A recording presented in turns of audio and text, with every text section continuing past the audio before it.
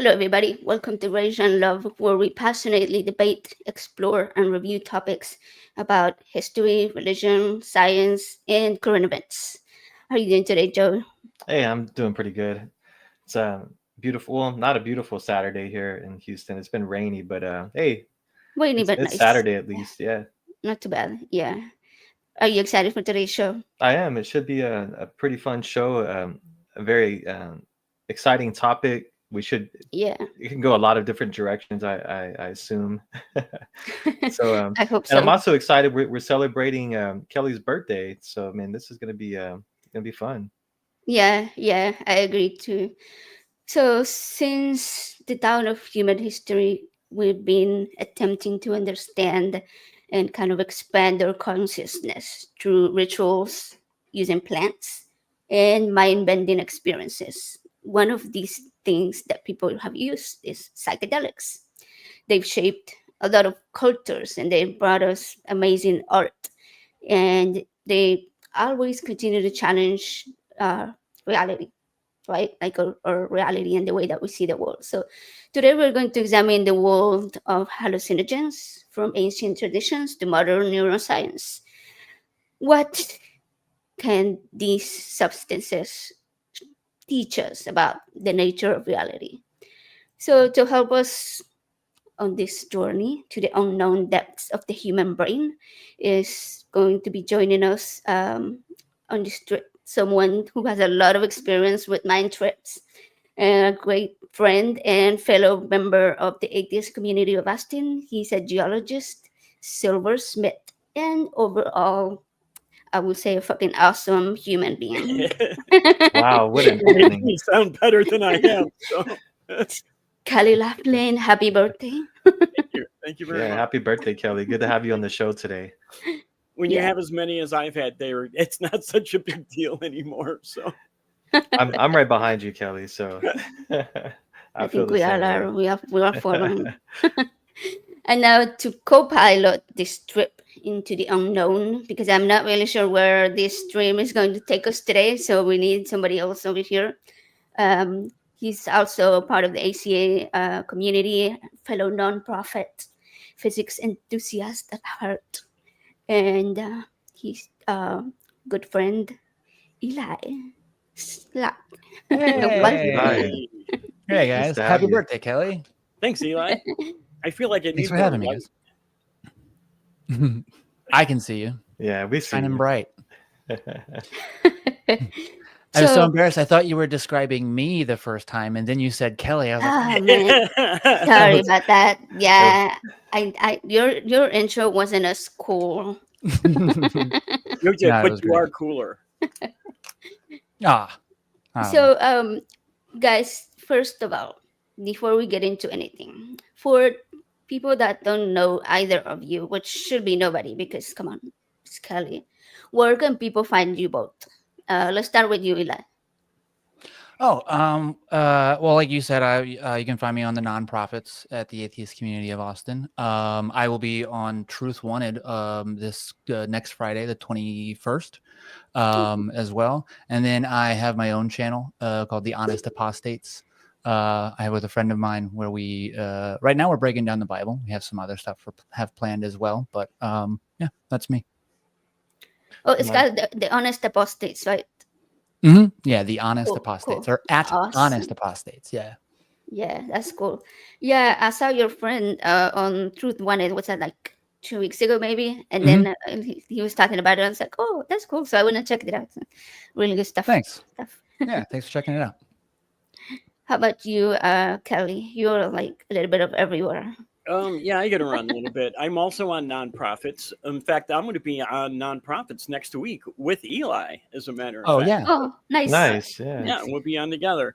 And then I'm a regular host of Truth Wanted, and I back up Talk Heathen and Atheist Experience quite often. So you will sometimes catch me on one of those two shows as well.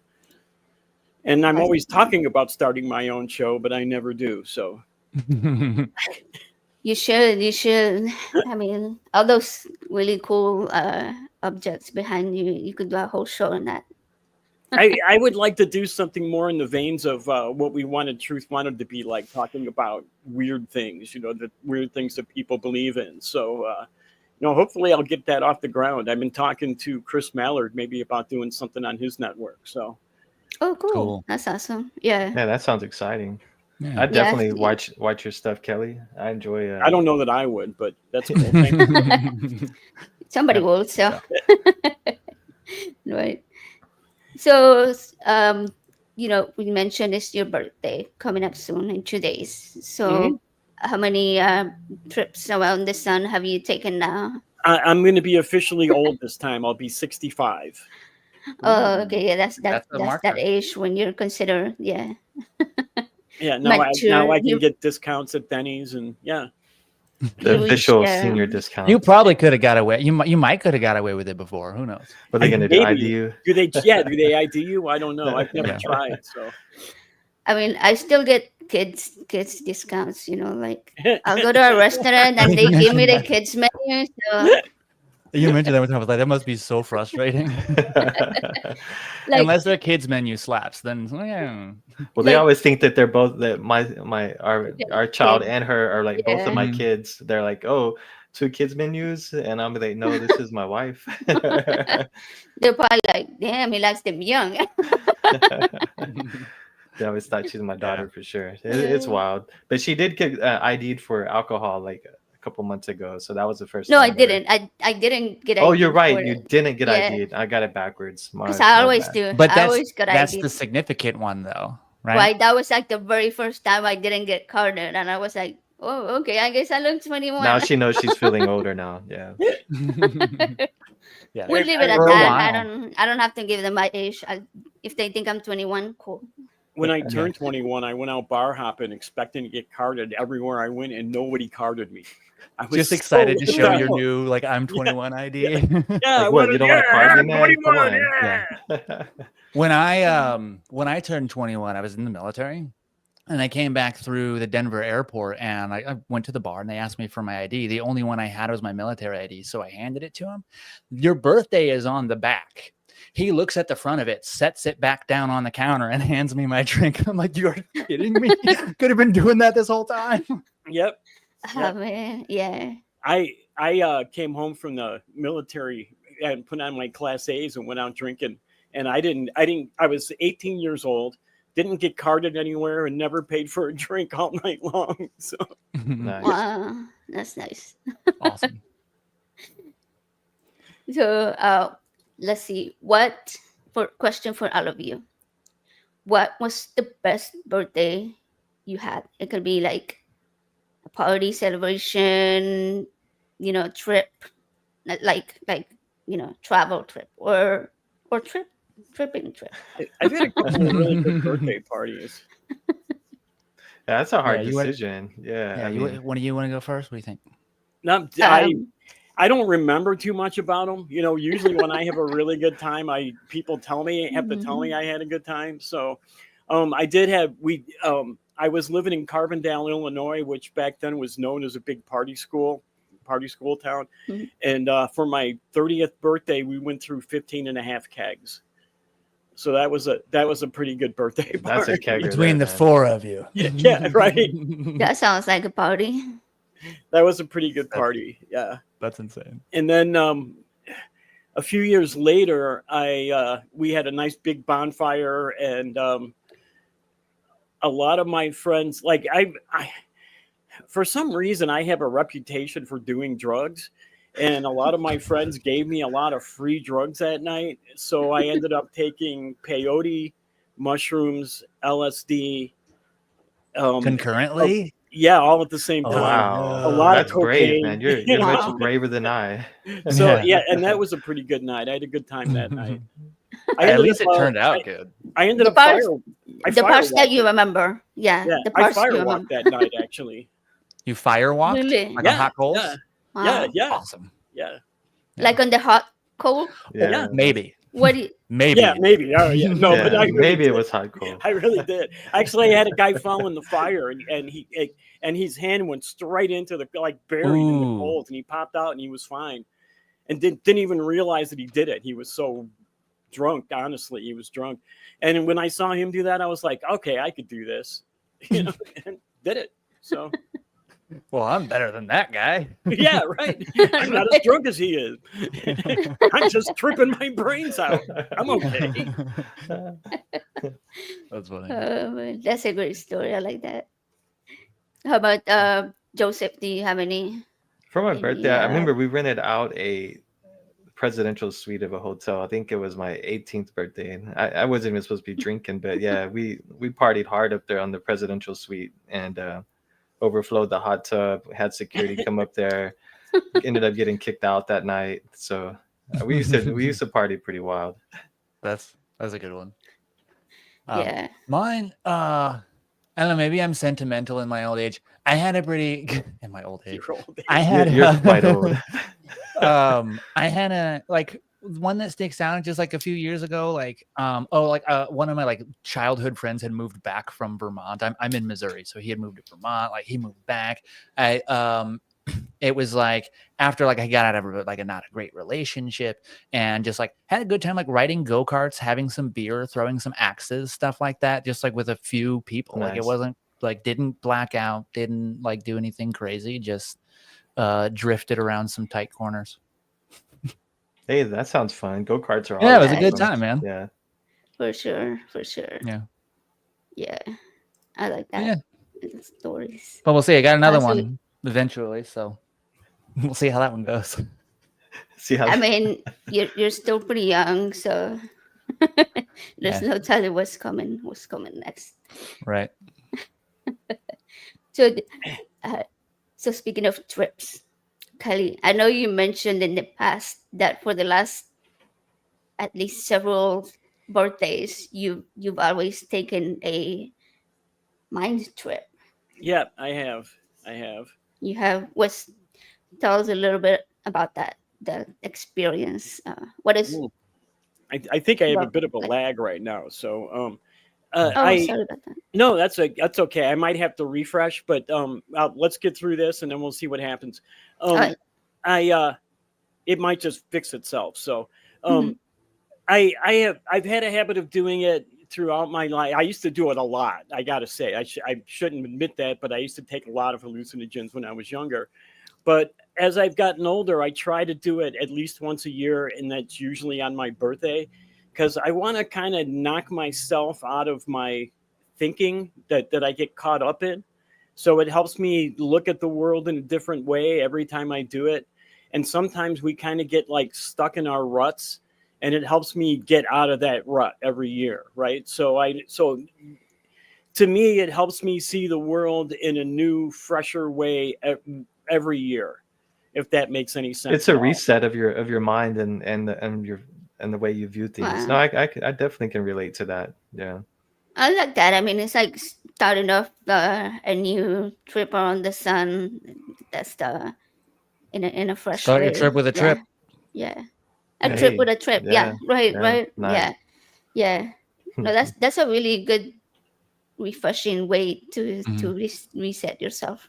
Yeah. Yeah. But like Kelley, what you're describing, like based on the research that they've been doing in the past few years, like that's what like hallucinogens do, specifically like MDMA, psilocybin, and LSD. They essentially force what they call your default mode network, which is the part of your brain that thinks about you, and forces it to just kind of like reset. And it opens up connections in other areas of the brain where they're not as strong. And it does allow you to see things and make new connections in your brain. Yeah, you're exactly like, yeah, I started researching a lot about it recently. Would you say it's Yeah. like a rewiring of your pathways in your brain? Or you said it could make some connections stronger that Yeah. maybe were weaker to help you open up different thoughts or different perspectives, maybe? Yeah. From what I That's- read, it was also saying that it could make new neural connections, so new pathways. Yeah, like you said, Mhm. kind of like that's why they're trying to use it for things like depression, because your brain is sort of stuck in that that negative default thinking. mode. That's just either too low release, too high release of certain neurotransmitters, and so the hallucinogens can do that. Like, I'm sorry, the psychedelics specifically can do that, rewire your pathways. Mm-hmm. Yeah, Yeah, exactly. I've heard that too. I've seen that research as well. Yeah. I've also seen research that says it's an antioxidant too, and I look pretty good for 65. I'm not saying it is, but I look pretty good. So That's funny. So will that be just for the mushrooms? mushrooms and LSD as well, believe it Yeah. or not. Mhm. Yeah. Really? Wow. Okay. Yeah. So Well, and well, it was just that those two and MDMA, they structurally resemble the serotonin molecule, like very, very closely. Psilocybin the most closely, which is why they are like they are so effective and they work so easily because they like basically exactly mimic that structure. That's interesting. yeah, and I read that so there was an issue like in some types of depression, especially those that don't respond to other medications, where your levels are stuck on way too low production of serotonin, and so what the mushrooms can do is like change the way that your body not the way that it produces it, but like the amount that it produces rather, and so to kind of retrain your brain to make more serotonin. So that seemed to be one of the pathways that why it seems to work so well for depression. Yeah. Mhm. Yeah, they've had phenomenal results, and I think they haven't finished like phase 3, but they've done like phase 2 studies for. Yeah, there's been a lot of research and trials like Mhm. that are active. Yeah. Yeah. So is it allowed in the US to be used? Because I remember watching a video with Neil deGrasse Tyson, and he was talking about it, but I can't. It was like probably like a year ago, and I can't remember if they say that it was allowed or not allowed to use all of these types of psychedelics for research Yeah, purposes in the US. is it medically available to be Medically, I guess prescribed or you no? would I'm not. say. I don't think it is yet, right? Only if you're. It's not medically Yeah. prescribed. Mushrooms have become decriminalized in I think Oregon and Washington State. Don't Yeah. quote me on that. Oregon Legal. definitely. Um, uh, I'm not sure if it is still illegal to do research. It was made illegal in the 1980s during the Reagan administration when they started the war on drugs that we Yeah. have completely lost. But I know that some changes were made under Clinton and then again under Obama that may have allowed the research to continue. Hopefully it did, because there was a lot of cool things they were finding out about it. Like it really helped people with addiction problems. It Yeah. would really Mhm. help people like alcoholics kick alcohol. So hopefully we'll find sometime in the future that we'll be able to do research on it again and find out the good things that it does. Mm-hmm. Yeah, and I And think the even reason is because like drug addiction, for example, affects your dopamine levels, whereas mushrooms don't affect your dopamine levels; they affect your serotonin. So they kind of balance you out to where you don't need that constant need for that dopamine hit from the drugs. So So there's less of a it's chance like of being addicted to right, that type of right, psychedelic. You're saying. yeah, like it gives your brain, like that time to get back to like a more leveled level. Mhm. Yeah, sort of, and they say too that so they it is possible to get approved for research currently. It's a possibility to approve for research. What they essentially are trying to do is complete what they call phase 3 studies, which I don't remember the specifics of what that means, but it's a more specific study. Like, okay, now we're going to see like what it does in this context, and once they gather enough data, they can go to the FDA and say, hey, this is what this does. We can say pretty confidently, and then try to get it approved for use to treat things like depression and addiction for whatever they determine it can be used for. Yeah, targeting certain disorder. Well, I guess you would say Mhm. disorders. Yeah. Mhm. But and I found out too that actually in Missouri they have some law. I don't know if it's in place, but it's been proposed at least. Where like as long as you like report to the Department of Health and Senior Services, like that you have psilocybin and that you're going to be using it, and you don't use more than 150 milligrams of psilocybin compound, not actual mushrooms. But as long as like there you follow all these rules, then you're allowed to do it. As long as you tell the government about it. And I'm like. Oh, wow. Okay, That reminded me of when years ago Illinois had a tax stamp for marijuana. So if you were an illegal drug dealer, you had to put these tax stamps. If you got arrested without taxing putting the marijuana tax on your weed, you could get an extra charge. Right? Charge for not. What? Wow. Yeah, for not collecting the taxes on the illegal weed. That's funny. Wow. Insane. I had never heard of that. Yeah, that is. Yeah, wild. it didn't last. It didn't work, obviously. But yeah, Mhm. it happened in Illinois, I think probably late 18. Yeah, I'm that old. Excuse me, the late 1980s. So it looks like they did legalize it in Oregon and Colorado, but it has to be under supervised license. Well, in a supervised licensed facility when you're using it. So for research only, correct? Pretty much. I mean, it says it's decriminalized and regulated under state initiatives. Yeah, they can use it Yeah. recreationally. What that sounds like is it's like a psilocybin bar or something. Where like you Yeah, go I would and think so. Yeah, and they you have to like use it there. professional trip sitters. Yeah. Wow, that would be That's would awesome. be cool. Yeah. That What kind a of reminds job. me. It would have like opium. I can't Oh, think like- of picture that would be like opium lounges where people would go. Oh, and like they would opium just den. get- Yeah, the old Yeah. Or the opium. lounges. Yeah. Yeah. Honestly, Yeah, I mean we- that sounds like the way to do drugs.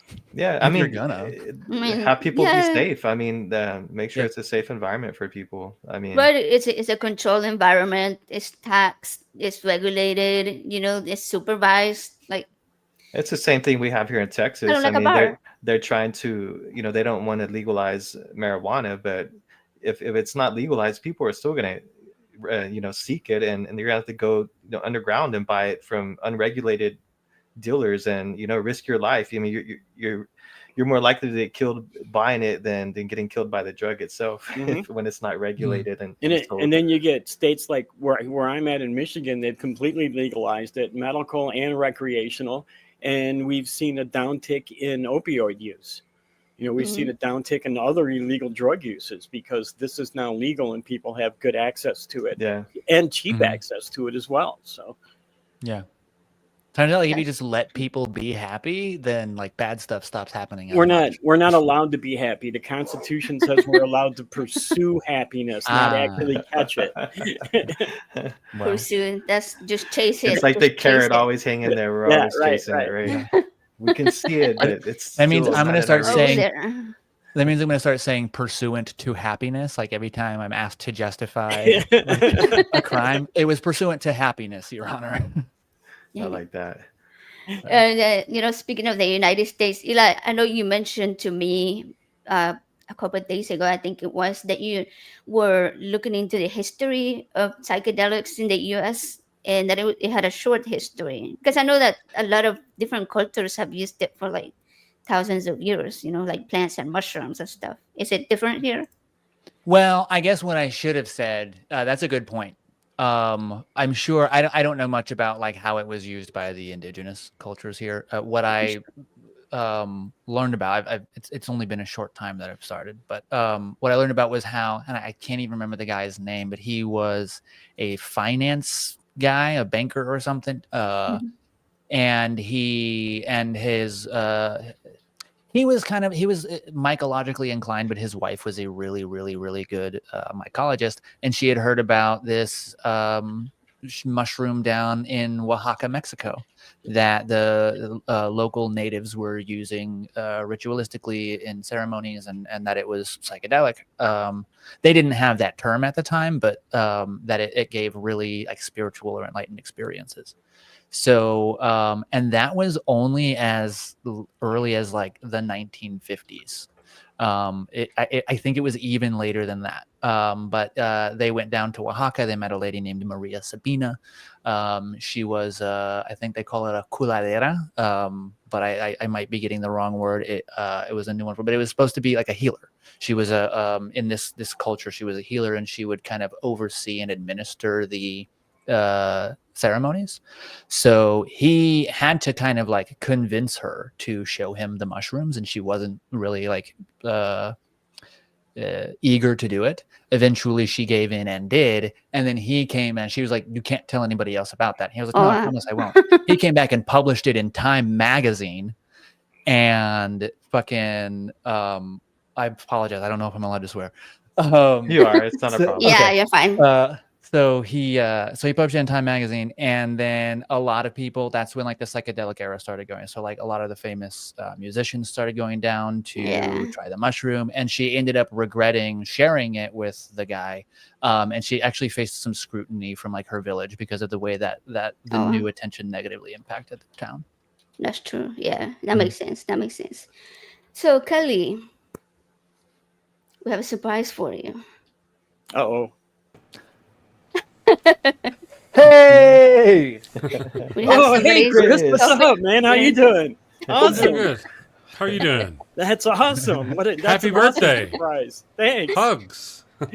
Thanks. Hugs. Hey, Chris. So Chris, I know you know Eli. You did a show with him, correct? Mhm. For the No Uh, Profits. Yeah. He was the backup quarterback, I think, that day. Once on Truth Wanted, and then Nonprofits. For a week. Oh, that's Oh, right. nice. That's right. Okay. Yeah, yeah. Nice. I don't know Awesome. Joseph. Hi, Yeah, Joseph. hey Chris, good to meet you. I'm This is- actually, My Yeah. husband. yeah. Oh, So yeah, so I so shouldn't. He's in the other room over there. yeah. I see. So I shouldn't hit on him. He's taken. Understood. Yes. He's taken. Hands off, okay? I'll try to control myself. Good morning or good afternoon, Good everyone. No, good to have you on, Chris. Thank you. Thank you. That's Nice to so be cool. here. Wouldn't miss it for Kelley, you know. Happy birthday, Hey, Kelley. I'm just a nobody. Come on, guys. I He know, always says that. I don't was think like, he realizes. Right. Yeah. I was like, I'm gonna show him that people care about him, and everybody's over here gonna come show up and wish you a happy birthday and show you how awesome you are. This is really bad. Give me 1 second here. This has been really bad. Uh-oh. He's grateful, but also something's happening that requires. See, that's better. There we go. A Oh, little bit of light. Oh, Yeah, you're light. adjustment. Okay, he was still on about the light. That was bothering the hell out of me. So Kelley, how is it like? Well, you don't look a day over 90. I mean, Yeah, I know. Isn't that gotta say. awesome? It's amazing. You would never Yeah. know that I helped design Gobekli Tepe. You were there. Well, awesome. I hope you're having a good birthday. Thank you, AJ, for inviting me to the stream. That's I wonderful. know. I really enjoyed watching both of you together on Truth Wanted, and then on your show. He came on your show, and I was like, I've got to get them together again because that was so much fun. Yeah, you guys But are I- always Well, I appreciate that, Kelley. I mean, always a good time. Always fun working. I with thought Kelley. Chris and I had really good energy together. Yep. But I'd they- like to they- do some more. They didn't. I was about to say, Right. hopefully that's not one-sided, but yeah. Oh no, I did too. I had a great time. Yeah, Yeah, I we're did threatening too. to do even more work together. I've been waiting for a Threatening. response from threatening. Yeah, I got a lot of plans, just not a lot of time. I think that's everybody's problem, right? Yeah, Not enough that's- time. right. Yeah, not enough Yeah. for sure. So Chris, we were just talking about birthdays. Best birthdays. I know your birthday just came Happy up as birthday. well, right? So happy you. birthday. Happy Thank birthday. Hey, birthday. Yeah. Appreciate that. Yeah. So tell us, what's your most memorable or favorite birthday that you've had? I'm glad you separated the two. I have some horrific, bad memories. Most Yeah. memorable? That's a story. My favorite? That's a different story. I mean, you no. can share both. No, we don't have therapists standing by. I'll give me a minute to think about it. I guess right now, if you hit me right now, my favorite, most memorable memory at the moment would be this other day. I had a great birthday stream, and a lot of people showed up. Raven Lunatic, one of my subscribers, is his birthday too. Same age. I mean, just a few days apart. Nice. twins separated at birth. He's an Aussie, so he's upside down. But yeah, it was a good time. Most of the time, we don't do anything we don't do much of anything, you know. And then the wife got me a little cake, and I got to eat it on the screen. I ate all of it all by myself. I was like, so. Sometimes those are the best birthdays. Yeah, just chill. Yeah. Yeah. Like yesterday for Valentine's Day, we weren't even like, I don't feel like going to a fancy place. We just put our hoodies on and went and ate Thai food, and that was like the best, you know. Yeah. Sometimes you I just saw that post. celebrate. Yeah. Yeah. I relate with that. That's awesome. Yeah, simple. You know, quick and easy. For the with me and my wife, we're the same way. You know, to me every day is Valentine's Day. She's beautiful. I love her. Yeah, And we've been awesome. married. We're in our 50s, right? Now, if you're a 20-year-old watching or listening to this and you're worried about your 50s being like lackluster in certain areas, they don't get that way unless you let them get that way. And I'm in my 50s, and we're in our 50s, and I mean, I've never been in a better emotional relationship or sexual relationship in my 50s. I'm like, wow, it's awesome, you know? So I don't know what got me started off on that. It's good to know, though. Good to know. Yeah. It's just as you get older, you think, man, certain things are gonna. But you know, it doesn't. You can have romance and love and all that. It is very it doesn't true. have to be Valentine's Day. You know, she Right. walks by and I look at her every time. I'm like, I'll sneak in the room, or like I'll see her, I'll sit and watch her like a stalker through the binoculars. You know, it's just one of those things. I always got to pat her on the bottom as she walks by, and then she pats me on the top. Yeah. Not the same kind of look, Yeah, I guess. It's not. And once the swelling goes down and I can see out of that eye again, everything is fine. All right, so it looks like we have another. Oh, Hey, Hey there. How you doing? Hi, Scott. Hey, Kelly. Hey, everyone. You Thanks, have- AJ and Joseph, for having me. What's going on? Hey, Eli and Chris. Hey, Scott. Hey, Scott. I brought Hey, a special Scott. guest with me that wanted to wish Kelly happy birthday. Yay. Oh, cool. You know, I got to say, Congrats. it looks like you two are in the same room. He's I was gonna say I love how Scott has a picture of Kelly's shop. That's awesome. Is that what that is? Yeah, that's Kelly, what you that is. copied me. You copied me with the background. Scott, that's fantastic, man. You have won today. That's I was very confused there for a minute too. So. yeah. I'm like, wait a minute. Yeah, I was like, what is going on? Yeah, a couple of years ago, I was Kelly for Halloween. So we had the background. I had a wig on, and it was pretty Oh, that's awesome. hilarious. Yeah. That's Nice. awesome. Plus, I've actually been where Kelly is sitting right now. I've Yes, been he in has. his shop myself. Yes, That was Well, pretty you- cool. You got the same background now. Is that? That Yeah, was, that's what we were just picture of saying. Kelly's? Yep. Yeah. that was the only time the ACA did a show with two remote hosts in the same place, in the same remote area. Yep. Really? Yeah. Yeah. That's That's cool. We almost blew That's it too. We interesting. had like last minute tech issues. Yeah, we did. We ended up just using one microphone for the show, Yeah. but yeah. Yeah. We So had- I'm gonna we- ask everybody a question. Okay, All right. this is a question I always ask people. It actually broke Seth Andrews when I asked him the question. He was like, Uh-oh. "What the heck? What are you talking?" Okay, the question is, how do you think? Not what do you think. How do you think? Like, How do how do I- you think in your brain, in your head? What does it look like in there? Oof. Like, Are you Words. talking about like the experience, or are you talking about like at a neurological level? Yeah, Or the physiological. well, for example, I will say I think I used to think very visually, like my imagination was very visual, but then it changed when my hearing got better and my vision got worse. It switched to like a very spoken monologue, and it's mostly a voice now. So it's interesting. very hard for me to like visualize things now. But I used to do it before. Hmm. So like, yeah, so that's my question. Like, how do you think? How does your thought process go? So do you we think could- the sections of your brain were actually repurposed into something else then, or what do you think caused that change for you?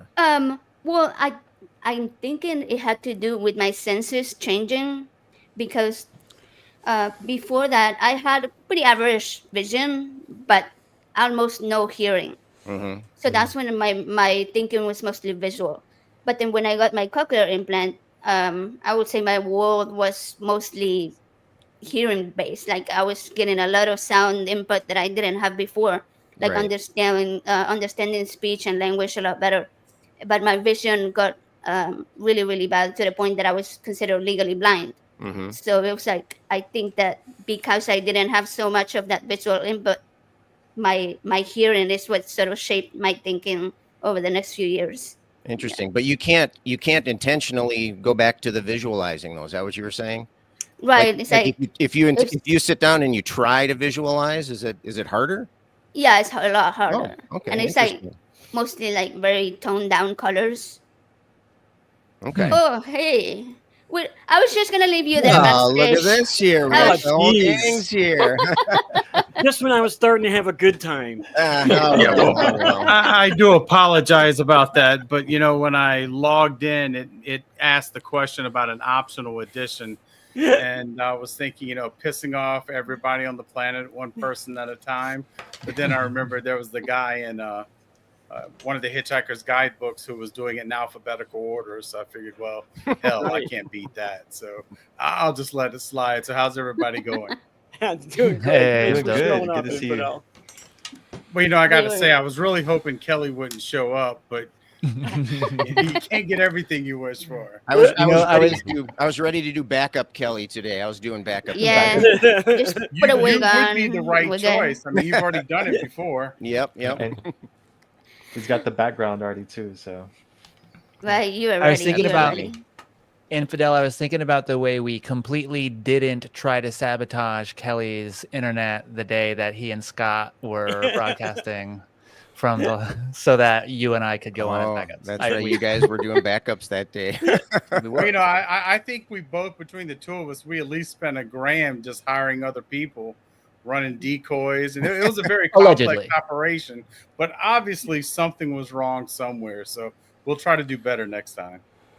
Kelly's like the godfather of his town, right? So he's fully connected, and he's got all the people watching out for him, and he's like, people come to him when they need favors, and he's like, "Oh, you come today, the day of my daughter's wedding, and ask me this favor.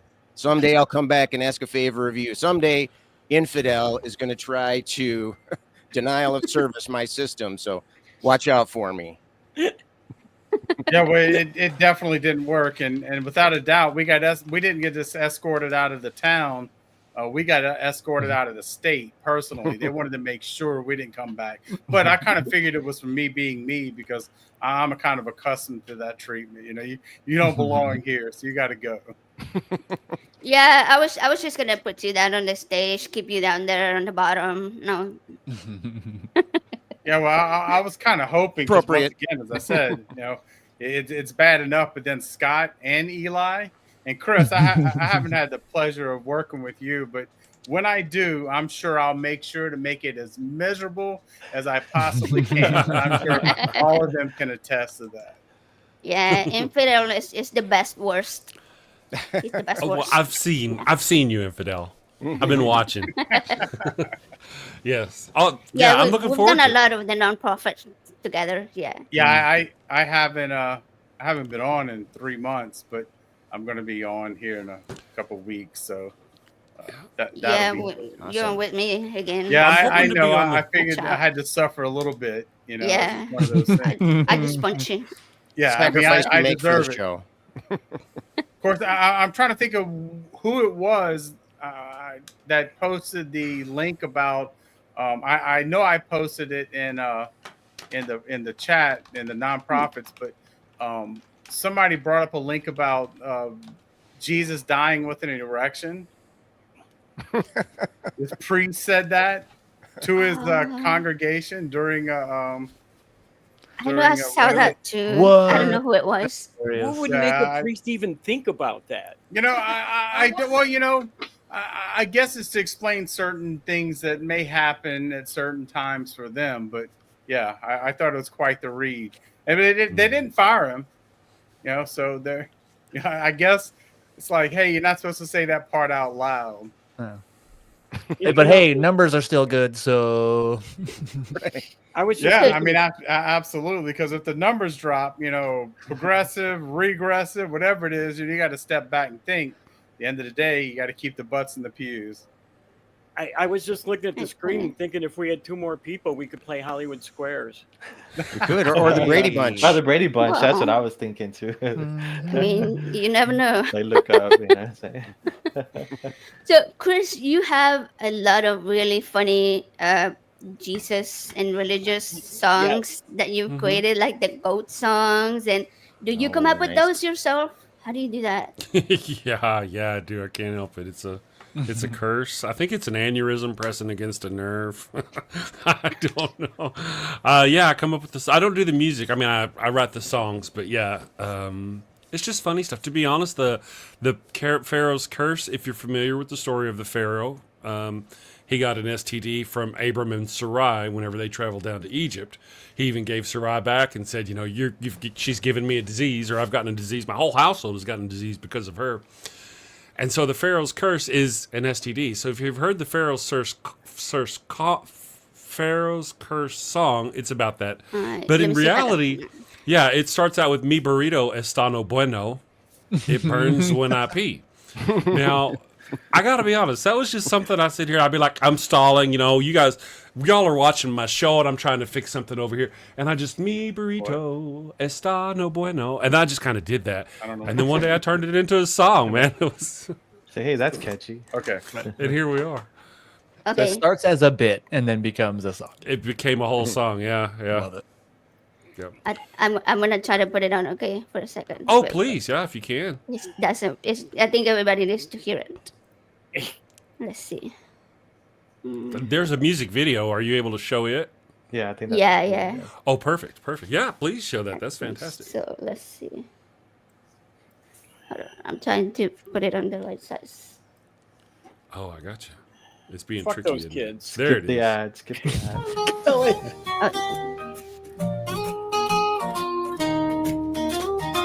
Mi burrito está no bueno. It burns when I pee. Abraham had the crotch cooties and gave his sister wife to me. El ataco fue no bueno. It stings like a bee. They told me she was his sister. Now I'm plagued between the knees. I've got the Pharaoh's curse, a case of penile plague. I've got the Pharaoh's curse, there's fire between my legs. Mi burrito está no bueno, a full bladder I fear. Abraham's lies and Sarai's touch have left me itching front to rear. She's naughty looking. Mi burrito está no bueno. It burns when I pee.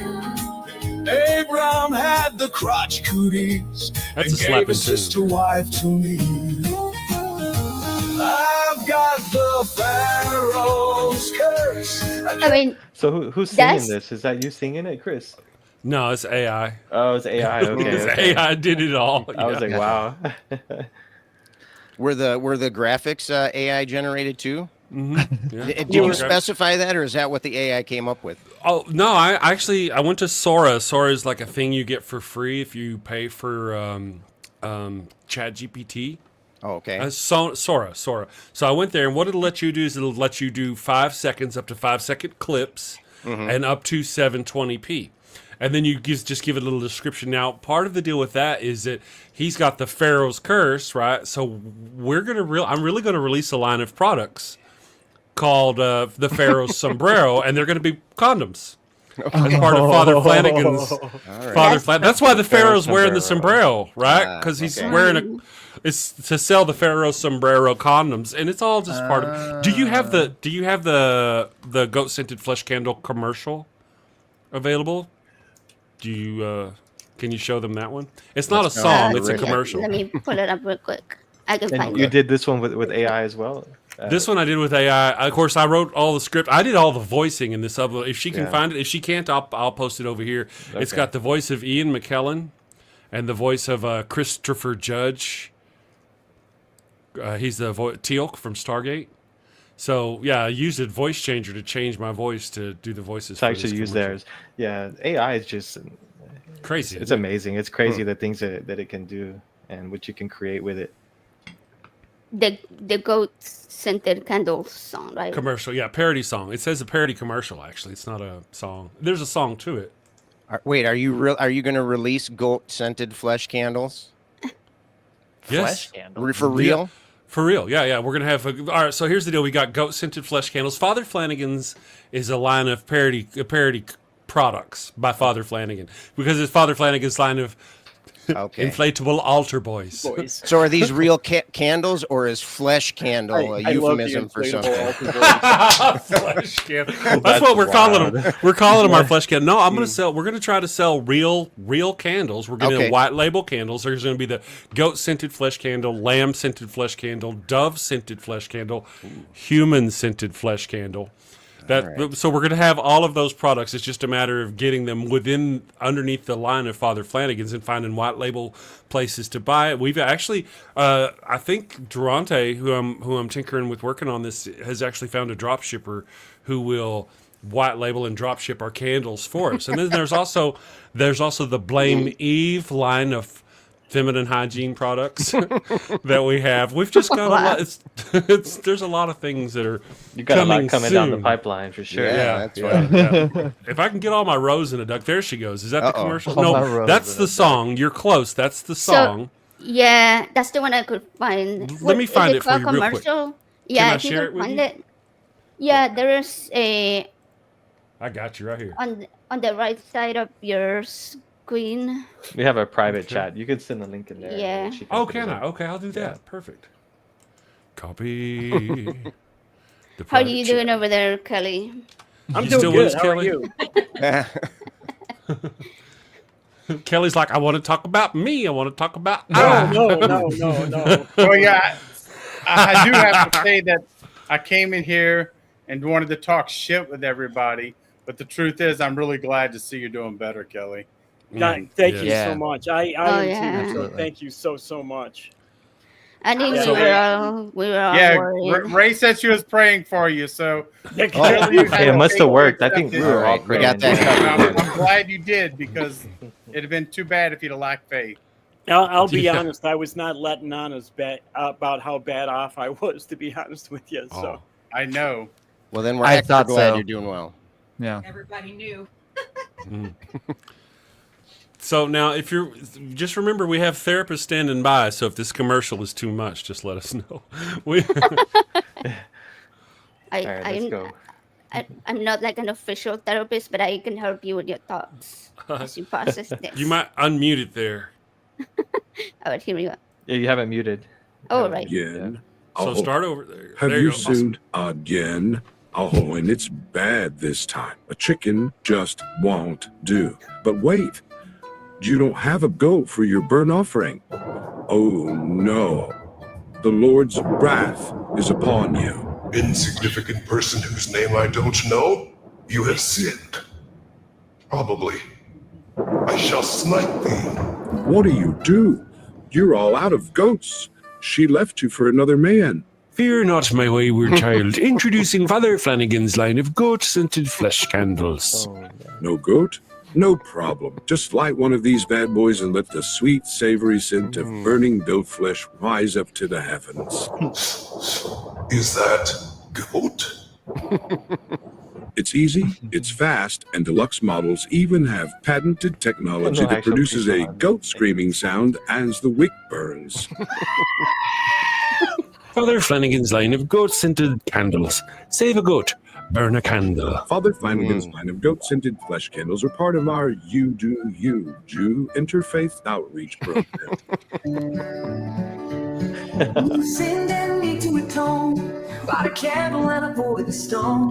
This is just the icing on the cake. There's the song at the end. Yeah. So there's a whole song to that, but wow, yeah, awesome. This is going to save me a lot of money on goat sacrifices. Yeah, no shit. Right. No Yeah, shit, just yeah. light a candle. Right. That's right. That's right. The And American avoid the goat stone. industry is going to go under. You can store them. You don't have to feed them. Just use a candle. Bam. I don't need the human one. You know, I the Israelites might have made it in 15 years if they'd have had candles and wouldn't have had to That's stop right. sacrificing a goat. That's right. No, All right, no everybody, more break. blood splatter all over. No more blood splatter. Well, you know, here's the thing. Another thing about the human scented flesh candles at the end. Well, there weren't a lot of outside of Jephthah's daughter. There weren't a lot of human sacrifices in the Bible. However, Jesus, there is Jesus. But whenever you think about it, here's the thing: all Christians think all other Christians are going to hell. Everybody's going to hell except for us, right? So they all think that. This group of Christians think that group, everybody's going to. So everybody's going to hell. And when they get to hell, God is going to be sitting over the pits of hell, just smelling the burning human scented flesh candles that he's gathered. And that's what Christians are. Christians are the human scented flesh candles of the evil God monster of Abraham. All right, I see. See So where we that's can going? send so if we get destined to go there, we could just send a candle off instead and sneak That's out. right. All I like it. That's right. Wasn't it Nero that used them for candles too? I think that's their own according to their stories. Yeah. They did, yeah. So that's the goat scented flesh candles. We're really going to crank out some of those products and sell them. I would like to be able to get our Father Flanagan's line of products into Hot Topic or Spencer's. You know, so What will Bath the and Beyond. actual scent be though, or is that a secret? Oh no! Well, I figure there's probably like whatever scents are available. We'll be dealing with whatever the candle. Now here's the deal. I live in. Yeah, that'll work.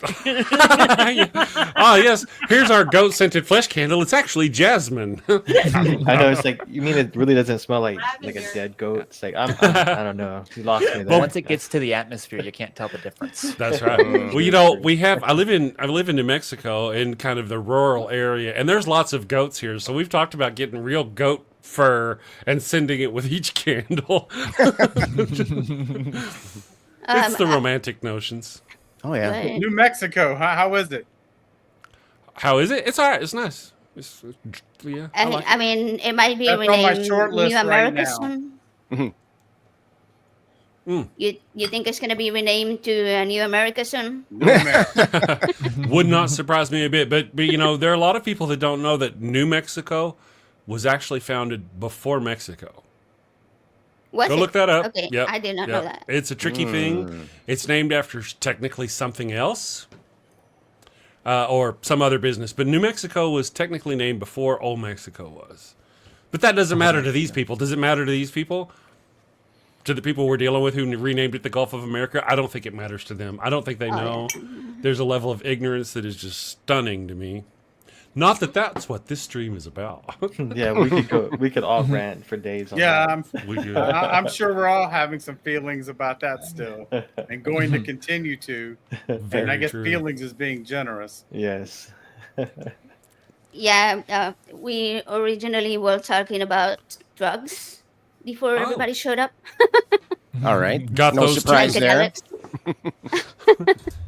You said got those too. Yeah. I mean, Did you decide thumbs up or thumbs down? About drugs? Is that what the question is? Right. Yes. Oh no! Well, I mean, I think it was a double thumbs up. All right. Yeah. I don't want to advocate that anybody goes out and does drugs, but they worked really good for me. So and a lot of drugs are actually legal where I live at right now, and Yeah. I do take the drugs that are legal. So Well, you know, one thing is, I don't know how many of you have seen the Midnight Gospels, but the first episode of it has a very in-depth discussion about drugs. It's really good and completely unexpected, considering this is a animated show you think is about zombies originally, but not really at all. Oh, it's animated. What's it called? Yeah, Midnight Gospels? It's by the same Midnight people who did Gospels, Adventure yeah. Time, but it's not for right. kids. it's it's definitely not for kids. Not for but kids. it is the guy that did Adventure Time. Yeah, You should at And- least I'm gonna watch check out the first episode if you haven't. I'm gonna watch all of them. check out. It's the third or fourth episode with Maria Bamford. I'm gonna as watch the all of them. assassin because that episode kicks ass. I What- really enjoyed the show. What's it called again? The Midnight Gospels. Where can you stream it at? They have it on Well, Netflix and stuff, or I'm just curious. well, I mean, I can find it. I mean, allegedly, some people Look it up. use more dubious measures. yes, So We get it. I don't know where it comes from. I I just understand. I run my own Okay, Plex let's take server, this so screen. I shall find it. You can find it in the I'll look for it underground. though. If I find something, I'll let you know. I have some Appreciate legal that. gummies. I'm gonna eat one. Go for it. Go for it. It's my birthday. Gum it up, man. Exactly.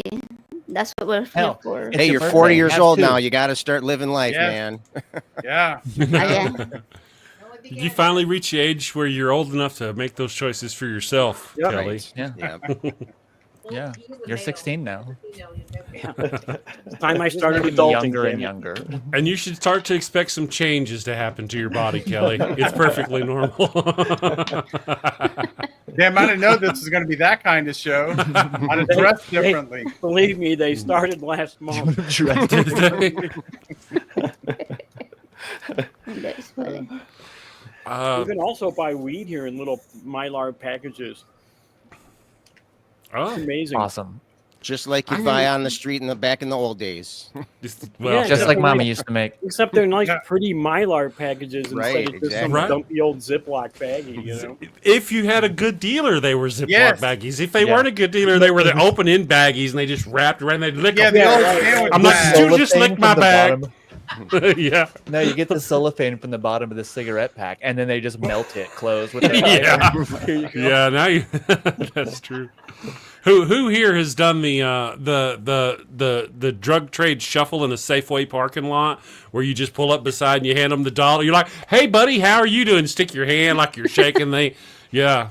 Well, you know Been what's there. messed Variations. up is my wife was riding through. She was supposed to meet this guy we know, and he dropped his kids off at dance, and so he's driving down the lane. Ray's driving down the lane, and he literally just tosses it into the car and keep going. Were there cops That- chasing him at the time? No cops. Wow. That'd Okay. be the only thing that could make it cooler. No, they'd have been very uncool. They'd have been like, "What the fuck are you doing? I don't know that guy. I have I no hardly idea ever who bought- he is."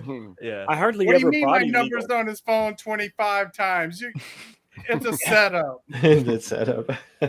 I hardly ever bought illegal drugs, to be honest with you, believe it or not. Well, most stuff is legal where you are, right? Well, How long- no, how I long was have the you only legalized person there? selling them. Yeah, that was but- the thing. Yeah, that's what I was thinking. I was like, you know what? Based on what you've told me, Kelly, I believe that. I thought you were gonna be like the Snoop Dogg who didn't actually ever buy any weed. You just rolled up and was just like, "Hey, I'll give me some of that." Happy He birthday, just Kelly. collects. No, Hi, thank you so Infidel's much, wife. Ray. Yeah, Was Kelly, that Ray? I I tried to didn't see talk who it Lori was. into coming onto the show too, but she didn't want to. Oh, But she says happy birthday. She Oh, did well, say tell she her I hates him said and wants him to thanks, die. Scott. Well, Yeah, that too, yeah. I'm with Chris. I agree. That's pretty much a consensus statement all across the ACA, right? I mean, shit. Just saying, When out, is this saying it out fucker loud gonna again. die? just saying. Let's be honest. If anybody is going to be prayed for to die, I like my odds of being the one that somebody prays for. Yeah, you're pretty up there. You get a lot of the hate in the comments. Yeah. Oh yeah. I think it's just the thing to do is to hate infidel. Yeah, Yeah. I agree. and I accept that role. You know, it's something I feed off of. You know, Well, yeah, it's because you hate everybody. So Exactly. You know, I mean, I don't get to go around, especially post pandemic. And plus, it's just awkward going around licking tears off people's faces. So, you know, this is just like a substitute. This is methadone for that action. That's all it is. We're just managing it. The new like That coping is a series of mechanism. words that has never been said in that order. Well, now they have. Well, you know, I would just want to real quick. I was thinking earlier, Miss AJ, about how you were talking about how you used to think visually, and then you changed. Now you think auditorily, and I never got to hear anybody else's response. I've Yeah. heard that. Oh yeah, I let's think go back in- to that We got question. sidetracked. just real quick, yeah, because for me, it's like 3D porn and an IMAX. What goes on in my brain, but But I've heard of the Now I'm actually trying to picture that. I know. right. I'm a visual what you do? person, and it's Just like, keep I'm trying to going. see it too.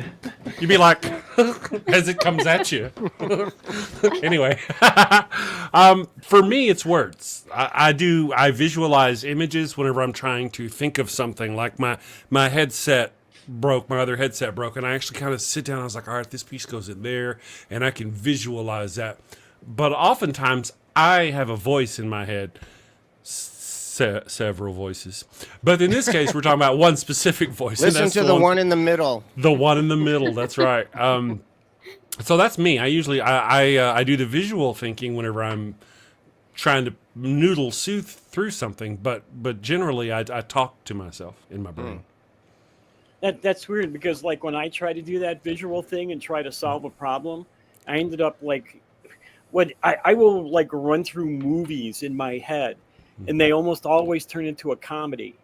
So I'm trying to concentrate on something, but I'm laughing at something else, so I can't concentrate on what I'm doing. And people find it unnerving when I'm talking to them, because I all of a sudden start just laughing out of nowhere, and they think I'm laughing at them, but I'm not. If I ever do that to you, I'm not laughing at you. That makes sense. But That maybe. Unless makes it's sense. infidel, then you're definitely laughing at him. Yeah, unless it's infidel. Right. I Or always the laugh at exception. infidel. I think it's sort of like, I never would have called it like a voice, but it is, I kind of a combination, like you were saying, Chris. Like I do, like I'll see images, and it depends on whether I'm thinking of like a concrete object or an abstract concept. But like if I'm trying to imagine like something that's inside my closet, I can see that visually. But if I'm thinking about, I don't know, whether or not I think Genesis makes any sense, it's sort of a somewhere in between a voice and like reading words written on a paper. I wouldn't call it hearing something, but I'm not seeing the image of the words either. So I've never, I've never known how to describe it other than that.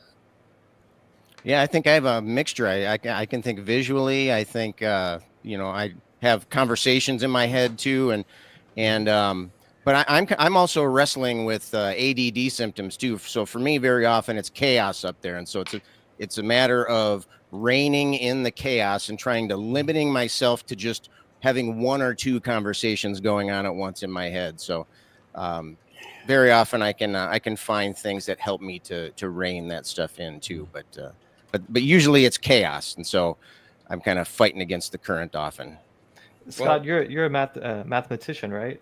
Math teacher, yes. Math teacher, Yep. okay. Do you like when you're doing math? Do you visualize like problems in your mind? That do you see the numbers or the equations or what you're trying to make a formula? I'm just curious. Like I'm horrible at math, and I can't visualize math in my head. One thing that I like about math, I always tell my students that I became a math teacher. They say things like, "Oh, you must love math," and that's not the case.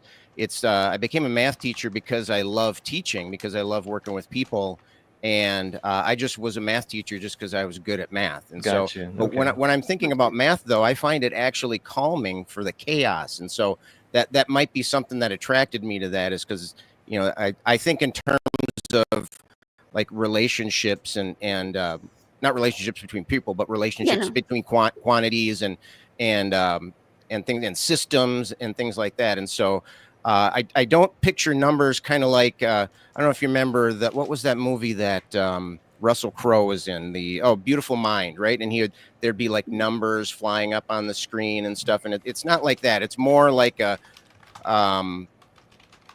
like movement in relationships and that kind of thing. Like I might see something tipping over, and I can notice how the different values change as it moves and things like that. So I don't know. It's kind of hard to explain. And when I try to say it, it sounds like almost like gibberish coming out. But does that mean that you're uncomfortable with chaos? It doesn't mean that I'm uncomfortable with chaos, but it does mean that I try to at least occasionally calm down from that, to have a time or a place where I can go to calm down. I usually do pretty well in chaos because I live in it most of the time, and so I'm very used to it. I've learned to think pretty quickly on my feet. I've learned to figure things out as I'm talking or as I'm going along here, and so it's it's not so much that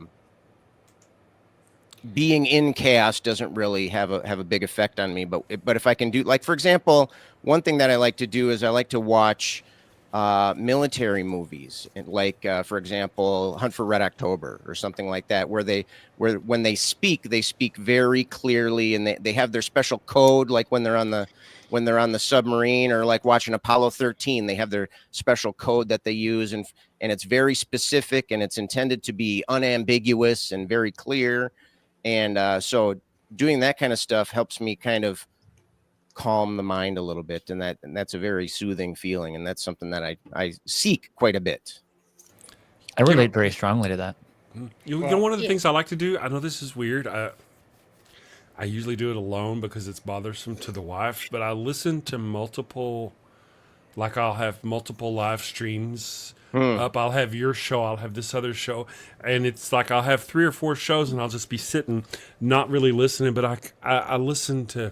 It's like being in a room with a bunch of people. And you can conversations. Yeah, right? you can just kind of pick and choose what's going on, and by doing that, it's like forgive me, but I feel like the term neurospicy is just getting used to shit. But it really does calm me, because I can focus on this. Right. Whatever this is, instead of all the other voices. I don't know how to explain it, but I've come to it to where I do that more often than I used to ever do it. I used to do that a lot, like when I was in high school and when I was an undergrad. Is I would have when I was sitting down to do my homework, I'd turn the TV on and the radio, and it just, for some reason, the cacophony of the mixed audio just kind of allowed me to kind of thread the needle and focus on what was in front of me. I'm gonna give that a shot. Yeah. You know, I've got to take serious issue with one of the things you said, Scott. And I got to take serious exception with this. You said choose the voice in the middle. Well, for me, that's never the choice. I'm going to choose one extreme or the other. But yeah, well, to each their own. To each their own. That must be the middle voice telling you to do that, then. Maybe so. But yeah, I like you. It depends a lot on what I'm doing, on how I process that information. Because sometimes I can get so single-minded that I will just block everything else around me. You could have a war zone erupt around me, and if I'm focused on one thing, I can completely dismiss all of that, regardless of what's happening. Yeah. So I heard this quote talking about ADHD that said, "Focus is the lack of distractions." I thought that was pretty deep. Makes you think about. Like sometimes we have so much going on around us. I don't think I agree with that. I think focus is the lack of letting things distract you. Right. Yeah. Because what we were just talking about, Chris and I were both just, Chris, you're on mute, by the way. What we were both just talking about having those multiple voices. So the distractions are there to be had. Yeah. But for some reason it allowed me to focus, and so so I would say it's kind of both. Focus is really either a lack of distraction, or, well, I don't know if that's entirely true, because you can be distracted when there's no distractions, but it's not letting those distractions to shut out the distractions. Yeah, exactly. Yeah. Sorry, Scott. Nope. Yeah, I agree with you 100%. Speaking of voices and distractions, here's another one. There we go. Oh, no. My guy. I just let anybody in here. What an entrance there. That was perfect timing, man. I was sitting back there for a couple of minutes, and I was like, oh yeah, I'm just gonna message somebody on Facebook real quick, and they'll bring me in a second. And I hear, speaking of voices and distraction, and I'm like, you're like, that's me. That's honestly, I was fully aware. I was like, yeah, totally. She's about to bring me in. Yeah. What's up, man? Hey, I'm happy to be here. There's some dickhead is a little bit older or something. Yeah. What are we doing here? No, not. Wait, Happy the one. birthday, man. Are you talking about the one next to you on the screen? I mean, If you're talking about some dickhead in this room, you have to be more specific. I know. Yeah, I know. It's like all of us. It's like, it's terrible. No, happy birthday, man. I'm excited. I'm happy to be here. Thank you very Glad much. to be hanging out. Yeah. Thanks for showing up. Of course, man. Of course. I was just fucking around, getting high. I figured, it was the right That's thing what I to was do. doing. That's Right, yeah. You're not alone. You found the How right do you tree. celebrate Kelly's Thank you. birthday? I looked at some rocks. I got a little stoned. I mean, what do you do? I brought my collection with me here, my rock collection. Oh, yeah. Get behind me. All right. Nice. I have the world's we're not largest gonna rock say. collection. Oh yeah. Yeah, So we're I- not gonna I- say who or what they're taking, but there may be drugs going around here. I don't know anything about drugs. It's, I don't mean, there know. is it's a rumor. What is it's a drugs? rumor. I don't It's know. mind heard they're- altering. I've heard they're bad. Okay. Okay. They're I've bad. heard. They're bad. Okay. Yeah. That's a lie from the government. Yeah. I heard one of the shows I was watching, I think it was How to Change Your Mind on Netflix, and there was this guy that had been in the army. He had deployed to Iraq, and he had PTSD. And he says at one point during his interview, he said, "I grew up in the 80s and 90s during the DARE era, where we had good drugs and bad drugs, but the good drugs caused the opioid epidemic, and the bad drugs cured my PTSD." So, What? Yeah, Yeah. that's true. I thought it was something to think about. for Yeah. sure. Yeah. Well, everybody's, so many people are doing all these other things constantly and just thinking it doesn't affect you or anything. But yeah, it does. I mean, it does. Nicotine, caffeine, alcohol, sugar, all of these things do stuff to you, and they make you feel differently. And it's just the fact that there are certain things we've gotten so crazy about is is really it was a purposeful effort. I mean, we don't need to litigate the war on drugs here, but Well, one of my viewers in the chat We this rightfully morning mentioned how coffee and cannabis is the hippies. What do you call it? The hippies fireball? No, the hippies. Oh, something. It was great. The hippies highball. Damn it. Anyway, but that's perfect, because you watch my show in the morning. Ball. I am lit up. No, that's not it. Yeah. The I was hippies. I'll think about it. I was saying speedball probably. I Yeah. was Yeah, I thinking think it's that's definitely the something like hippies' wake up call. That's for Yeah. sure. But you're sitting there, you're speeding your titties off because you got the caffeine in you, but you can't remember what the hell you're talking about. So I'm like, over here doing this and over here doing that. I'm like, go watch my morning show and you'll see. I'll even have my hand in the air with a point. I got a point, and I'm like, oh shit, what was I talking about? I'm like literally in the sense. The number of times that I've been right there. I was watching Seth Andrews one day, and he's sitting there talking, and Seth Andrews very, very calm, serious. I mean, but you know what I mean. He's not like me. He's kind of everywhere, and he's sitting there going along, and he goes, "Oh, it's gone. Where was it?" And he goes, "Oh," and he sits here for the longest time. He's trying. I thought, "Thank you, Lord. Thank you, baby Jesus. It's not just me." Because if Seth Andrews can forget what the hell he's talking about. Yeah, it's funny because he doesn't do drugs or alcohol even. He's completely sober though.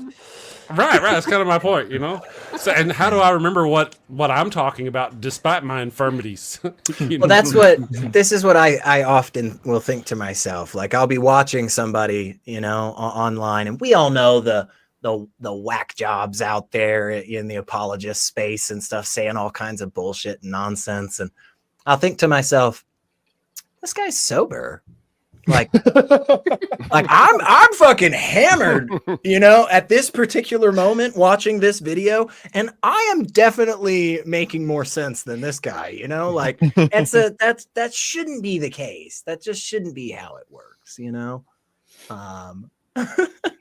Yeah, I mean, when you watch some of these religious speeches online, that's the feeling that you get what the fuck is going on?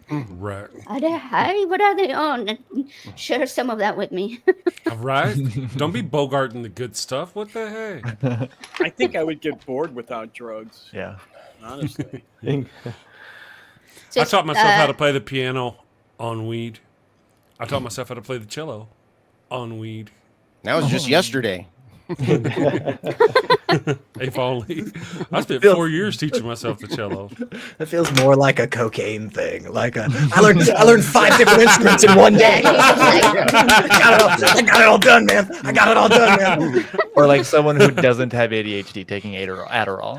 Oh, there you go. A Fur-Elise backwards. I got a PhD in microbiology since yesterday. Yeah. I did like 600 hours of lab work. Way more than that. I have no idea. So much accomplished. So I assume all of you have experience with psychedelics. Any of you don't? Anyways, have I not did a had little bit. experience I with didn't get a lot Okay. out of it, and I haven't really done much of that. I haven't done, you know, I found my drug early on, and I stuck with it, and you know, Truth. no real reason to move on. I did Well, shrooms that's good. once. That's good.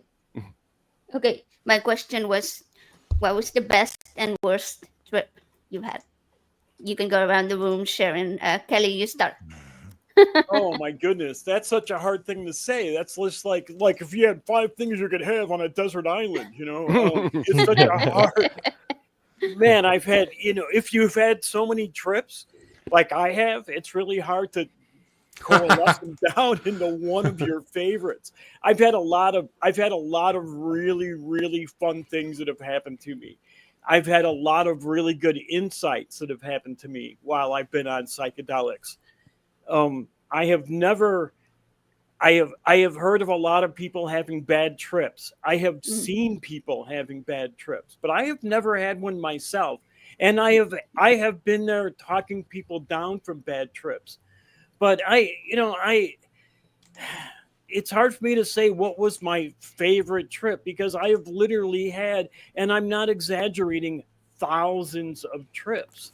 So to coalesce that down into one, it's really, really hard for me to do, you know. So it's just one collective trip at this point. yeah, right. I mean, life, It never life stopped, was he one said. collective trip. Yes, Eli. Yes, totally. And the psychedelics just keep helping me realize the absurdity and the chaoticness of life, and help me to embrace it, because you can't fight that. It's always going to happen. You, as much as you try to put order on the chaos is going to keep happening. Just learn to embrace it. And psychedelics have helped me learn to embrace that chaos. Wow, that's deep. Nice. You know, I normally do this on my own channel, but if I may do this on your channel for just a moment, we've got a moron in the chat who has I said, see that. so all of these atheists just sit here talking shit about Jesus, but don't actually make any claims about why it's false. Let me break for a moment. Let me just ask a question. Have we mentioned Jesus at all on this show? Anybody? Is this person just a... Can I say bad words? Is this person just a moron? Or are you not paying attention to the show? I actually saw you get kicked. TK breaks the rules. I saw you get kicked off of somebody else's stream just yesterday, I think it was. Yeah, he's actually been talking from the very beginning of the show about God and asking questions, and I'm kind of ignoring it. I know. I've been seeing him talk about us in the panel here, though. Us, the panel. Yeah. You know, what they're talking about. Maybe they've talked about Jesus, but we're not talking about Jesus. And to sit here and say... We did mention Jesus dying with an erection. I remember that. Oh, that's right. We did talk about that. We did. Maybe but that wasn't our view. That's what I'm saying. That was something that like a priest had said. That wasn't even our view. Yeah, that we was just did the bit. Yeah, it was from a priest. So thank you for letting me smack I find hallucinogenics far more entertaining to talk about than Jesus right now. Thousands of trips that Kelley has. I've at least had hundreds. And I've got to admit that I'll tell you what, the least interesting trip I ever took was more interesting than the most interesting conversation I ever had about Jesus. The weirdest trip, and it's kind of funny because it goes into something that Chris showed us earlier with his candles. But the weirdest thing that I ever saw on a trip was it was acid, just this paper, and we also smoke clickums. I don't know if you know what clickums are, or that's an old term. Yeah. It's joints dipped in embalming fluid. wet, We call it wet, yeah. daddy, Oh, whatever. yeah. So Alright. we smoked those after we doing the acid. I don't know if it had an effect or not. Really, at that point, you're just so fucked up it doesn't matter. Almost It- certainly. But It definitely had an next- effect on you long term. but the neighbors were having a barbecue. This is in Louisiana, and they were going to kill a goat. So we sat there and watched them kill the goat while after we did that. That was kind of engrossing and really involved, and it got a little weird at certain points. But that's the closest to a bad trip I would have had. But goddamn, look at the setting I was in and what I did. So Yeah. Yeah. That's resiliency, is what that is. I Trip have to resilience. say, I did sacrifice a goat on LSD once. The goat wasn't on LSD, I was. And it wasn't as bad of an experience as many of the conversations I have had with Christians. So I'm For with you. I think it was a bad experience for the goat. For the goat. Yeah, that was Definitely completely wasn't the goat. one-sided. But, Well, you know, But- let's But be I have honest. to say, barbecued, the goat was fucking delicious. Goat is damn delicious if prepared right. It's really, really good. You've also got to consider that if we're going to talk about Jesus, then all of us are going to suffer a fate worse than the goat anyway. So once again, let's not talk about Jesus. We can do that another time right now. Yeah. Well, if we on, were hallucinogenics, if we were sitting around this whole stream on Kelly's birthday, just bitching and moaning about the Bible, you know, the response would be, "Oh, these atheists can't ever talk about any other than bitching about the Bible." Yeah, Like, that's so it. here we are trying to like actually be, just with each other and like, whatever. I don't care. Do you see Scott's duck? Scott had a duck. Where did you get Scott had a this? duck. There you go. That's the bigotry. That's the duck, right? bigotry duck, right? Yeah. Oh. If Oh, it hey. quacks like a bigot, Kelly's got- squawks like Oh. a bigot, then it must be a bigot. My goodness. Look Hey, at you know, I guess we've it's got getting a lot of our- work these days. In our Discord Yeah. server, Scotty has created what do you call them, tags? You know, you can tag somebody as a moderator or something. He's literally created a tag that he can mark somebody with as a dishonest interlocutor. Oh. A liar. This person is dishonest. I thought that was kind of cool that he Unfortunately, you just have to sometimes find those people on your own. And, sometimes like your friends will come up to you. I've been in this position on both sides of it, and a buddy comes up and they say, "Hey man, I saw you were responding to so-and-so on that YouTube comment or whatever." And I was like, "Yeah, man, can you believe what they," and they're like, "Yeah, so just so you know, like this is never gonna go anywhere. You are gonna spin your wheels for hours and it's just gonna be super dishonest." And I'm like, "Nah, man, I got this. I'm gonna show this motherfucker." And then, there are some people who like to be honest, nobody needs to debate Kent Hovind. There is absolutely no purpose. There is no reason. He has been shown everything. Every single discussion, every single argument has been had. He will just absolutely just lie. He will just lie. So like, Did you hear about that reward he had? He had like a reward of, I don't know, $100,000 or something like that. And it was if you could prove evolution. Now, Yes. wait. The deal was not that if you could prove evolution, if you could prove evolution to him. Right. Yeah. If you So could convince essentially, him. if you could convince him, so essentially at any point, he's got $100,000 on the line. He could go, "Nope, I don't believe it." And that's all it takes. Yeah, I mean, yeah. Yeah, real brave there, Kent. Nice one. Bree is here. Oh yeah. Oh, okay. So Mike is wishing you a very happy birthday, Kelly. Thank you, Mike. I was catching most of them in the chat. I missed yours, but thank you very much. I appreciate it. Yeah, that's cool. Yeah, very nice. So yeah, I mean, who wants to talk about Jesus? Let's go back to talking about drugs, guys. So what if, Jesus. okay, what if there's a way to combine the two? There Yeah. are some people, and I'm not saying that it has any validity or anything. I'm just saying this is a theory that's out there, that Jesus was super high when he was crucified.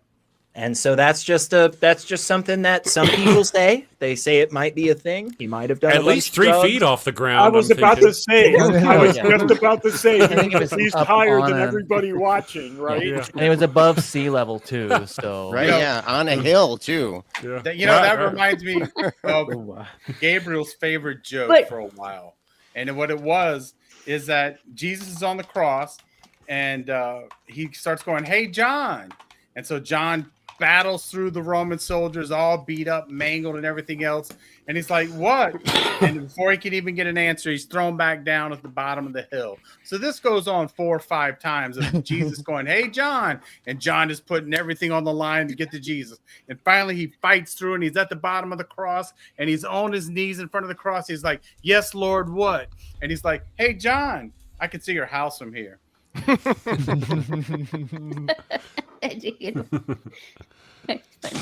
You know, I have a question for you guys, real quick. Can you help me noodle something out? Yeah. Okay, you this is a little different, kind of similar, but I have got a product that I've been noodling about for the Father Flanagan's line of products. Now, I'm a little concerned because I love mocking religion. I am not an anti-Semite, right? We can understand there's a difference, mocking Judaism and being an anti-Semite. I am not.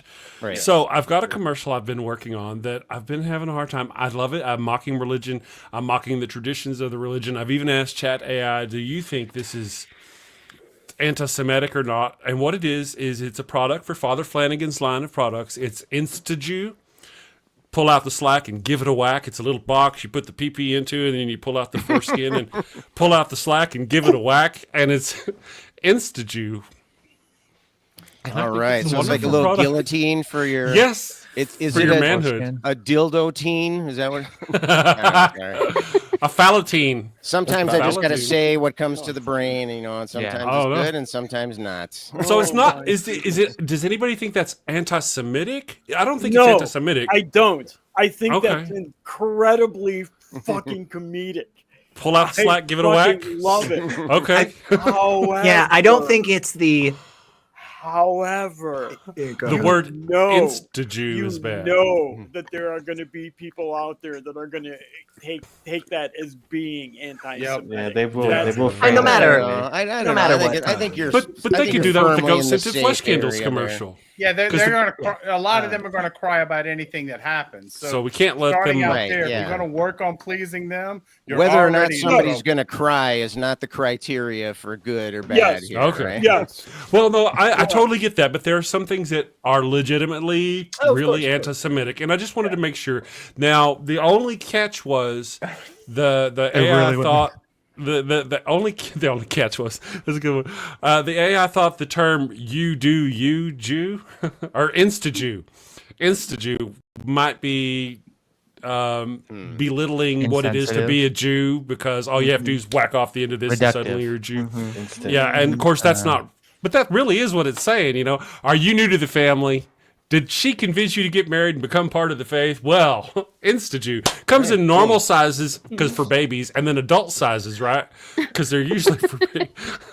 So I was just I thought I'd run that by everybody. In fairness, I want to, before I say this, I just want to say, like, I myself, right, am not Jewish, ethnically, religiously, culturally, any of those things, right? And that could be biasing me.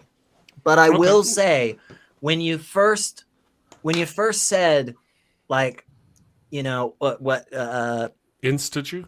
no, the pull it, give it a whack. What's the Pull out the Slack and give it a whack. There you go. Right. I don't know that my first thought was so much about the Judaism of it Yeah. as it was the snipping of the dick, I think that was really where my focus was, and it was. I know. I It- thought it- that's the part that you found was gonna have Yeah. It took me bother by you. surprise. Yeah. It took me by surprise. Yeah, Did I the really mirror- did. Yeah. Did the mirror neurons start kicking in there? You're like, Is that what it was? Yeah. There was a bit of a moment where I just went like, oh, yeah, feeling something in my tummy there. Earlier, thought we were this whole talking time- about how you think about things. Clearly, that was visual. There was Yes, there was that was visual. in that moment for me.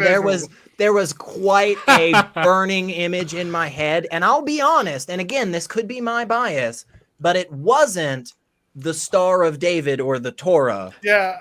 That wasn't the image coming to my mind. There was something much more vivid. I'm with you. Understood. I'd And more prefer the personal. Star of David in that visual. So you like it? I understand. Yes. It's approved. It's approved. I I'll feel like sit that's $39.95. That's a terrible. I feel like that is a horrible way to respond to this. Like if somebody comes up to you and legitimately is like, "Hey man, let me show you this thing," and you're like, "Oh my god, I love this!" Like, it's like I enjoy the premise, the comedy, I enjoy the timing, all that stuff, right? But then to like, I like this, right? It's like no, it's obviously no, it's terrible. It's terrible start to finish. Just all of it is bad. But it's delicious too, isn't it? Like There's Father a- Flanagan's See, Father kids- Flanagan's line of inflatable altar boys. Have you seen that yet? It's still my favorite. I think I broke Elliot. my favorite. I have a commercial, Elliot, for Father Flanagan's line of inflatable altar boys. Oh my god. Oh, that's terrible. okay, I hadn't heard of that. You didn't know that, AJ? You haven't seen that commercial? That's still my No. favorite one. I have not They're seen doing that one. really Oh, really amazing things with adult entertainment these days. Is all I'm gonna say. The realism has Pushing just the edge of the envelope. That's what's happening. Yes. Oh man. I really do. There is part of me though that does have. There's a little bit inside of me this little giggle that comes up every so often at the thought that like thousands and thousands of years from now, like maybe it's some other like organism, some alien creature makes it to Earth like well after human species is gone, and they just dig up so many sex toys. Okay, They that do. made me think of that. Do you guys They know the really website? do, though. Yeah, do you guys know the website Divine Intervention? No. Okay, no. don't We're don't about go to find googling out. it. Don't go googling it. Now it's out there. I mean, now I kind of want to. Yeah. No. Too late Don't now. set it and warn you. Yes. They're the inventor of the baby Jesus butt plug. But Oh, imagine, okay. Well, imagine them finding the warehouse for that, for the shipping, of the Divine Intervention website. well, the warehouse would be empty because I'm sure that's a highly popular item. So they'd find them scattered throughout, mostly in the American South and in Utah. Yes. Yes. We by the way, I think I don't know. Maybe this was on when I was last on here, AJ. I might have said this, but we no longer have access to a lot of porn here in the state of In Tennessee. Texas, yeah. Yeah. Oh yeah, Texas Many too, states, right? Yeah. many states. There's a good few states that we really wanted to crack down on the debauchery and so forth. Yeah. So we just decided that all the SA and RAP stuff and all the other terrible things that are happening seems to be fine. Like we're not really super worried about that.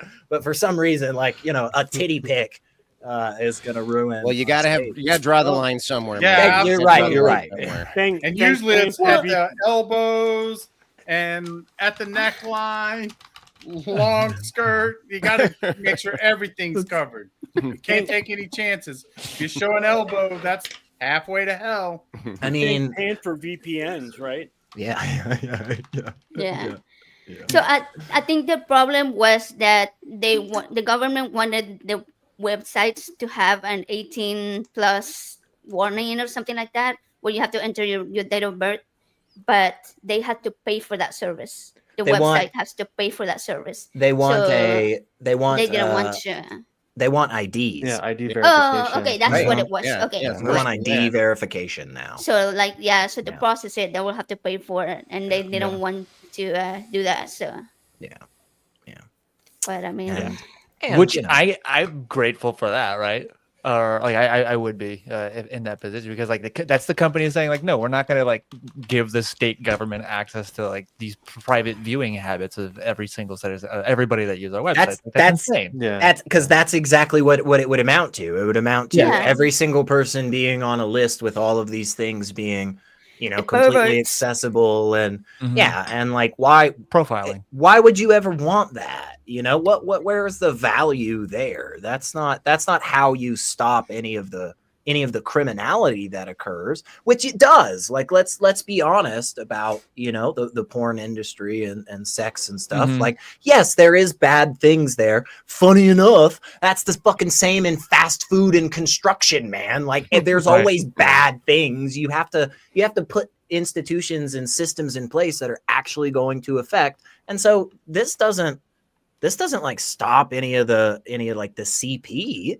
This doesn't help any of the people that are being like trafficked. Yeah. Like there are ways to do that though, funny enough. And a lot of the people that are huge voices in that are in the sex industry because they're the ones that know how it works. And they're like, no, see, if you do this, like people are just going to do this. And guess what people are doing? Like VPN downloads just skyrocketed Right. like over the last, I mean, NordVPN's like, thanks, Right. Tennessee. right. We're just teaching a bunch of kids like how to, you know, how to just get around and Yeah. hack at a younger age. Like, which, okay, maybe, you know, computers are the wave of the future. So like, I guess it's good that they have skills. I don't know. I feel like that's wrong. That's wrong. I don't know. I mean, it's just our education, right? It's just That's right. Just teach them not to have sex. That's the we all know Right, that part. right, yeah, Why absolutely. don't you just try that? Yeah. Most Go effective purity way. culture for 300.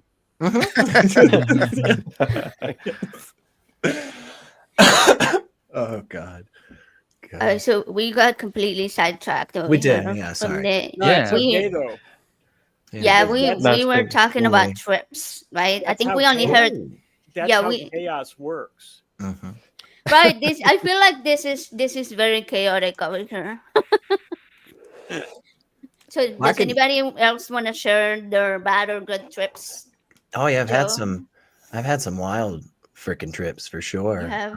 Oh yeah. I you know, some that, you know, one of the best parts about a lot of different hallucinogens is that they kind of come in waves, and that gives you a lot of time to both be really immersed and then have, you know, a little bit of Right. like, you know, yeah, and kind of look back at Whoa, stuff. that was and- cool. exactly, right? And so like in the first time I ever took anything, one of the moments that I really remembered was a friend of ours had come into the room, and we were all like sitting, you know, on like this couch, you know, smoking a joint, you know, and he comes in, hey guys, how's it going? We're like definitely feeling it, but we're also in that place where we're not seeing any visuals just yet. Nobody's really talking about how,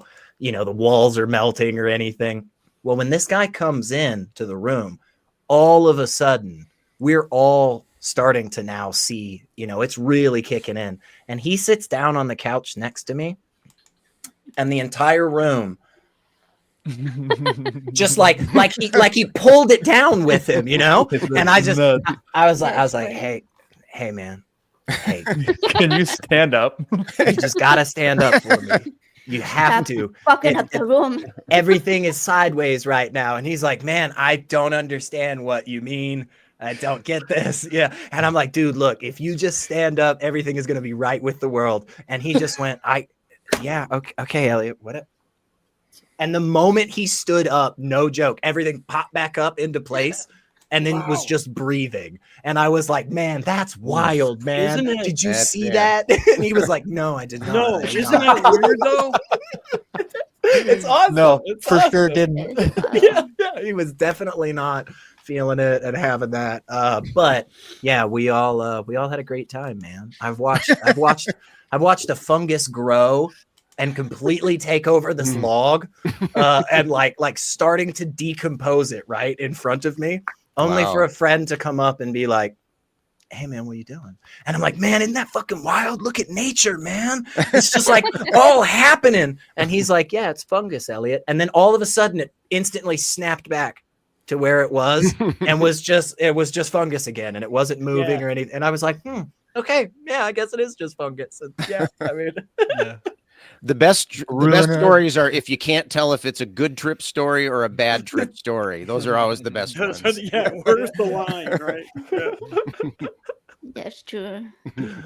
I don't really have to. I don't break laws, but I have allegedly used. I've just microdosing, so I haven't really like tripped ever. I'm interested in doing it. I just haven't yet. It's really just a sort of like it with microdosing. It's just sort of like a mood elevated feeling, like just just kind of like the waves you were talking about, like it just like every so often, like for a few hours, like every so often I'll just get a little bit of a mood boost for a while and then kind of come back down, and that lasts for like 6 hours. And Wow. and there is something really, really interesting about hallucinogenic compounds, and at the very least the mammalian brain, right? Like our construction as humans and a bunch of other, mammals, like we all do this thing where we synthesize DMT. Like it's really cool, and it's really kind of strange because it really just is this super incredibly powerful hallucinogenic compound that, for one reason or the other, our brain decides like, hey, I'm just gonna make a bunch of that right now. And you're just gonna trip balls really hard. But also before I do that, by the way, I'm actually just going to like take away your ability to like really move your body. I'm going to freeze you in place and then just make you get super high for the next 15 minutes. And it's like, that's so weird, man. That's such a strange thing that the brain does. But there seems to be something really important about that connection between dimethyltryptamine in the brain and us being able to function on a regular basis. It's really, really cool, man. And there's some really good studies, and the more we look into dreams and sleep and stuff, like we'll find some really good stuff. So yeah, I was DMT actually is hoping to be able to get some DMT for this broadcast. Yeah, but DMT is unfortunately, I wild. wasn't able to procure any, unfortunately. But yeah. That would have been an interesting broadcast. a whole different party. yeah. A whole different part. That's for the only For about- fans. for about 15 minutes. yeah, exactly. Yeah, totally different, and also a lot shorter. Right.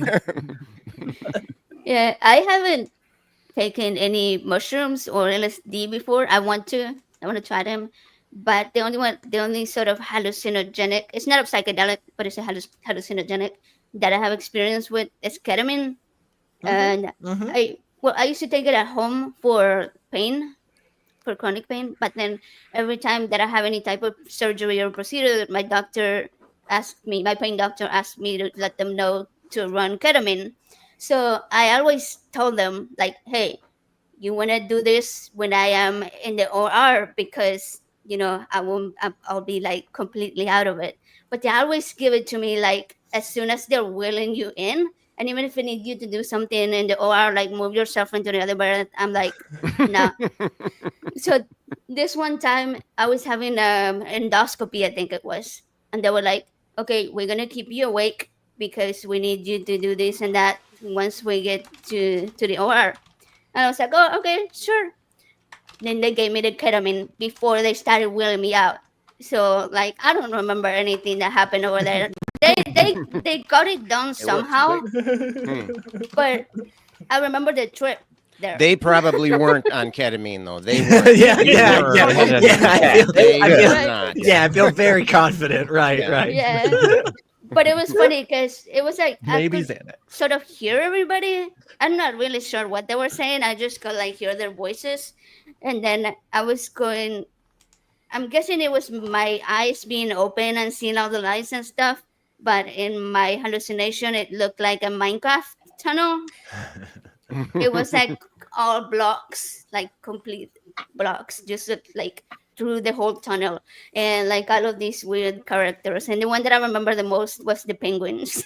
Yeah, penguins Minecraft pressing you. penguins. So You, that you was- bring up an interesting point, though, and I because a lot of people often try to describe their trips, and it's very, it's nearly impossible to describe something that you feel, right? And that's outside of LSD itself. It's just that if you have these feelings, it's often really, really hard to put those into words, and I have found that a lot of people find it really, really hard to describe the feelings that they have while they are on hallucinogens. Yeah. And it's been difficult for me doubly because I do not have the same responses to medications that most people have. Like I have problems with my blood pressure, but if I take blood pressure medications, they actually raise my blood pressure instead of lowering it. And I've had all kinds of weird complications with medications throughout my life. So I don't even know if I'm even experiencing the same thing on LSD that everybody else is experiencing. So it's hard for me to even communicate, doubly hard for me to communicate what I'm experiencing with somebody, even if they have had the same experiences that I have had with the drugs. Yeah, I think that's one of the biggest aspects of it for me. I think that doesn't translate, because again, like I can tell you the story about the room syncing with my friend, or one time I was watching clouds turn into World War II era bomber jets, and they were about to land on this beach that we were on, so like, yeah, I can tell you all of that. And like, oh man, there were crazy colors, or everything looked all cartoonish, but really, because so much of it is mental and emotional, it's very tough to truly explain to somebody how radical of an experience it was to literally walk to the other side of my room. Because yeah, it's a very intense emotional connection when you're doing any type of psychedelics, especially with others, especially if you're around others and you guys start to see similar things together. When your buddy looks at you and goes like, dude, that fucking painting right there, and you turn over and you're like, holy shit, that elephant, and he goes, yeah, where the fuck did that come from? Like that type of stuff, it's powerful. And again, like just we would have a couple of different speakers going with some different music playing in the background, and one of our buddies would constantly go around. One night we were all tripping together. He would go around to the speakers and he would put on certain music, specifically, so that in different rooms, when you would walk in from one room to the other, you would go from this, like really ethereal, really like, kind of like misty, kind of, ooh, what's all that? And all of a sudden you would have this weird experience with the room around you. The couch would feel different, but then you'd walk to the next room and then it would just be this like kind of and such a drastic all of a sudden it was what the and it would completely wreck everybody, and it's like, how do you really explain that fully to somebody, because all those visuals and shit are still going on. It really is a wild, and it's something people have been doing apparently, at least since we've been writing, like at least since we've been recording about the shit that we do. Apparently we've been talking about like getting high and the weird shit that happens. But you brought up a really good point earlier when you were talking about the resurrection and the crucifixion or whatever it was that you mentioned. Like, people, even though there's claims that there were several people that saw this, how do we know that it wasn't like some type of party or gathering where everybody was ripping their bodies? Yeah. Well, good. I just want to know about, because I think this really ties into the whole resurrection thing and makes it more of a question mark. Who was the guy first who was laying on Jesus' chest during the Last Supper? And then second, who's the naked guy that ran out in Matthew when they came into the Garden of Gethsemane to capture Jesus? That whole story just seems really odd fitting in there, especially when you wrap around to the rapture. I mean, to the resurrection, and when one of the guys runs ahead of the Peter, I believe it was, and gets to the tomb first, kind of looks around, sees the cloth in a different spot than, I can't remember what they called it, and then he walks out like he's got something figured out. Now, to me, that just feels like, okay, are they trying to fit Lazarus into the story? Because he'd be the only person who would have experience to go, that motherfucker's alive again. But I mean, so think about it this way, though. What if a good handful of those people are super fucking high? Then suddenly this story starts to make a lot more sense. Like they walk up to this tomb, right? And the first guy's like, "Oh man,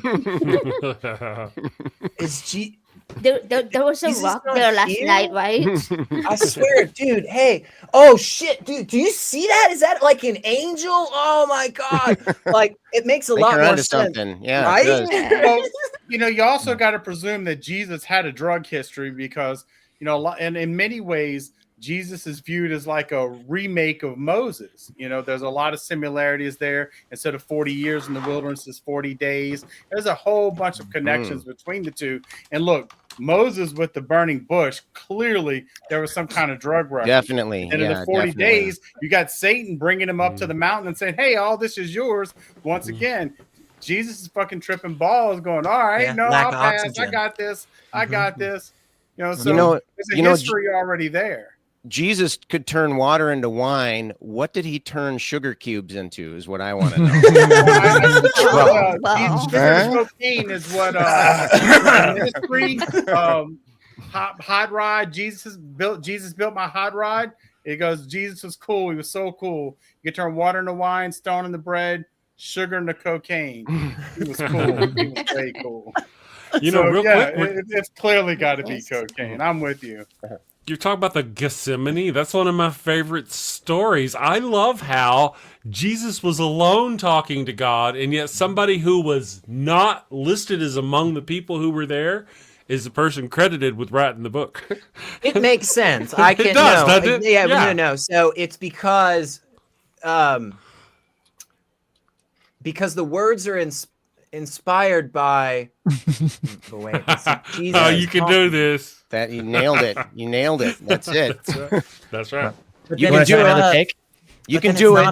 But then it's not an eyewitness. It's not no eyewitness. That would make it a problem. Maybe they just had like a documentary crew, like in the like every other sitcom these days. I feel like God can make this work. Yeah, God can make it happen. Maybe Jesus wrote it beforehand, because you got to think that. There are some people that argue that, once again, going back to Moses, that in the book where it talks about him dying, there are people that argue that Moses wrote that crying tears and getting all agonizingly into this bullshit. So, maybe Jesus did at least a rough draft beforehand. This is what I'm going to do in the garden. The boy I'm with is Dear diary. Here's what happened today. I read Jesus' diary. Yes, like I hate Satan so much. XXX. He came back after the fact and was like, "Hey, so this is what I said to my dad. Like, this is. I thought it was pretty good. Like, what do you think?" And he was like, "What did I say?"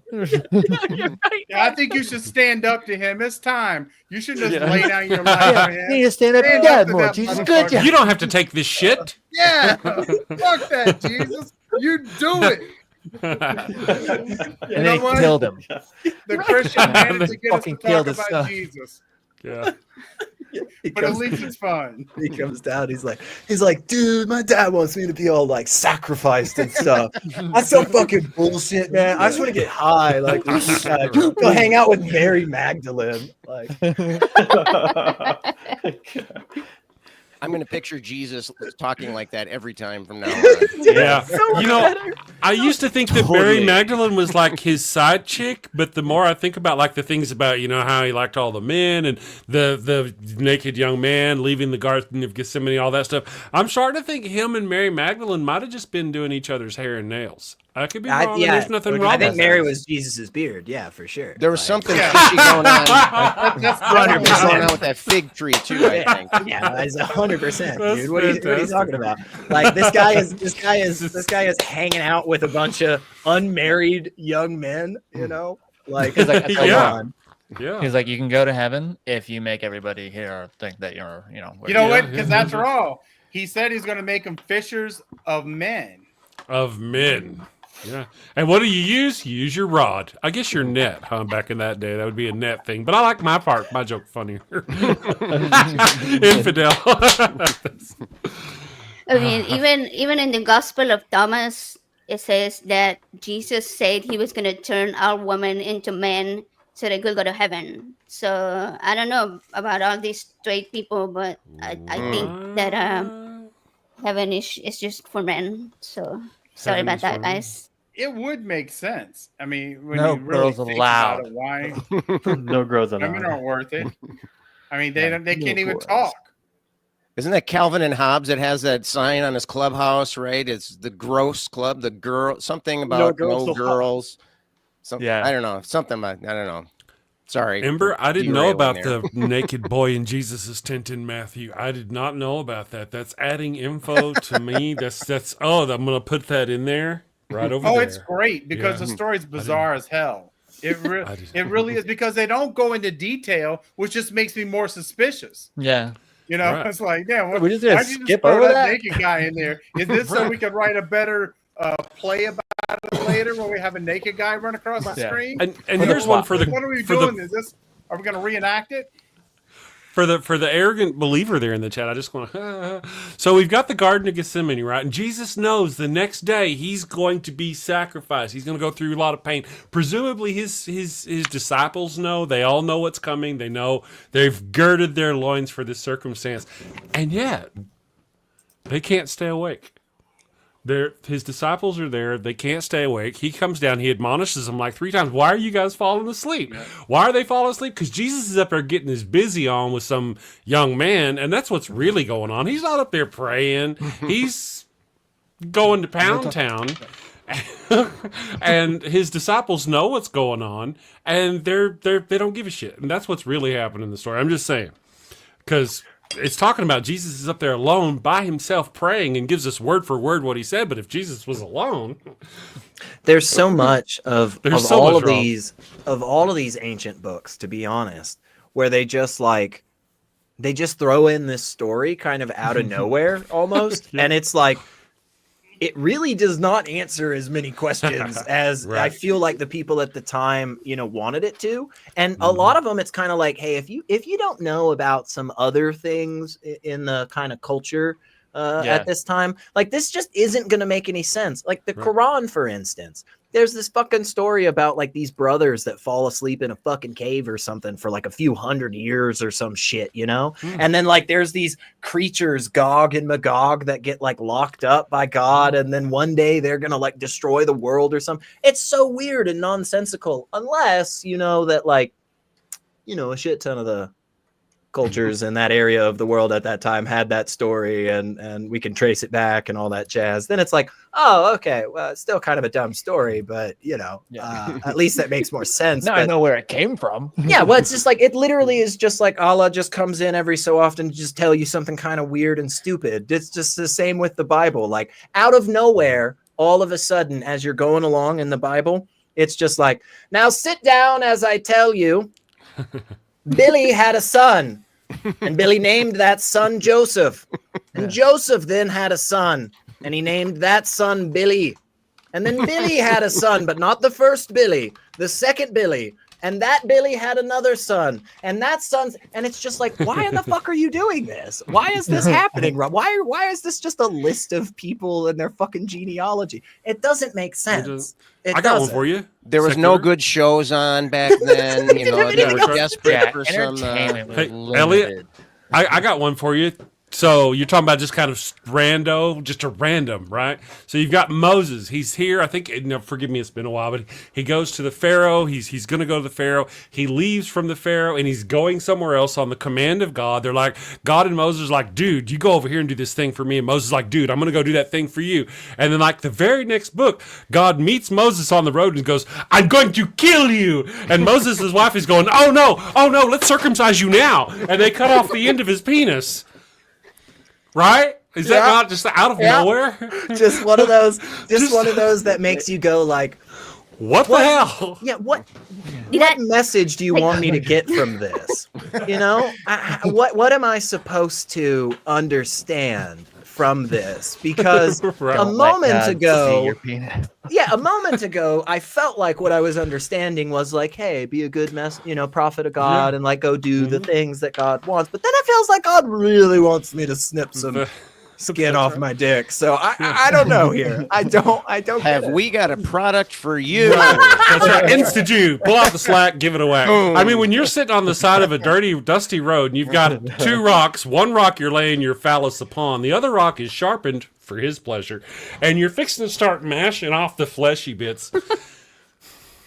I mean, because you gotta picture it in what it would be looking realistic at that time. So yeah.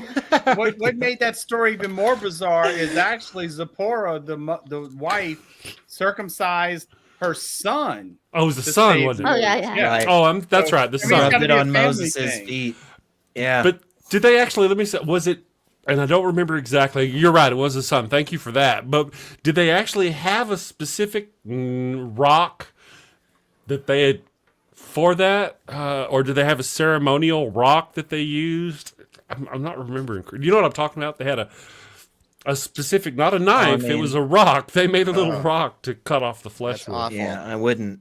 Yeah. Yeah, she took a flint, is what it refers to. Yeah. Flint. Bro, which is what? Great. It's a piece of rock you've taken. Yep. Sharpened it. Right. Great. Sharpened rock. That's Now, the most comfortable way to do it. Now in Star Trek, the Klingons have a special ceremonial knife, and they're like, "What is that knife for?" And they're like, "Well, it's for when it's for that. Whenever a boy becomes a man." So yeah, even Klingons get their willy cut. I guess there's two there. That's a twofer. I have to believe that the average person, right? The average person, without much thought about it, if you present them two ideologies and you don't know anything else about them, A or B, one does not involve cutting the genitals of children, and the other one does. And it's just like, without any more information, I really do feel like the vast majority of people, it's like, oh, the first one is better, right? Yeah. Like the first I one think you can safely go with that one and assume nothing bad will happen. But if you go even more in depth and explain the purpose and role of a mole, you know, the rabbi who comes along after the circumcision and then uses his mouth to remove the newly hemoglobin from the... Yeah, because you don't want to say, oh my goodness, who sat there? Oh my God, who sat there and said, what? We just cut the flesh off that penis. Maybe somebody should suck the blood off of Why that. did you do Who this thought to us, that? Chris? Yeah. Why did you I'm sorry. Chris, it's free. I've got to say not that say I can't imagine off the top of my head how bad things would have to be in Plan B for me to. right. I guess we're it'd have to be pretty. Yeah, that's got to be pretty bad. Right. I do just want to say. Okay. Off the top of my head is a phrase that in this moment has a little bit of a different context. Yeah. Isn't there another story? There's another story where, again, help me with my memory, guys. The ancient Hebrews are traveling, and there's this town that they're going past, and the men in the town really like the women that the ancient Hebrews have, but the ancient Hebrew men are like, you know what, you can have our women, but you have to be circumcised first. Yep. So they're like, oh damn, so they get them all circumcised, but when you get circumcised an adult, man, you're down. You are down. The next day they're all down, and the Hebrews attack them and kill them all. Yes. And that was all a ploy. Genius. I think it was 3 days later, because I think the Bible said they were exceedingly sore. So you can Yeah, imagine. I remember that Yeah. part. There was no rising on the third day of that.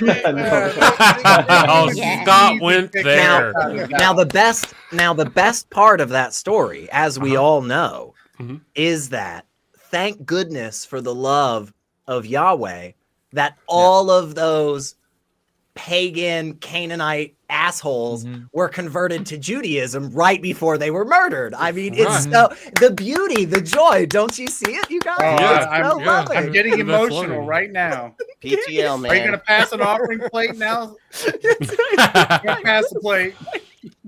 It's so fucking weird. Anybody And- convert real quick? yeah. The thought that a long time ago there was somebody who wrote that story down and then finished it and like looked around and went, yeah, That's good stuff. this'll bring people to our religion. Like, this'll make people. We need a hook. We need some kind of hook. Yeah, yeah. I don't know. I got to say, a lot of it I think was written for themselves. There was no intent for other people to see it. Right. It's Yeah. the Christians That's that a did good that point. because I mean, Makes if it you're going worse. to write about yourself, I got to admit, even then, I think they could do better on writing a story than some of these. If their intent was to bring people in, I think it's more we're better. There's something else, and you see that theme consistently with the othering of the Old and New Testament. But right now, talking about the Old Testament, so yeah, I think that there was no intention for us to see these horrible things. You know, if you have a story where you're trying to tell your group, you know, your team, right? Like, let's say you got a baseball team, you know, and you're telling them about your storied past and how you've overcome such diversity. And you go, yeah, guys, you remember that time that other team came from the town over and they had all the better equipment and they had much better training than us, but we spiked their Gatorades, so they had diarrhea the whole game. I don't know how you get to the end of that and then just feel like, yeah, we did a good job there. Right. We won that one fair. and We square. did the right thing. You got to understand, and that really gets into the danger of othering, though, because when you subhumanize, when you take people's humanity away, which is really what the Old Testament consistently does, you're going to have a situation where, yes, spiking their drink and murdering them afterwards, that was the right choice. Amen. I mean, yeah, unfortunately, that is exactly what it leads to. Yeah. Right. Yeah, and Judaism isn't intended to be like it. Rabbis are supposed to discourage converts. There's a practice that they discourage somebody. They decline somebody 3 times and then accept them on like the 4th. But it's basically to test their commitment. Like, if you really want to become Jewish, you will keep asking. And they're not supposed to outright not let anybody convert, but to but yeah, I think it probably came from early on. They didn't want other people. They thought other people were not good enough.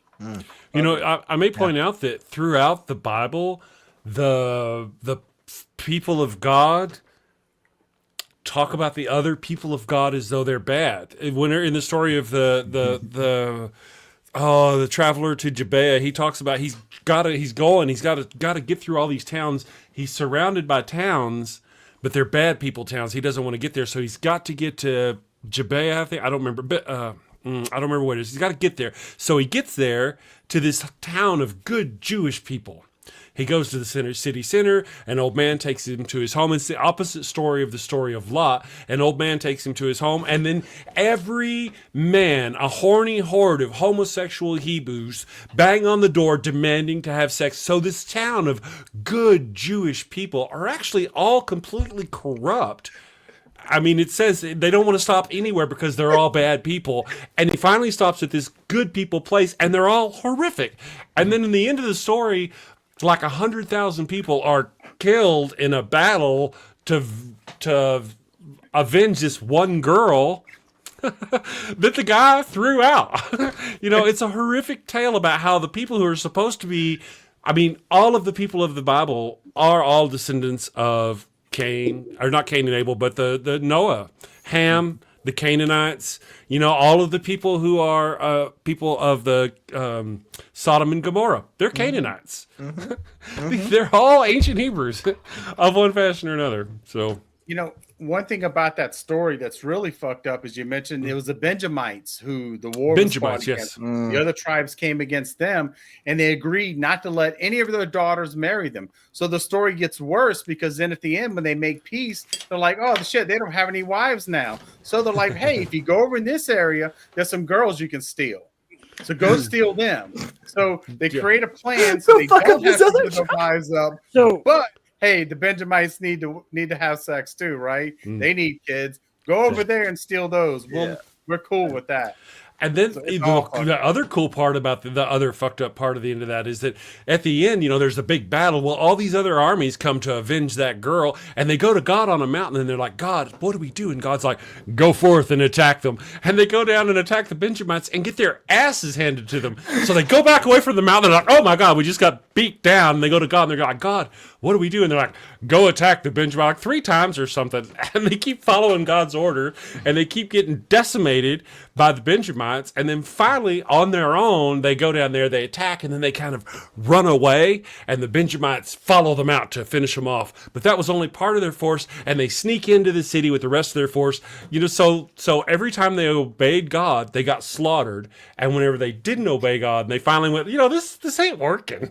And see, look, I know, all of us right here, if we just played Christian apologists for 5 minutes, we've all heard the arguments enough. We could put together some answer about what this story is supposed to be telling, the overarching narrative and Jesus's redemption and whatever. We could do all of that, right?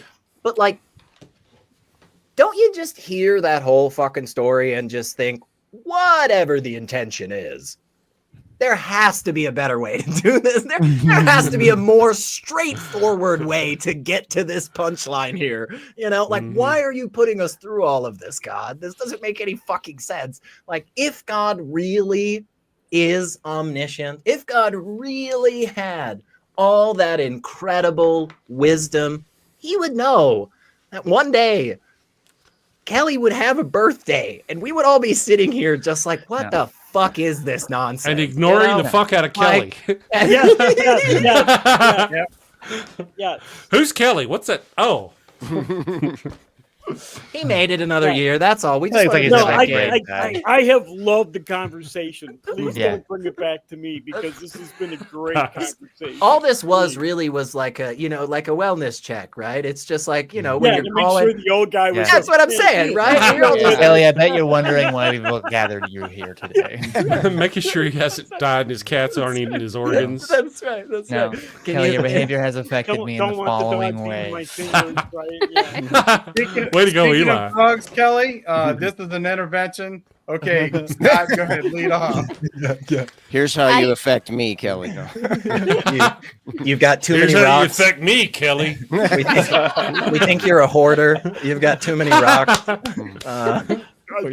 We're concerned about the knock at the door. Our officers don't resist. We think you're like 30 to maybe 40% just straight cannabis at this point. So we want to make sure that you're getting enough protein and calcium. Getting actual oxygen every now and then. If I'm that much cannabis, I'd be concerned, honestly. Would you be? You might be pretty mellow. Yeah, you'd probably be pretty chill about it. Or you'd be. I forgot what it's called, but there's a condition where people believe that they're dead. Oh they're alive. Yeah. I read about that, and Oliver Sacks wrote about that, I think, in the man who thought his wife was a hat or something like that. I think he talks about that. Somebody thought he thought his arm was dead or something. He kept trying to get them to remove his arm because he thought his arm was dead and dying. And that's a thing. That's a real thing. People think that they're dead or that parts of them are dead.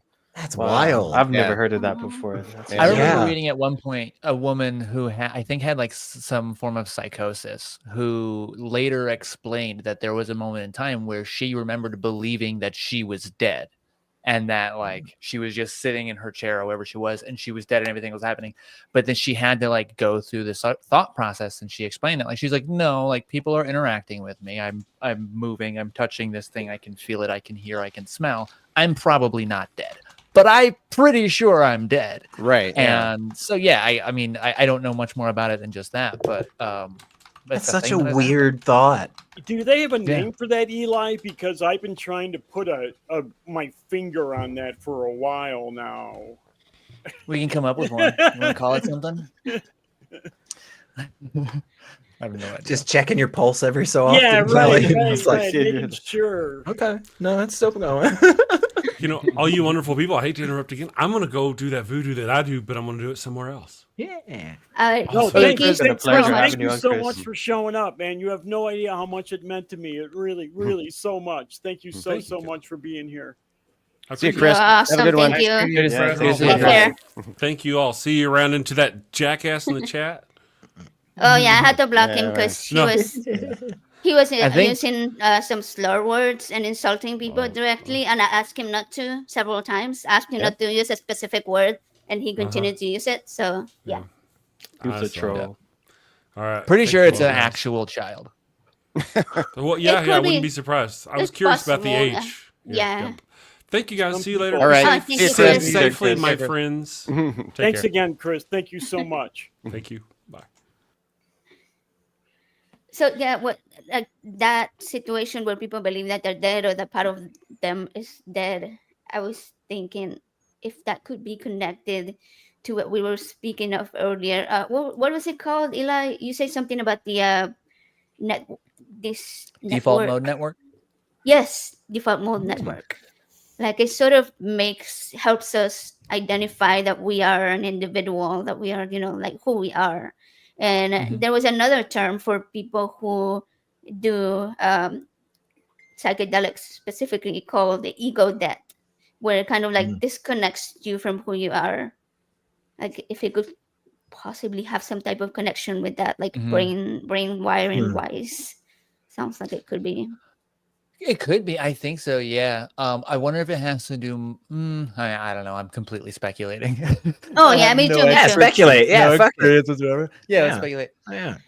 I would think so. Just knowing what little I know about the default mode network, it's where we have like when we self ruminate, when we think about like how do others perceive me, when we think about like autobiographical memories, when we think Right. about when we're not engaging in activities. So like even like me doing this, that disengages my default mode network to an extent. The more complicated the task, the less you can engage your default mode network while you're doing it.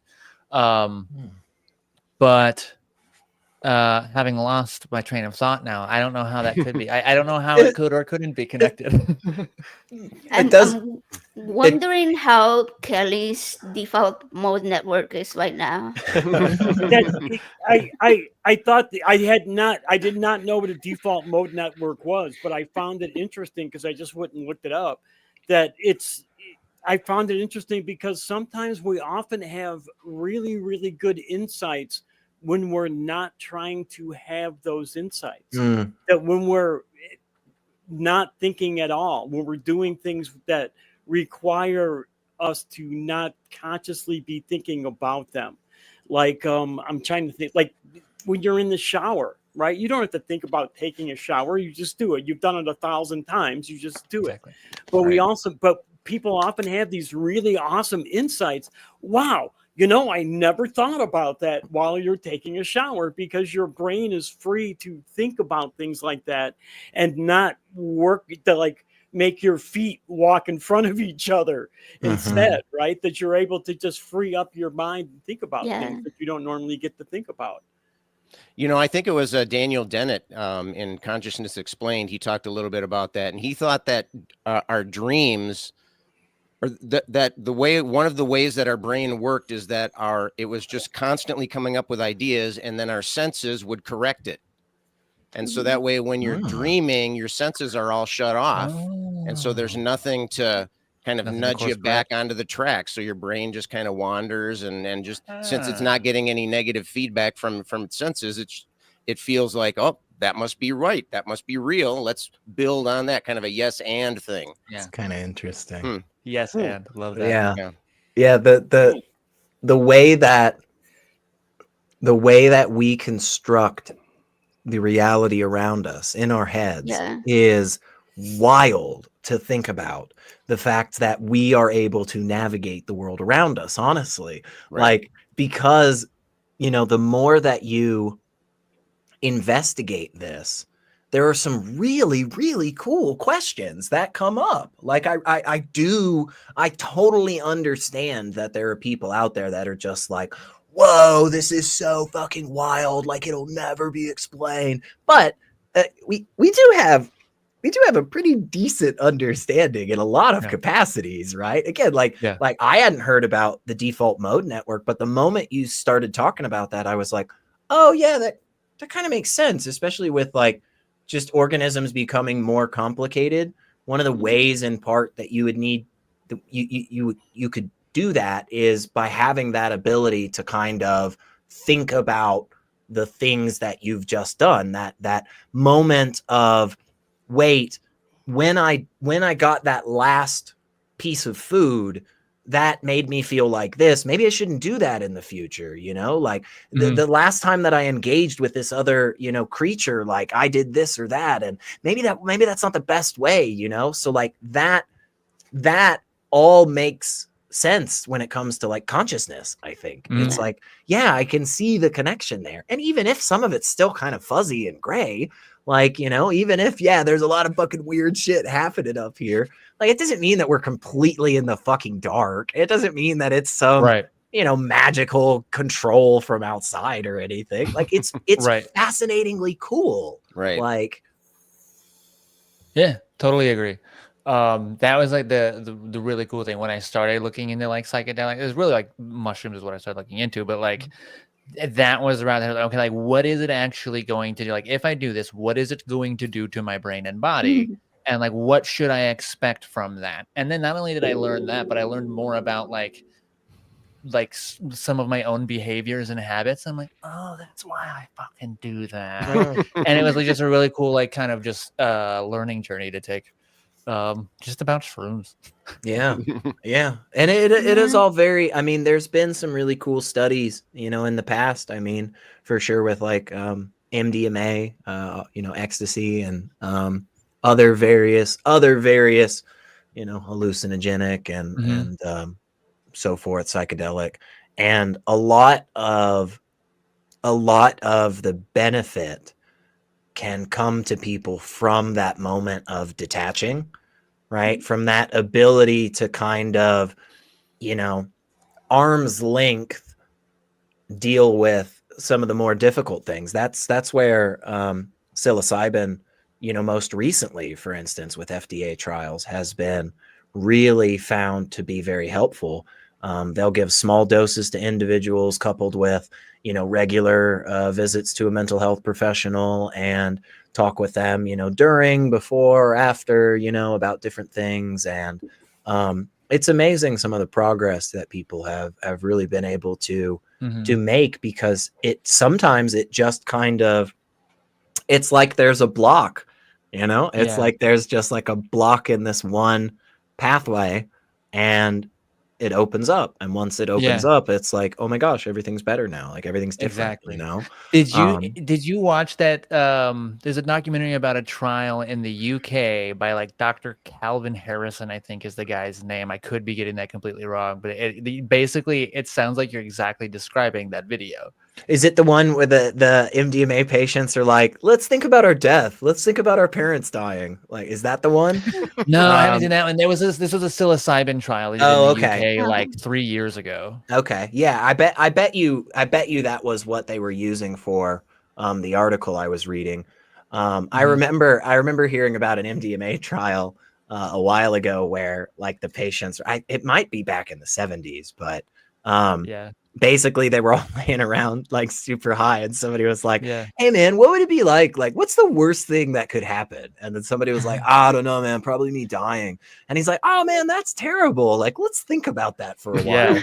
And they just for the next hour we're just like talking about all the worst things that could possibly happen.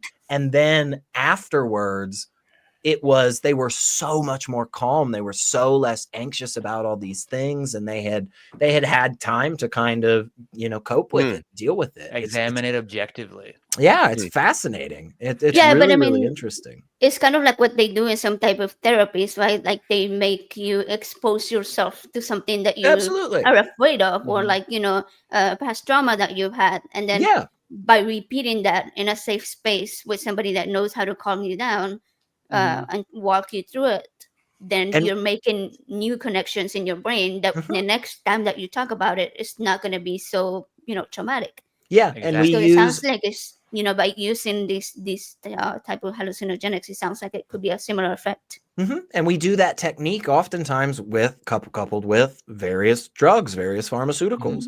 Like a lot of individuals around the world receive incredible benefits from various drugs that are prescribed to them by doctors. That truly, to be honest, like if you just took a handful and you didn't have the things that the doctor was saying that person had, like you'd feel like you're tripping balls. I mean, you'd feel it. You'd fucking feel something, yeah. A lot of the antidepressants they're using are serotonin reuptake inhibitors, and what they're doing is they're making it so the serotonin is sticking around longer. Your brain is using more of it, and that is exactly what psilocybin and LSD are doing. They're actually creating. They're not making the reuptake last longer. They're actually creating more of it. So you're getting basically the same effect, but in droves, right? So when they're giving you things like trazodone, all they're doing basically is microdosing you. I'd rather have organic than chemically created in a lab. So yeah, well, because it's easier to regulate, easier to capitalize. True. Yeah. But I mean, Always because comes down to capitalism.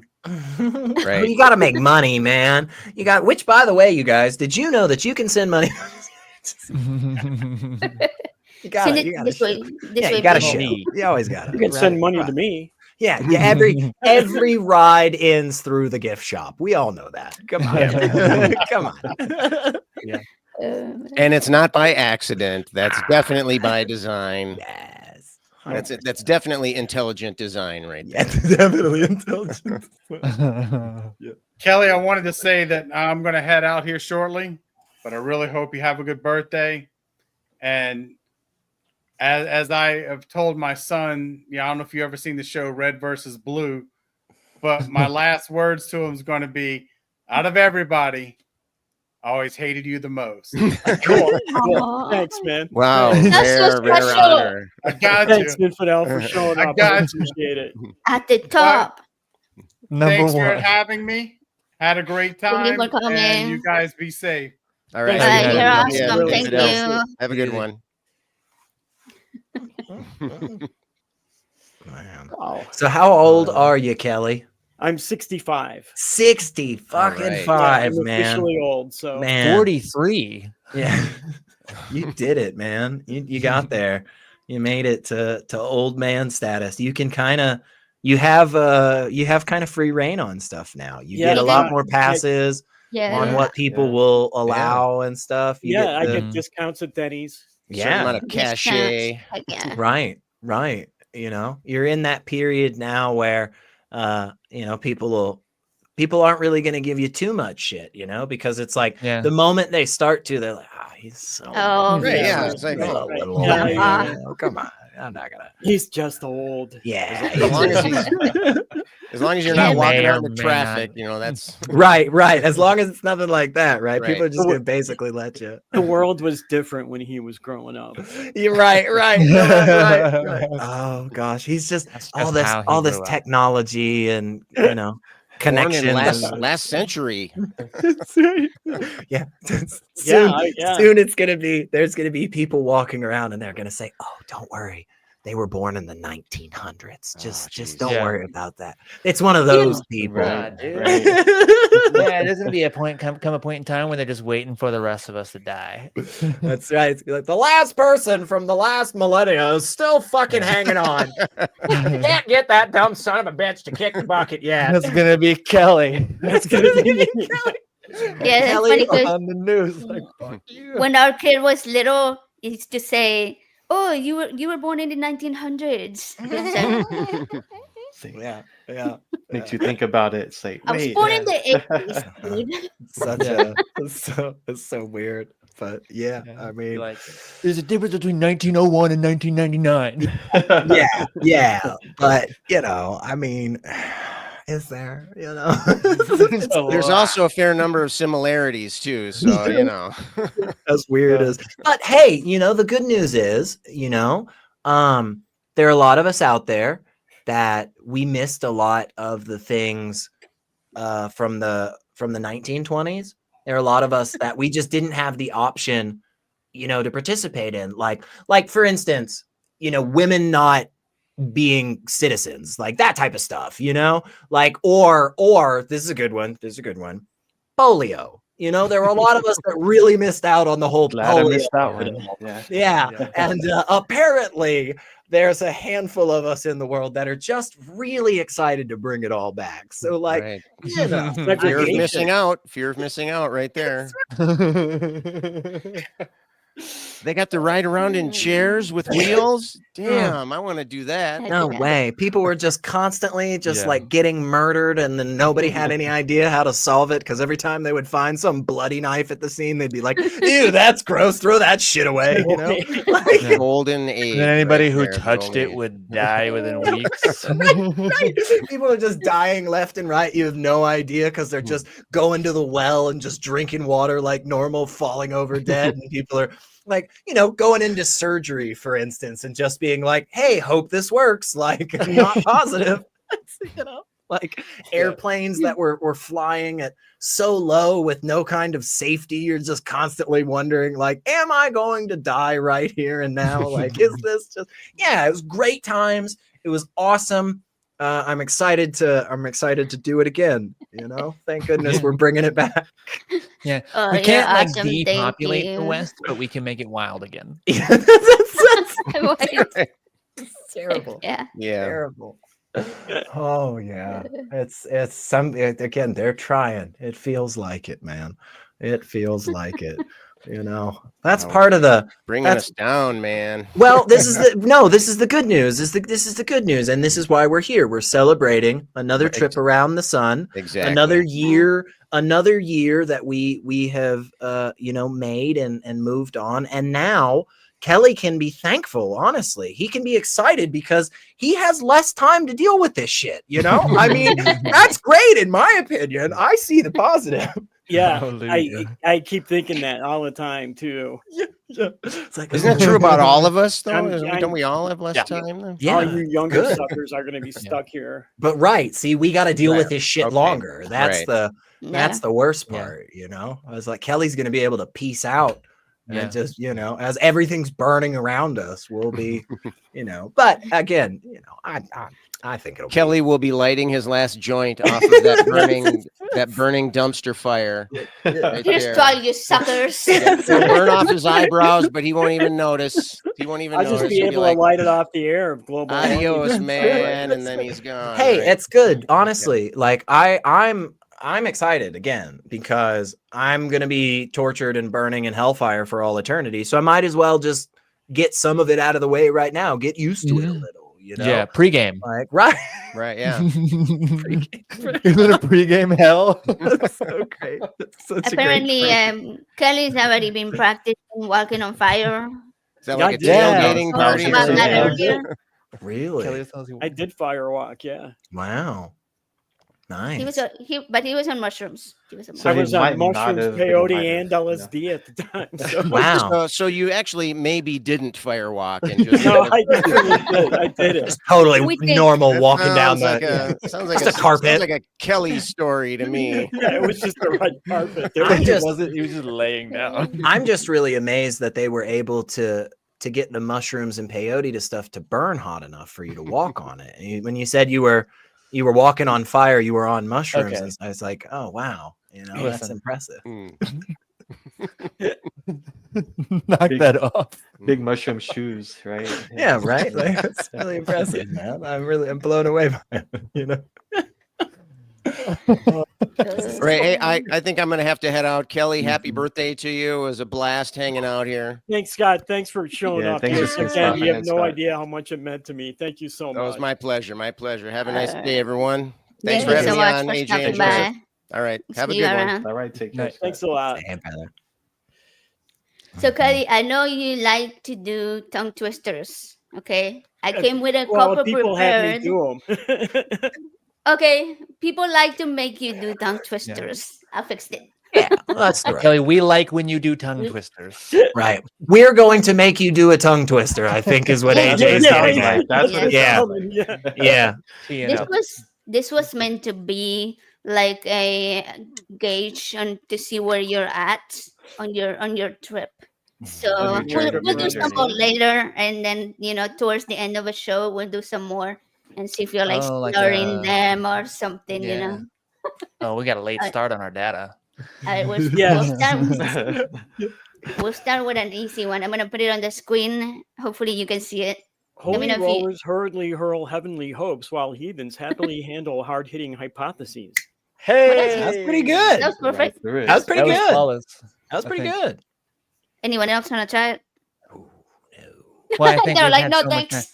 I'm willing to. It's just it feels like it's like Kelly had to do it right away, sight unseen, like boom. Like we've had so much time to look at it. We've heard it. I was reading it while he was saying it. Right. It would be unfair. Right. All right, I can put I another also one. like the idea of us just torturing Kelly for a minute too. So, I mean, everything Eli was saying in terms of the fairness of it, but also Yeah. like just fucking with Yeah, Kelly. we can also just do it better than him, so he can see us doing better. Right, that's what we're here for. That's what we're here for, guys. That's like the whole goal of the stream. Good. Hilarious. Well, I also have to hop off and go get some dinner, but man, I love hanging out with y'all and Kelly. Dude, Man, this was so much fun. Elliot, been- thank you so much for being here. Again, you have no idea how much it meant to me to see you here. Thank you so you much. have no idea how much it means to dozens and dozens of fucking people, all the stuff that you do, man. I know you make it possible for a shit ton of people to have a space, man. So that is fucking incredible, seriously. So thank you so much for that, brother. Thank you, man. Yeah. Appreciate it. Yeah. We'll I love see. y'all. All something right, we'll good. see you Good to around see this hour. Take care, man. All right, it's back to Oh, us. fun. Back What to a- us. The What a original. night this has been. Or Yeah. afternoon, I should say. I feel like keep we just thinking went it's through like a much whole, later than it is. like a whole, like I don't know. Now we're like, yeah, we're back here, just four of us again. That was just Right. Yeah. Another trip around the Yeah. studio, I guess. That was a lot of people. I didn't realize that she had lined up so many people for you, Kelly. I That was didn't awesome. either. That was amazing. That was really awesome. It was cool to have. I know. everybody. First, I reached out to Infidel, and then I was like, "Oh, hey, you know what? Scott would be a good fit because everybody's like non-profits, and SR, he's always up for anything." And the last one I invited was Chris because I was like, "Oh, wait, like his birthday was like a couple of days ago, and I couldn't be on his show because I had a show going on." So I was like, "Oh, just invite him over," and it ended up being a whole bunch of people. Everybody said yes, so I was like, "Well, now I can't kick anybody out." That's a fun time. That was cool. Yeah, I thought that was great. Appreciate everybody showing up to let you know how cool you are and how much people Yeah. appreciate. I don't know about cool, but Well, appreciated, Kelly. I guess. yeah, I Appreciated is- appreciate that too. That really made me Yeah. feel good. Yeah. So Joe always talks about going to visit you, and yeah, he wants to go to. I wanna go really, up there to take really good do not do photography, as man. much as everybody thinks I do. I really don't. You seem pretty active, Kelly. You, seem You like do say a lot. that, but then you also talk about all of the things that you do. So like, it's one of those Right. things. It's a I can't think of the word, but it's the bias you have that you basically have a higher expectation for yourself because the things that you're doing, that's just what you want to do. So you're just it's fine. It doesn't seem like a thing for you, but the rest of us see it as like you're really kind of like involved and doing a lot, and there's a lot that wouldn't be happening if you weren't making it happen. So, no, I think you should give yourself more credit. Thanks. Right, and even myself, I've been volunteering with the ACS stuff in the background, and it's like, wow, it's a lot of work. Like, and then I see Kelley like doing way more than that, and I'm like, what I do is like this much, I and it don't feels do like much super though. busy. I just type and talk. That's all I ever really do, though. You know. Yeah, but it requires your presence. You're there. You're Yeah, but sometimes at yeah. the same time, like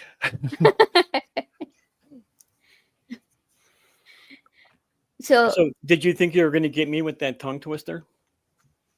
I did. I mean, I have some harder ones. I would have Let's- rolled let's that see, one hold if on, I hold would have on. tried it. Okay, that one. I had confidence in you on that one. I have a pretty long one. Let's try that one. Okay. All right, here goes. Atheists analyzing ancient ayahuasca anecdotes argue about altered awareness, while theistic theorists think theological theories trump triggered truths. Damn. Okay, again. Run away. I do pretty Switch good when I'm. cadences there too. I'm pretty. All right. I do pretty good when I may or may not be on drugs. Yeah, allegedly. Allegedly, we don't Yeah. know that. Let's try you, Eli. Try the next okay. one, okay? I'm gonna put Gotcha. another one. Okay. All right, here we go. Okay, that's yours. Hallucinating hermits harvest heavenly herbs while tripping travelers tumble through twisting technicolor tunnels. I probably Not should bad, have not said bad. herbs, but I'm not English. So Herbs. I looked up what were the hardest tongue twisters, and it gave me two, but they were like really short. So I don't know if they're like just hard on the tongue or what. Let's try this one. The second hardest. The six Ooh. sheep sick. You've heard that one before, haven't you? You just recited that from memory. Probably so. That is supposed to be the hardest tongue twister. So Six- yeah, six- I actually learned to say it really well because it's supposed to be the hardest. There was I have one to more, figure out but yeah, what you guys sentence try is that one. saying, and then I'll be able to say it.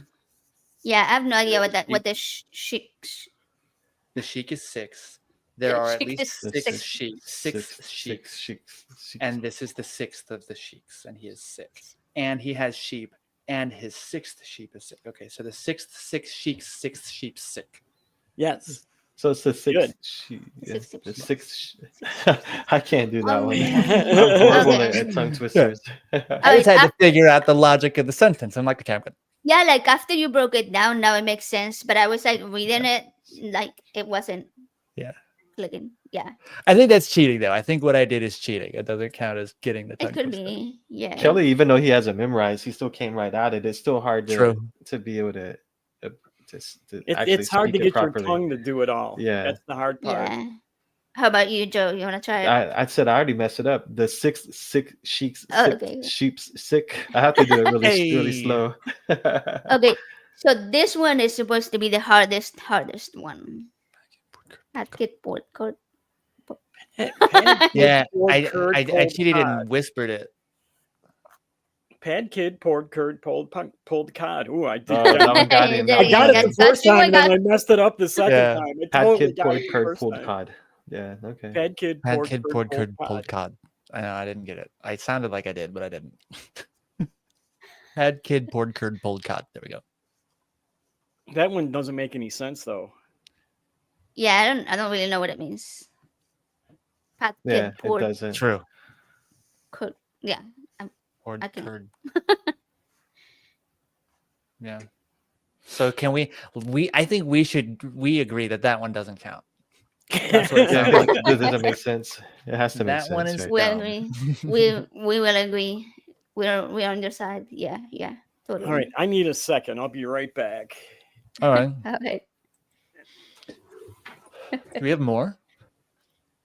I don't know. Um, Probably I'll do does. another Let me one. see. I think I had a couple more. Okay, you can try this one. Ooh, 10 theologians thoroughly theorize theological theses, though thorough thinkers think theology's theatrics thrive thorough tricky. Nope, I didn't get it. I thought I was going to. I thought you had it. That was hard. Yeah. Theologies, I think, is where I messed up. 10 theologians. No, I'll quiet my mouth here for a second.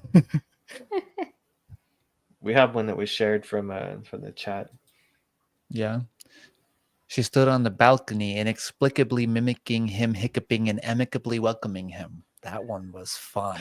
It That felt fun in my mouth. sounded like you were rapping almost, like you had a flow going with it. That one has a cadence to it, kind of naturally. Let's see. Yeah,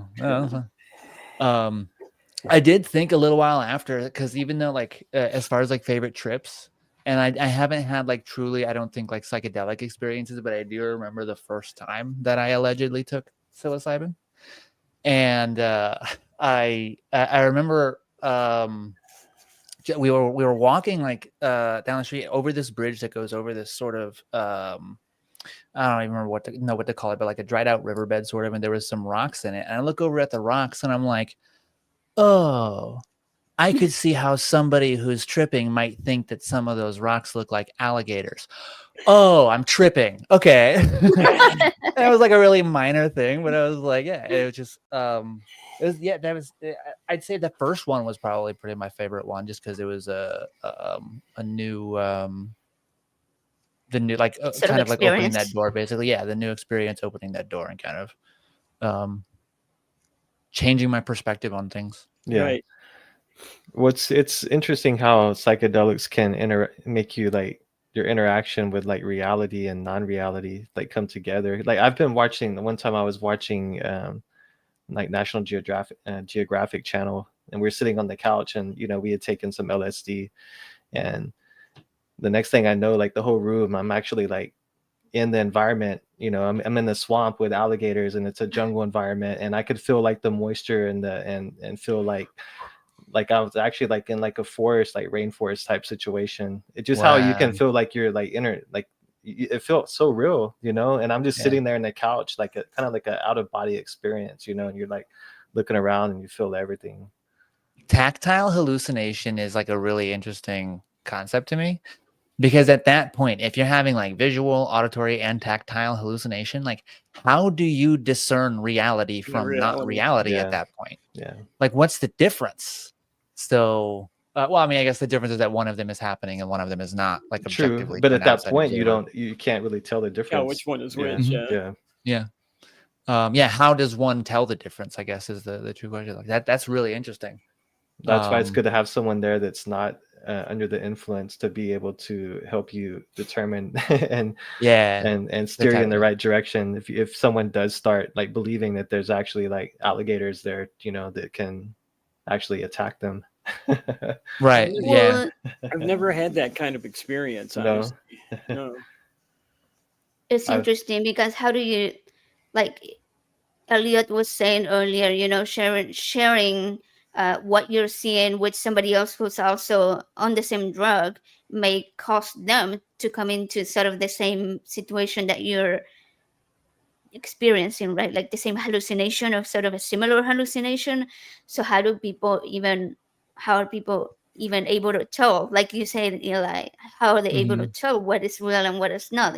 If I don't know, if two or more people are seeing sort of like the same thing, and then a third one that's not on the drugs comes and it's like, hey, you guys, that's not what, that's not real. Like, well, but he's seeing it too. Well, but he's seeing it too. So it's like, I think a lot of that too is like power of suggestion. Like, whoa, I'm seeing this. Do you see it too? You put that. Yeah, now I'm seeing it. Yeah. You put that image in their head, that thought in their head, for them to actually like be able to see it. Yeah. And that's actually one of the big things people say. Setting and intention is a big part of how your trip is going to go. And Kelley, that may have a lot to do with your experiences having not really ever been negative, because maybe you just always just go into it with a positive intention, like, hey, like, let's have a good time. And are able to me when I was totally messed up. I'm just a happy-go-lucky person. Yeah. I mean, your true personality comes out when you're really drunk, right? And I'm just a happy person. I have a good time. Nice. Yeah, and that's and that probably, I think, has a lot to do. But as the setting, I think that has a lot to do. And I'm trying to get my train of thought back. Sorry. No, that's okay. And it had something to do with something Joe had said before, and I'm sorry, guys, I lost it. No, you're good. We were talking about how it's hard to tell the difference from what's real and what's not. Basically. Yeah. Oh no, I guess it wasn't related to that. I don't know No? how. Okay. I don't know what triggered and brought it back, but I remember thinking it was like during that, like seeing the rocks and thinking some of them, and I'm like, okay, so it's kind of just like making me more open to different ways of interpreting things, and that was just sort of like the conclusion I came to, like from the experience. And then I go read about it, and it's like, this is what it does, and I'm like, so it just makes you more open to different ways to interpret things, and it's like, yeah. I'm like, okay, sweet. I So, wonder if it increases your ability to use your senses. Like, obviously, if I'm blind, then it's not like I'm gonna be seeing. But like, if you can see, like, I does don't it know that that's increase your? true. Yeah. No, But I'm just wondering if it yeah, if I it think does. maybe the Yeah. focus but on what it certain senses, though, wouldn't you think, right, Kelly? right. What I Yeah. was going to say, it does Okay. help you see things that you didn't notice that were already there before. Yeah. You know, like I remember, and I wasn't even on drugs, but I remember walking through Savannah, Georgia, and checking out the bricks that are in front of the old houses, because everybody built their own sidewalks in front of their houses back in the old days, and they have some of these beautiful ornate brick sidewalks that are just incredible. And I was on Grateful Dead tour. We had a day off, so I wasn't doing any drugs. I never used to do drugs on Dead tour either, anyway, believe it or not. But we're walking through Savannah with some friends of mine, and I'm down on my hands and knees looking at these bricks and talking to people that are with me, talking about these bricks. And I look up and they're all looking down at me like I'm an idiot. And I was like, see, guys, I don't need to do drugs anymore. I'm already tripping all the time. You know? Yeah, I think there's just so much going on around us that our senses just kind of focus on specific things that are the most important. Like, we don't really see so much. Maybe when people use those drugs, it's like you're able to see all of that you want to see, and that you're not focusing on when you're busy trying to focus. Yeah, looking at handrails. I remember once really checking out handrails in a neighborhood in Chicago, and it's just something that I never noticed before, that some of them are really, really artistic. So with the handrails out in front of the old houses, and it's just, you just don't notice it until you're on drugs, right? I actually. I'm gonna be sorry, go ahead. I'm gonna be right back for a second. You guys keep sharing stories. Talk about anything you want to talk about. Okay, I'm gonna put you in charge, Kelly. You're Kelly's in charge. Ooh. Make them talk. Oh, you don't want me in charge. What was the last thing that was said right before I had a thought? You were going to talk about something that happened to you. Mm-hmm. But I don't remember what it was. When you were telling us your story about not needing rocks. drugs anymore. Oh, Kelly, I got something I want to ask you. So, have you ever experienced something?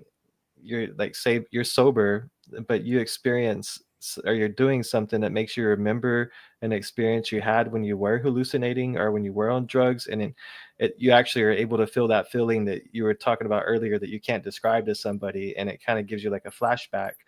I wonder if is that your body or your mind remembering those open pathways in your brain that that the drug would have allowed to be happening. I don't know. Does that make sense? That's an interesting question, and I've never had what I thought was the classic flashback where I actually felt like I was on the drug again. But I have had those thoughts again. Hey, I remember when I thought about this thing, and that was pretty good insight, and maybe I needed to remember that before now. So yeah, I mean, there are different aspects of that, I guess. You can remember things that you experience and use those in your daily life. But I don't think I've ever had an actual flashback where I actually felt like I was on that drug again. So if that makes any sense. Yeah, that does. I follow you. Yeah. Yeah, I can't say I've actually had a flashback, but I had a feeling of, I think it was more like a pattern that set off the feeling, just seeing like a certain pattern set or a design that I saw like when I was on acid that I was maybe amazed by. And then seeing that same type of pattern kind of throws me back into like a flashback. Well, I think it could be a combination of, like we mentioned at the beginning of the show, when you take a psychedelic, it creates these new pathways in your brain or rewires old pathways in your brain. So maybe those new pathways are sort of like coming to you now, like a memory, or Or they're I open don't know now. if They're actually now necessarily a open, and you memory, have that but ability to like to see, to like feel to actually Yeah. to be open to that Mhm. thought, I guess you would say. yeah, and yeah. it can reopen old pathways that have come to disuse through like emotional trauma, stress, whatever the case may be. Like we stop using pathways at sometimes, and so yeah, the use of most of what I have learned is about psilocybin, but like I think Mhm. it has some shared characteristics with the others, but like it reopens those old pathways as well. Yeah. So that's why people are like unlocking repressed memories, so to speak. Right, right. Yeah, yeah, that makes sense. That's one of the Makes reasons I like to do it like once a year, because I'm not, because you get stuck in ruts, and it'll help you get out of that rut. It'll help you. Yeah. It'll get that you get caught in those ruts because you close off those pathways, right? Mhm. And it kind of helps you free your mind from like other thoughts that you would be thinking about, and let your mind be more open. If you're under a lot of stress, it kind of lets your mind stop thinking about like those things that are stressing you out, like constantly. You kind of forget about some of the worries, and it allows you to actually focus on other things basically, and actually be able to enjoy them without having that stress taking out the joy that you would normally get from those thoughts. I don't know. That's just, I kind of see it that way. Yeah, and I mean, we know that they can sort of also release creativity that we have within Yeah. us, I guess. I mean, a lot of Music, artists, so art, many. I mean, drawing. I'm sure you guys can think of so many artists, musical or whatever, that were on some heavy drugs and made some amazing Well, music, music in movies. general, then when you combine it with hallucinogenics, because again, emotion and the senses that it brings, and music is just awesome emotionally, and just thinking how it amplifies that is just. I had some of my greatest hallucinations or trips with music and hallucinogenics. Do you have like some? Are there songs that you're like? Do you ever have? Wow, it's a bunch of questions all in one. Are there songs where you're like, I'm gonna like listen to this one when I trip because I want to like experience this, or like I remember this one was like really good, or I really enjoyed this one. Definitely. Like which ones? Like what songs? Yeah, I would say Pink Floyd's always one of my go-to. Like the Dark Side of the Moon album. Yeah. Like I've seen laser shows tripping on that with the Dark Side of the Moon album, and I mean that's just like mind-blowing, like the visuals and the feelings you get. But other than that, I mean Sonic Youth, I mean I have songs from The Cure that I've listened to. Maybe DJ Shadow. Yeah, DJ Shadow. I mean, music in general, it depends like what type of like trip you want to go on. Do you want to go on a fast trip? I mean, with music, you can kind of choose like the setting or the mood that it's going to bring to you. So right. Like those songs from Jack Johnson, man. Like Elliot was talking about his friend before with the different music in the different rooms. That's mind blowing. I could only that's insane. But yeah, stepping in from like one mood to another like that quick, or like sound. Standing in between the two. I wonder what that would be. Combination of both. Right. That's probably when it starts to get kind of dangerous. I think maybe to like a stimulus overload, maybe depending on the individual. Yeah. There's an interesting comment on their Catching Monsters. He likes listening to birthday sex. Interesting. Birthday sex. I guess I'm old. I don't.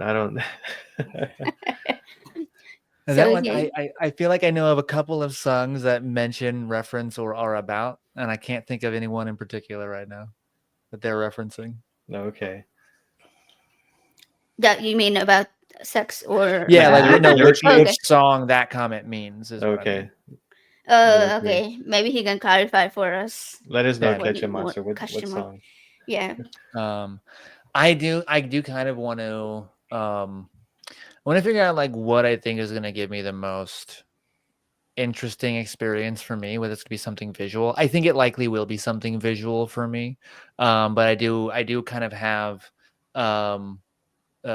even like while sober, I'll have like emotional responses to some things I'll hear in music. Do you ever hear those ones that like pan back and forth from side to side while they're singing? It's like every other note or something like that. That does wonders in my brain. So I want to figure out what type of thing I want to do, and then just kind of have them like take just like a little bit of a larger dose than what I normally do, and just kind of like let that just figure out how that works. I really want to check it out. Yeah, I like I said, I haven't tried them yet, but I want to. Like I would be worried about having a bad trip. But yeah, Yeah. probably definitely start with like very small amounts. Microdosing is fine. You're not So gonna be to the point to where You- you're gonna get uncomfortable.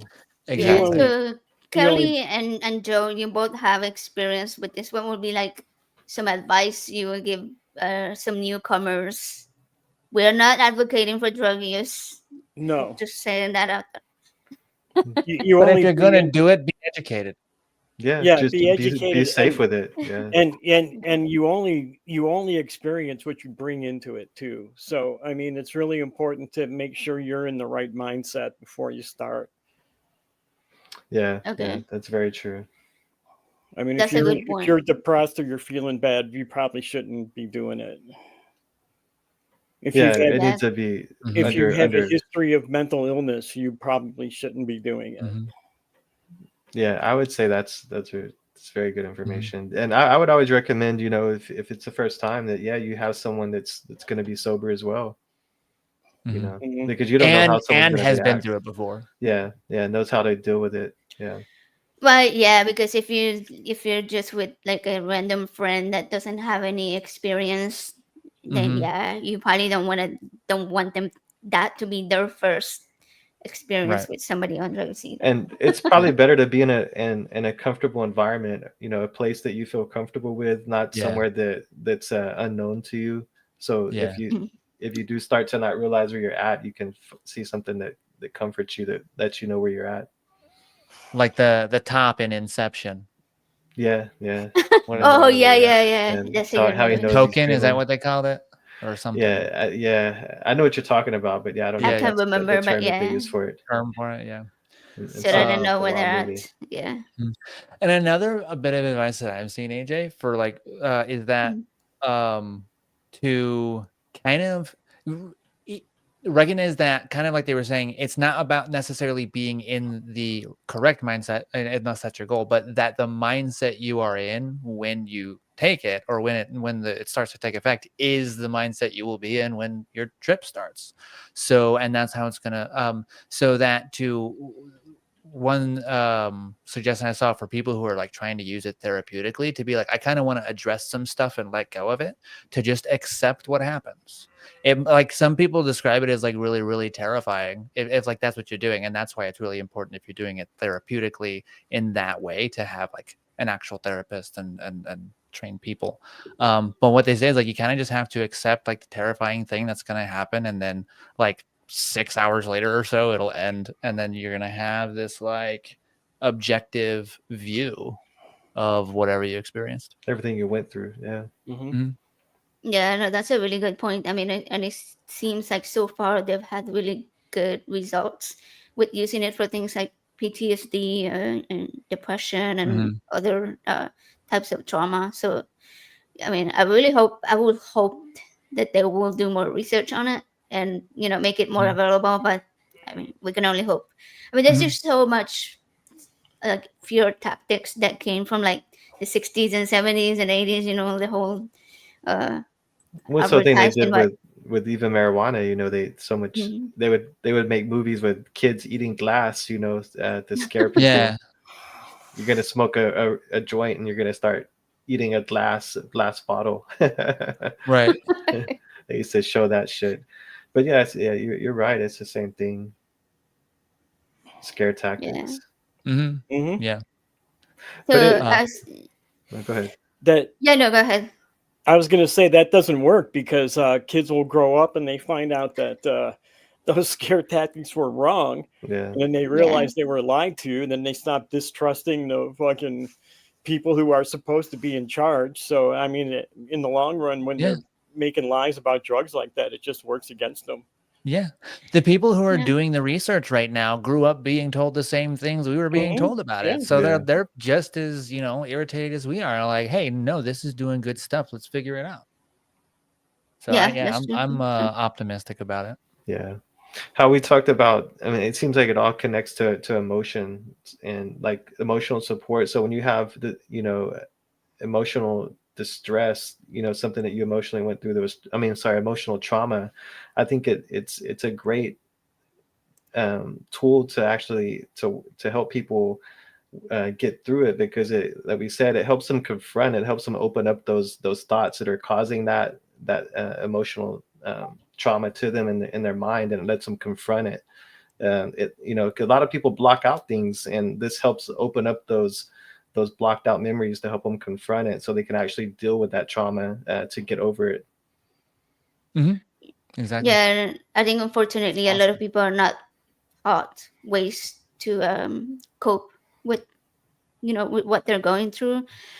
But I think that's where they end up sort of self-medicating with their not best types of drugs that they could. I'm talking about like heroin or like the very harsh, I don't know, crack or stuff like that.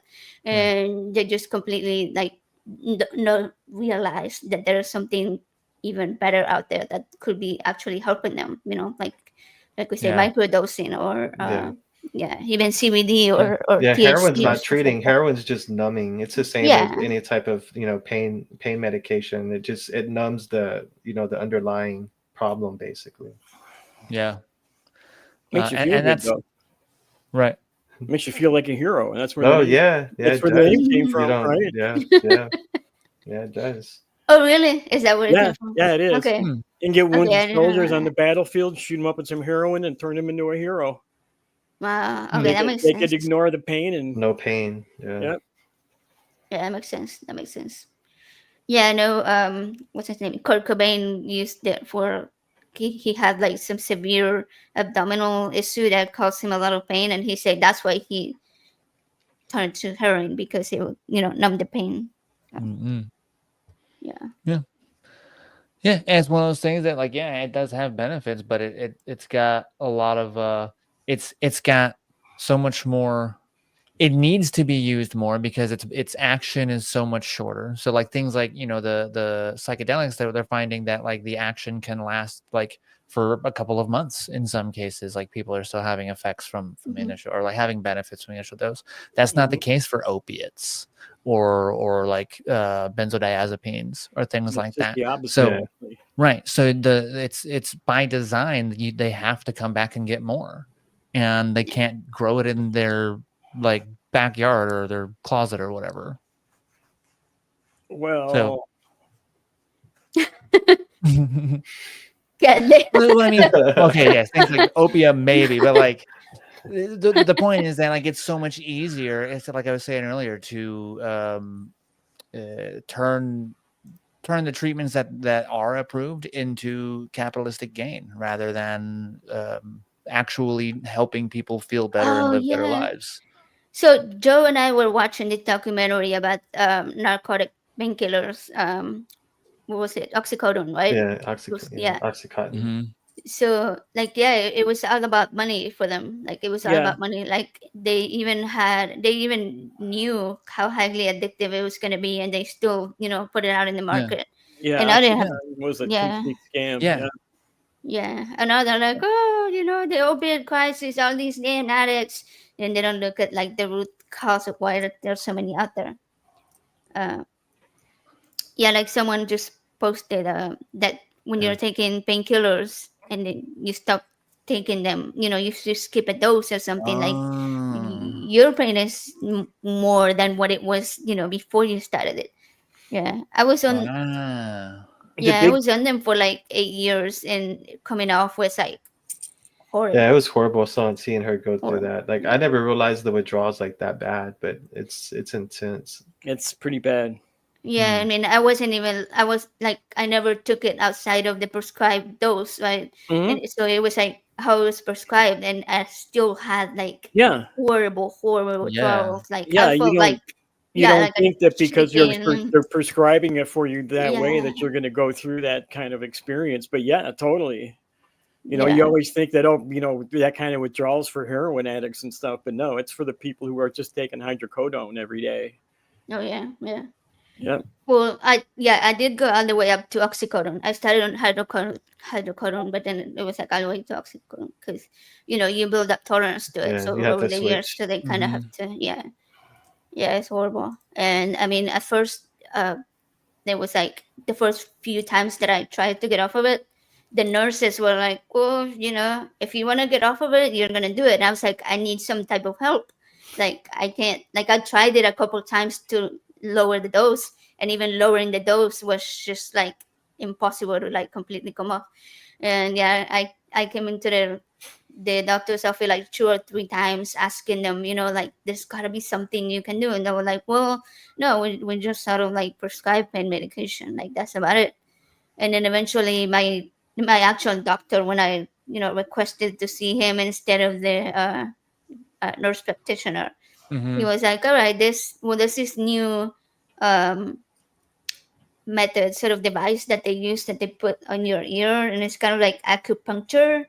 And I don't know if it's like a mental thing or if it actually does work. I'm sure Kelly, you might have some input on that type If of it thing. works, it works. I mean, yeah, like it was free. It was like I was like I might as well try it. So it didn't like completely take away the all of the effects, but it was like it helped with things like nausea and the headaches. So it was like at least some type of relief. So yeah, who knows what it was. I have to check on something. I'm getting called in the other room. Just give me 1 sec. I'll be right back. All right. I'm learning a lot about opiates right now. The same person, Ms. Non Sequitur, is saying that like even going 1 hour past the scheduled dose would be terrible withdrawal. Yeah, And that, AJ would get like that if she would miss her dose. You would Yeah, feel sick. because I think the different types, like the different brands or whatever, have different lengths that they last. I think some of them are like 4 hours, some of them are 6 hours. One of them is like 12 hours. So if you get to that point where the half life is over, then you're gonna start feeling wow. like the symptoms. Yeah, like I will start getting like headaches or nausea, or getting like irritable. Yeah. Yeah. Wow. That's like, what a thing to realize that people are like, this, I'm going to do this on purpose so I can make money. Yeah, and it's crazy. I mean, like I understand that is one of the things that helps with pain, but we have so many different options. Like even what's his name, Jason Friedman. He's part of the ACA. Yeah. Okay, so he's mentioned that microdosing helps with pain. I didn't know that. I didn't know that it helped with pain. I hadn't heard that either. Yeah, so I thought that I was know- pretty cool. And I think I misspoke too. I'll clarify that. What I meant was that like the pharmaceutical companies that manufactured opiates or opioids and were like, yeah, we're going to push this out into the public. Oh yeah. And it's going to be terrible for public health, but I'm going to make a lot of money. That's what I meant. Yeah. But yeah, like that too. I've heard I guess say whispers, I guess, like a couple of things that suggested that psychedelics work with pain, but I hadn't read much about it. So yeah, so if you get a chance on Netflix, the documentary that we watched is called Painkiller. Okay. The one that's about oxycodone. It was like really eye opening. Like it tells you the whole story and more in depth than what I remember right now. Oxycontin story. Yeah. It was pretty bad. It was crazy what they got away with. Yeah, it was. It was really bad.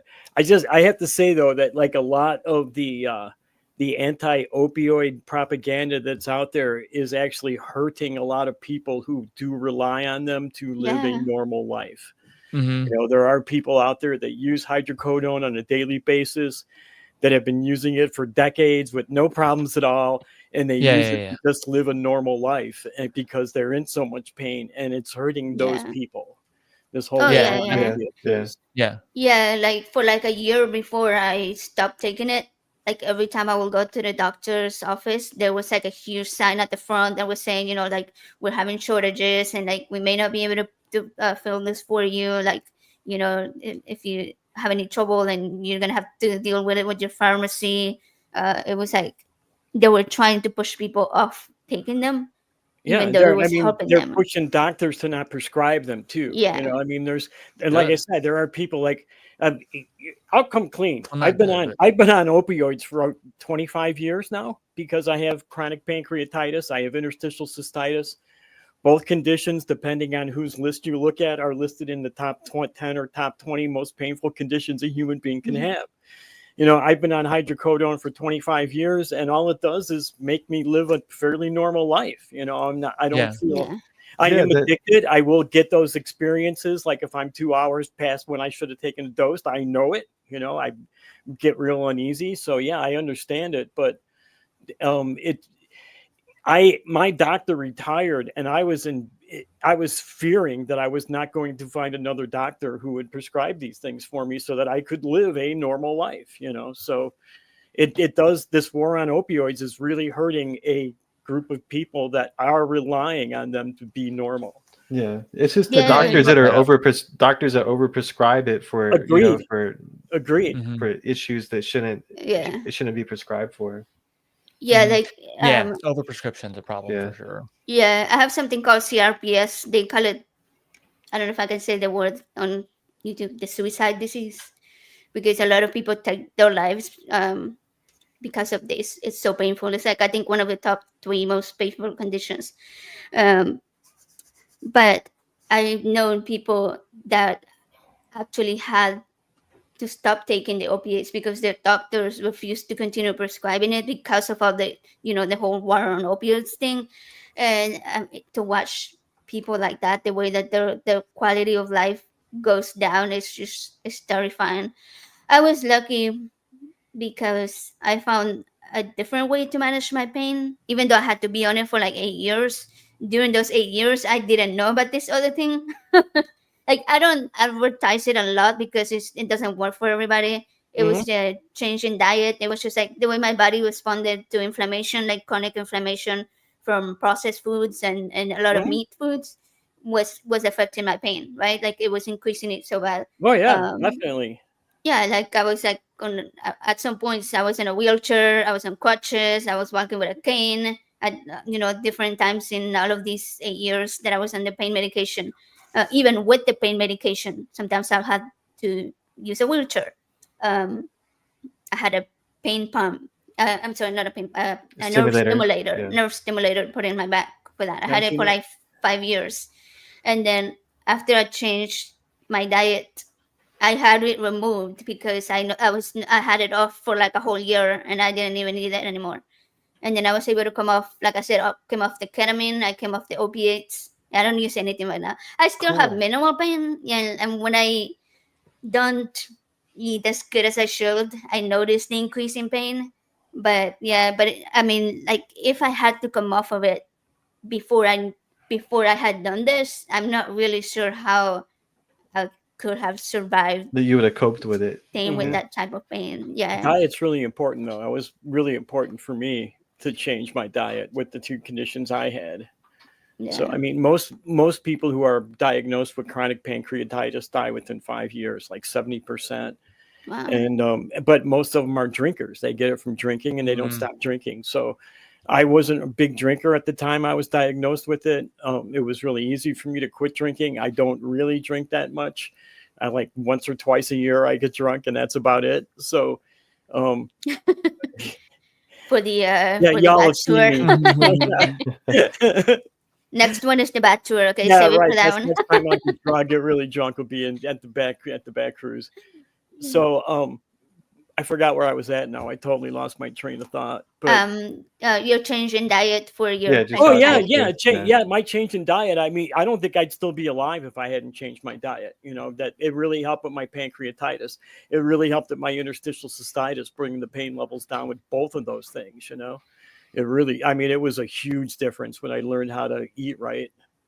Yeah, it's crazy how like we see that the eating right can actually like help us like live a better life, but yet sometimes we just like overlook it until it actually like comes down to like, oh, we have to now because like this part of me's failing, so I better take care of it. That's how I am. Like I know I could eat better and probably feel a lot better every day, but I'm so addicted to fast food, just based to like my work schedule and so forth, just like the ease to grab something. Yeah, That's really a bad thing for our society. Like, Yeah, I think Yeah. processed food is definitely at the processed top food, of the world. really. Like, but I do know that some people are affected by meat in certain ways, but I would say even meat is not like the worst. Like processed food is the worst for sure. Like it causes more inflammation and leads to chronic diseases. And So everything's processed. It's like you try not to eat processed, like it makes it's so freaking hard because like everything's I Yeah, processed. know. it's like, man, like, what the It's fuck like is what? Then what am I supposed to processed eat? I know it's like so man. easy to just like pull out a TV dinner or like go grab, like something that's already boxed and pre-made. Yeah, like we live in a society of Right. convenience. Convenience, yes. Yeah. Yeah. And it sucks Yeah. that we can't, as a society, like recognize that and be like, no, we should find a better way to do this, and then prioritize that. Mhm. And like we should find a better way to like cultivate large amounts of like non-processed foods and like enough to feed the number of people we have. And we don't. Yeah, we kind of do process those large amounts, but we turn it into processed foods. Right. Like the corn and the wheat, like we use Mhm. it to turn it into like junk food and donuts and pizza, Yeah. which I So love. They're all I delicious. Yeah, I love all them. those things are great. I know. I always say, okay, I eat plant based mostly, not because I don't like meat. I like meat, but it doesn't like me. So Yeah. so that's where we Um, are. So are we gonna play some games or no? Let's see how everybody does on some trivia or which Oh one? sure, we can yeah, do we some can do trivia. that. All right, let's see. Let me pull this up. Do you guys have it? Well, should we do the drinking one, the science and astronomy, or the human body one? You're the Which boss. It's your birthday. It's closest. Kelly. Oh shit! I was thinking roll a die, but I don't have a die here with me. Oh, okay. How about a What- coin? Do you have a coin? We'll pick top You know what? two. Hold on one sec. I'll go grab a die. I know where there's one at real close.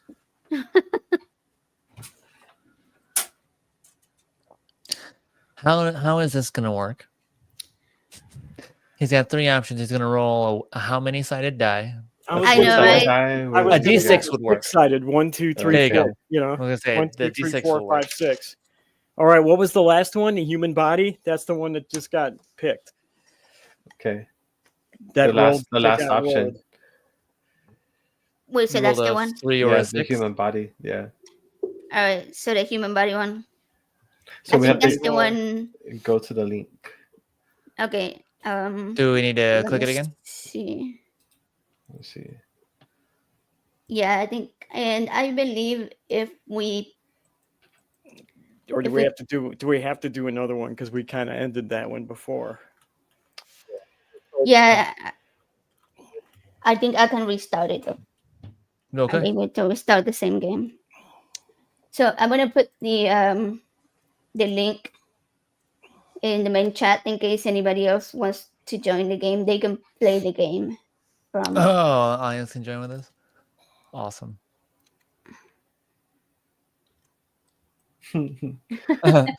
Surprise, has surprise. diapers. Kelly has a die close.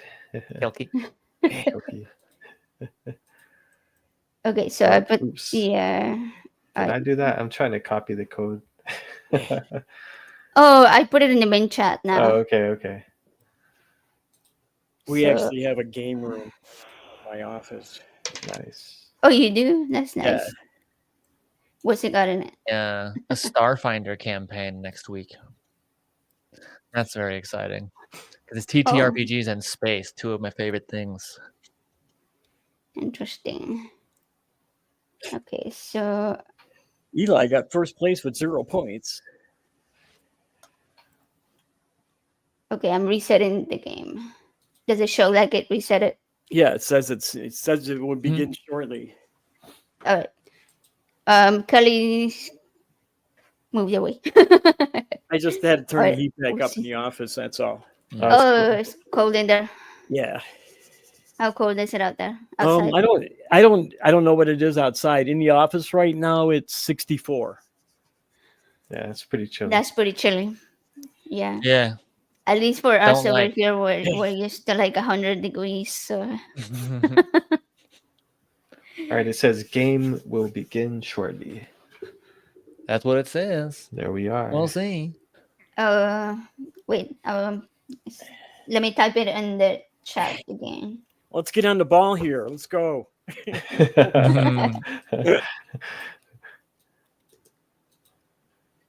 Gonna petition for a new game show host. No, we'll figure it out. Let's see. Yeah, the person in the chat is trying to join. To join. So, Okay. yeah. All right. I'm not sure if I can see how many players there are, but representation. Okay, so it's showing 3 players right now. If anybody wants to join, jump on. How many people we have watching? Yeah, we have it's a few people. One is me. Okay. Okay. So Keep an eye on the chat. thanks for the entertainment, Kelley. I knew I could count on you with the little duck. Okay, we got That's 4 the bigotry duck. people. All right, so I think we're ready. So there's 4 players, and so I think I have it set for 30 seconds. Let me know if you need more time for the next one. I can add time. So we like quickly read the question and then you answer. So I don't know. All right, so we'll see how this goes. Ready? And I'll start it now.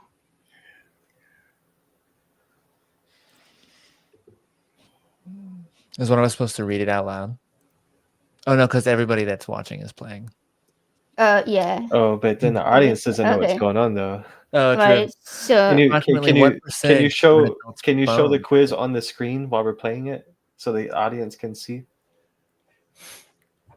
I could, yeah. I might could if you got a lot going on already. Wouldn't I it show your answers though too when you were picking your answers? True, it will.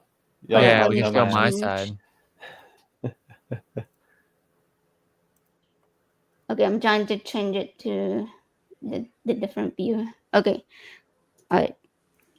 I think I can put it on. Hold on, I'm trying to find the correct one. Okay, sure. All right. There we go. Okay, there we go. So the question was approximately what percentage of an adult's bones are in the feet? 2 people answer 15% and 2 people answer 20%. And the correct answer is 25%.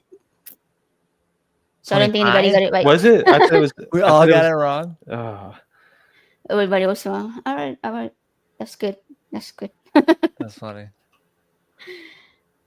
All right. Next I knew it wasn't less. Than it was. question. All right. Next question is: Philematology is the scientific study of what? Hugging, sex, holding hands, or kissing?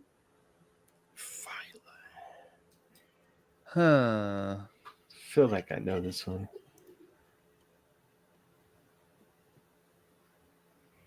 I feel like I need more time. Perhaps, yeah. All right. But I don't. I'm not confident in my answer. I just selected it because I was out of time.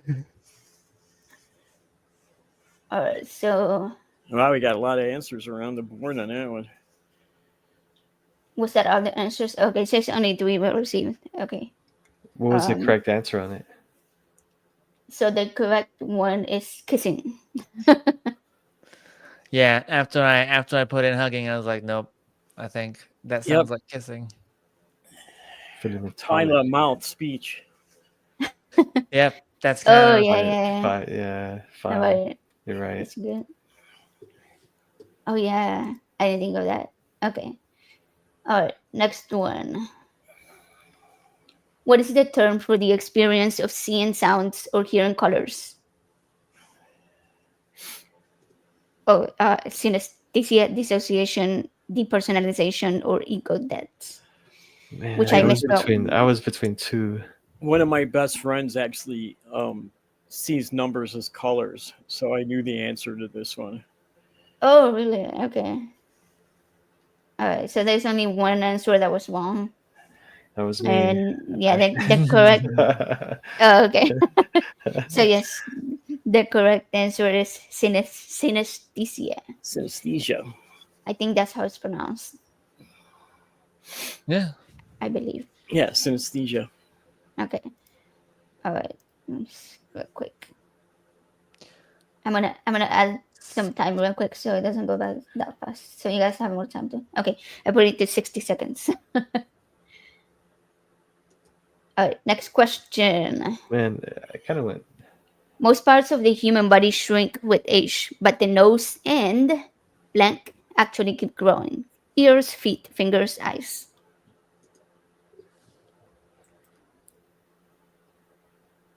Man, for some reason mine was lagging and I picked the wrong answer. I'm definitely for sure. Oh no. Yeah, there was that one question. I just guessed on this one, so. Okay, so It was ears, right? one answer says fingers, and then three answers says ears, and ears was correct. Indeed. Cartilage. They're not bone or skin. I guess. Oh, Yeah, that makes the sense. nose grows yeah. too, right? Because it's cartilage. Yeah. Yeah. Don't get too much bigger. All right, next question. Here we go. Which of these bodily functions is impossible to do in outer space? Hiccup, snore, cough, or burp? Oh, Well, I mean, all of them. they all involve breathing, right?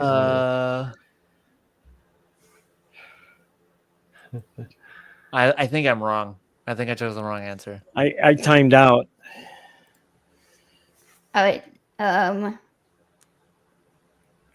chose somebody hiccup. said- What was the right answer? Oh, Kelly, okay. Kelly didn't get his in. I don't. Yeah, think. and that's All cool. I timed Yeah. out. I didn't answer in time. It was my bad. What was gonna be your? Oh, your it's answer? snore. It's got to be Snore. snore. Yeah, It was snore, really. it's got to There's- be. Two hiccups, one snore, and the correct answer was.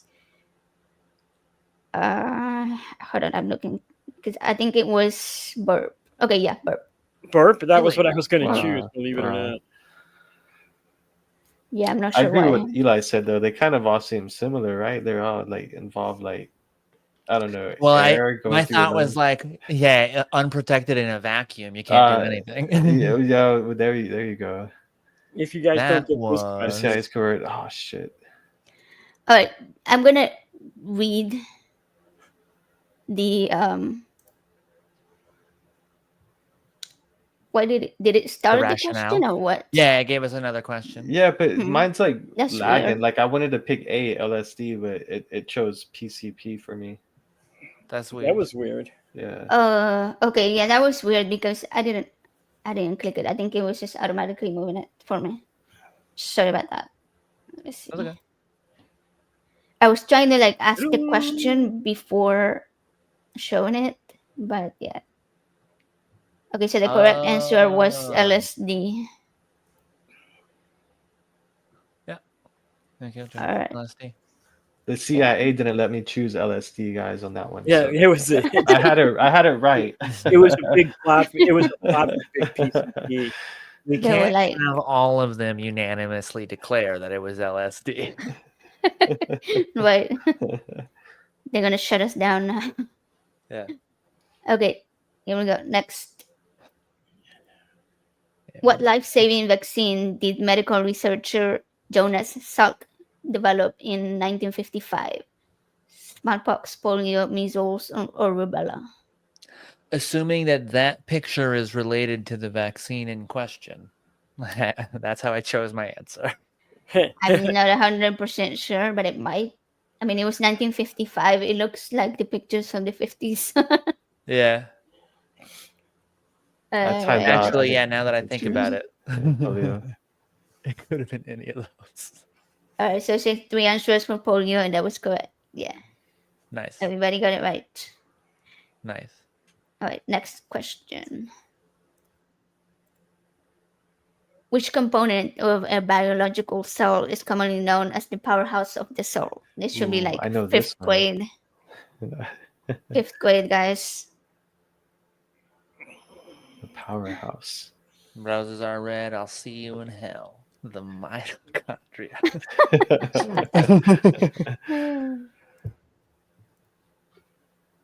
Powerhouse of the cell. All right, 3 mitochondria answers, 1 ribosome answer, and ribosome. Okay. Mitochondria is the correct one. The powerhouse. I finally got one. All right, here we go. Next one. Number 10. What year was LSD officially made illegal in the US? 65, 68, 70, or 73? I think I just hit the wrong answer. Man, 65 sounds right, but it's I probably think that's wrong. what it was. Yeah. I hit 68, but I'm pretty sure. You did? I'm pretty sure. I've heard this so many times over the past week. Pretty big division on answers. Mm-hmm. Yeah, the answer was 68. It was 68. So You the got it right, accidental Kelley. one, yeah, the accidental one was correct. We won't tell anyone. No, he knew it. He was just doubting himself again. He I was trying to think, when did they have the acid Kool-Aid parties, right? Acid Kool-Aid party sound Well, insane. I'm sure plenty of those has taken place since 1968 as well. Well, there was like a series of 4 or 5 that were done on the West Coast that the Grateful Dead played at them. Owsley Stanley supplied all the LSD for them, and they literally made they got a brand new 55-gallon trash can, made Kool-Aid in it, and dosed it with LSD, and everybody who came in had a cup of Kool-Aid. So drinking the Kool-Aid, man. That's the way to drink Kool-Aid if you're gonna drink Kool-Aid. Yeah. All right. We ready for the next one? Here we go. Yeah, that sounds like an experience. Right. Mm-hmm. Okay. Which part of the brain is most associated with ego dissolution during a psychedelic trip? The hippocampus, prefrontal cortex, amygdala, or the default mode network? I have no idea. You're welcome. Well, we talked about it earlier, guys. Yeah, Taylor, we talked about it earlier. I feel like Eli is the one that chose it, right? The default mode network. Mm-hmm. Okay, that's the right one. Right. Yeah, duh. Yeah. Wow, it was right in I front was of us. I was thinking an actual physical part. That's what I was thinking. I didn't even get the D, honestly. I was looking through. Well, so it does describe a region, a It collection is. of regions. Yeah, it is the name that they give it, so it's Yeah. technically a physical part. Gotcha. But it's the part of the at least part of the prefrontal cortex is included. I had them all earlier. I knew what they all were. But wouldn't the default mode network isn't it like multiple parts of the brain though, or it's together, a group. Yeah, it's a group of regions. Yeah, because it's kind of confusing. It says which part of the brain, like it doesn't. I guess that's what kind of threw me off too. Yeah, fair enough, but not here. Let me. That's why I guess got it wrong. It's a bad question. I agree with Kelley. Had I been more thorough earlier, you all would have gotten this right. Because that is true, and perhaps I think it might have perhaps been an issue with how I explained it, because this is the way this question is worded is exactly how I hear that being described all the time. True. Yeah. So it makes sense now that you say that. I can understand. Way to tear apart my excuse, Eli. All right, you are ready for the next? Okay, not the question's fault. My fault. Let's see. I didn't make up the questions. I don't take any blame for it. You saw. All right, here we go. And ready. go. Which neurotransmitter is primarily affected by LSD? Dopamine, GABA, oxytocin, or serotonin? And we talked That's about a this bad earlier, question. too. Yeah, we did. Yeah, talk but this about is a that. bad question. Or I got it wrong. Which neurotransmitter? Yeah, the answer was serotonin. Okay. Yeah, it's a bad question then. Yeah, you chose GABA, so it seems like yeah. No, I chose serotonin, but it's a bad question. Oh, okay. Who chose GABA? Because- I'm just curious. What's that? Who chose GABA? B.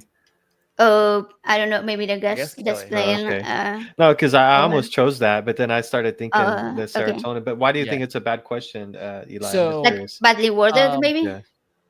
Yeah, I think it's badly worded because it doesn't affect the neurotransmitter itself. It binds to the serotonin receptor, the 5-HT2A receptor. Okay. So that I don't know. Perhaps it's just my ignorance, and maybe that does in a way affect the neurotransmitter of serotonin itself. But as I understand it, I thought Yeah, I that's think how a this- reuptake inhibitor worked, but with LSD, Right. it's actually creating more serotonin. Yeah. That's what I thought. creating more, or is it just mimicking serotonin? No, it's creating more. Okay, I haven't studied much about LSD, so okay, then maybe it's not a bad question. Yeah, I think it might have just been a little bit But- simply worded. But you Yeah. were right. Too simply, But you maybe. were right. Yeah. You're talking Well, about if it's- reuptake inhibitor. That's exactly what Yeah. a reuptake inhibitor would do. Yeah. True. No, psychedelic LSD, MDMA, and psilocybin all bind to the 5-HT2A receptor. I think so. From what I've I said I seen. could be right. I said I could be wrong.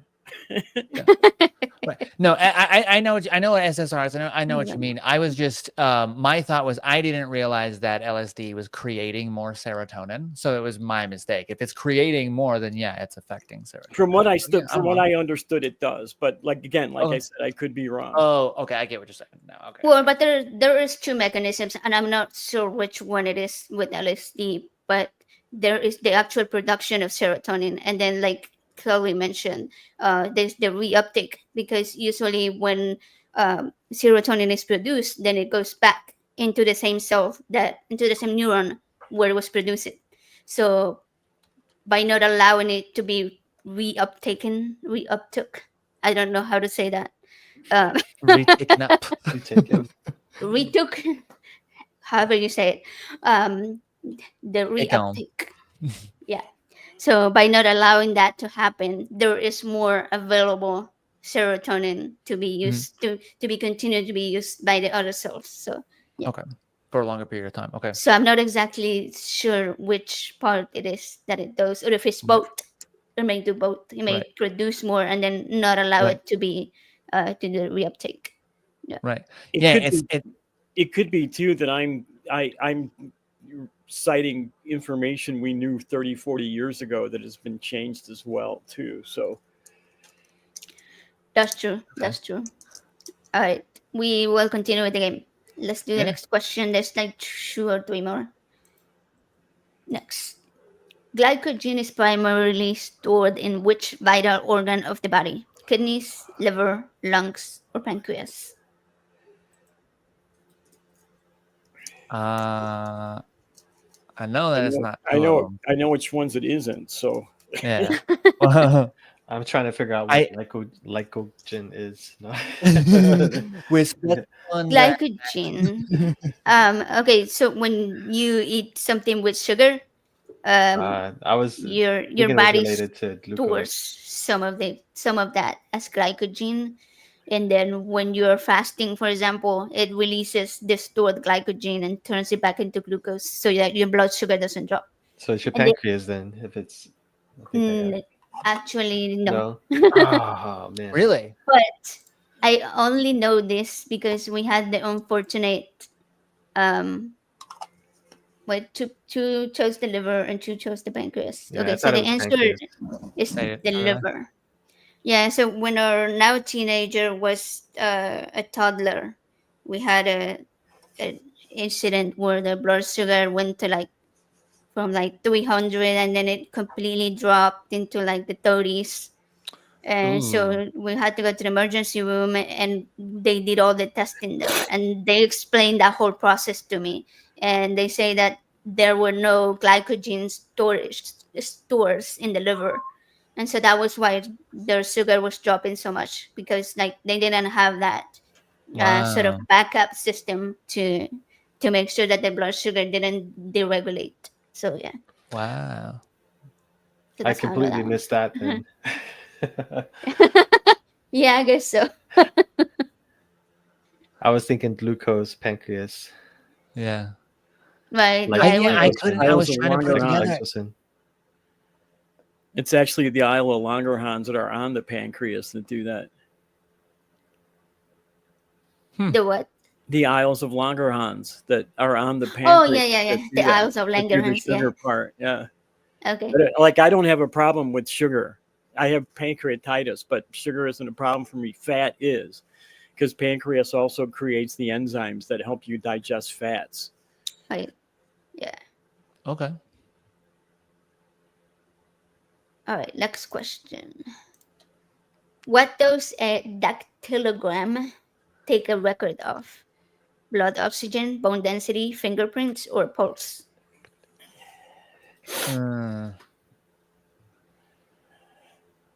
I couldn't. I had a guess on that one. I did too. Yeah. I was thinking I bone think you density. got it right though. The root didn't give me the clue that I was hoping for. Two people got that right. It was the fingerprints. Fingerprints. Yeah. It was the root that got it right for me, actually. Well, I Yeah. was thinking like didactic, and I think of like Um, teaching, like speaking. So that yeah, seemed like like a mouth thing to Tarzan, me, and I yeah. didn't see it there. So I was like, It- I guess fingerprints. It did just the opposite because I knew it had nothing to do with blood oxygen, bone density, or pulse. So I figured it had to be the other one. Yeah, I didn't. Okay, fair enough. Exactly how That's- I figured it out. Yeah, Yeah, honestly, it when I wasn't- first looked at it, I didn't know what it was. So yeah. I know the affixes for blood oxygen, bone density, and pulse. So well, that's a good. what are they? Share with us. Blood Oh, well, oxygen would blood be is like flip, right? well, blood oxygen would be like oxia. Yeah. So like an oxiogram, I guess you could say, but that's just like but and those other things like bone density, you can take a record of that, but it's okay. It says a record, I guess. So, bone density would be some osteo would be something that, or like an X-ray even we can kind of give you ideas as to Yeah, bone, to check bone that. density. Yeah. That makes sense. That makes sense. And then pulse would use probably a root related to the heart, cardiac. Cardiac. Yeah. So a cardiogram. You know, Right. I just had to look it up. You know what they call a bone density test? What? A bone density test. That is actually its name for it. So They went with the simple one. They wanna. I've never heard it called Yeah. anything else. Yeah, that's funny. All right, last question, everybody, of this test. Anyway, the neurotransmitter glutamate is most affected by which dissociative hallucinogen? LSD, psilocybin, ketamine, or DMT? Most affected, I don't know, but I know that Yeah. it is affected by this one. Glutamate. All right. Man, I'm dead. and Oh, that probably would have given me a clue. I bet it's gonna be it was ketamine. Oh, I almost said Ketamine. ketamine. really.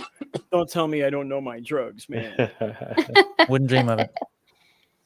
Good job. Good job. Who chose psilocybin with me?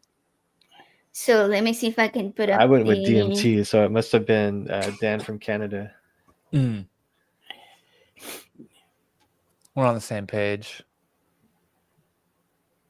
I'm trying to show. Show who won. Okay, there we go. And yes, I got Hey. last place. Yes. Your asses, guys. Yeah, man. What the hell, man. I did trash on that. I didn't even realize how bad I did. I thought Eli was going to have the advantage Andrew's because he pretty said good. paramedic. Yeah, I know. I talked a big game He earlier. did. Should have. So I think it also gives you points depending on like how quickly you answer. yeah. Yes, it and did. I gives you noticed less that. points if you Yeah. Yeah. Hey, good job, Dan. So Dan got second place. Dan from well Canada. done, Good Yeah, job. very good. Canadian friend. All right. Um, I mean, I still have the other two if you guys want to play. What was the other two topics that you had? If you guys think you could keep up with me, One of them was space and astronomy, Kelly. Let's do the Right. first one. It was how's space. So I was Space like, astronomy. I'm gonna pick one that Kelly might know more, and then I'll pick one that Eli might know more about, or whatever. Yeah. just to be fair. Yeah, let's see. So we have I the- go through phases. It was cosmology for a while, then it was like anthropology, and now it's like particle physics. I do want to point out that I may or may not be tripping heavily, and I just won that trivia contest. Allegedly. won that Allegedly. trivia Allegedly. contest.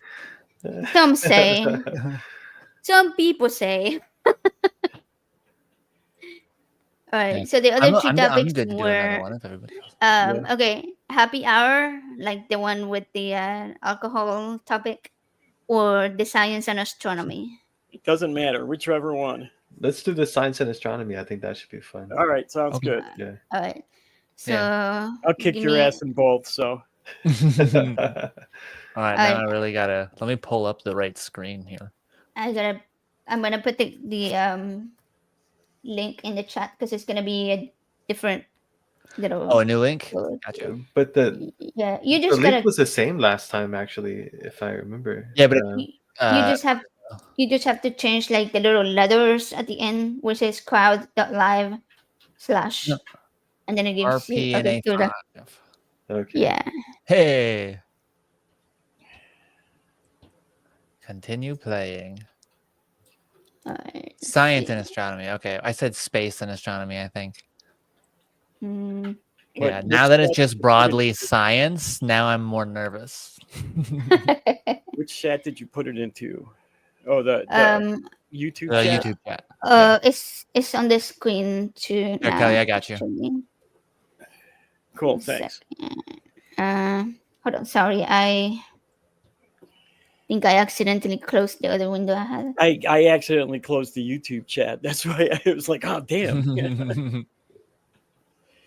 Okay, Continue playing. I gotta bring it up again. Astronomy. so- Answer correctly faster to earn more points. Watch out, guys. I'm going to get third place this time. Oh, you Yeah. scan to join. I didn't even realize That's that. where I was getting. That's where I got a lot of my points. I was reading and clicking really fast on Yeah. that last game. I wish it would let me read the question first, but it won't. So. Yeah.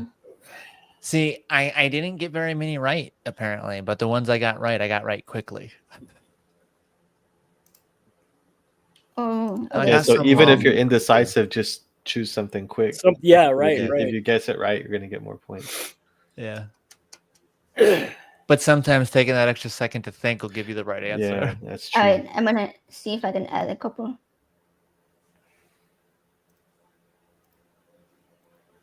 All right.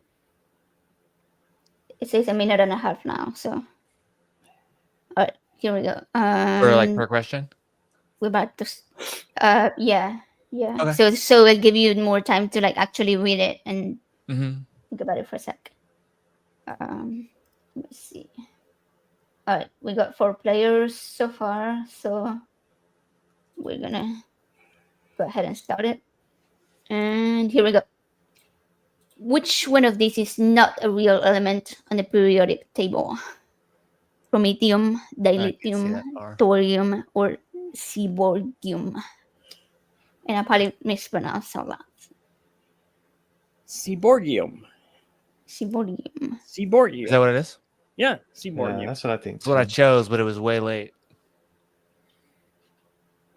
And You chose seaborgium? Mm-hmm. Dilithium is something they made up for Star Trek, man. Is it? Yeah. I mean, they did a good job. It sounds convincing. I got you. They Actually- fucking got me. the answer is the other one, dilithium. Yeah. It is the lithium. Dilithium, yeah. I chose Dilithium. thorium. Because lithium is, but not Yeah, right. Yeah. Dilithium is That's now. all you gotta do. Just Right. make up something that sounds like something that really exists. People are like, I think I've heard of that before. Yeah. Yeah, that one was tricky. All right, next. Which of these metals has the highest melting point? Copper, platinum, tungsten, or zirconium? I feel like Kelly would know this. Yeah, I think he should. Yeah, that's a rock question. That's why he's already chill. He's already That is like before right away. the question was even on the screen. I'm not actually sure if I got it right. All right, let's see. So the answer was C, tungsten.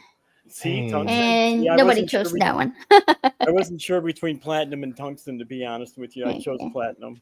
Yeah.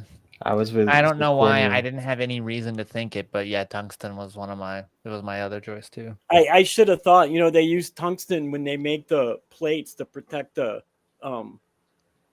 spaceships from coming back into the atmosphere. Oh, is that what they're made Yeah, from? not cubic Tungsten. zirconium. Yeah, right. So I should have thought tungsten because I know that, but sometimes your brain doesn't fit together right.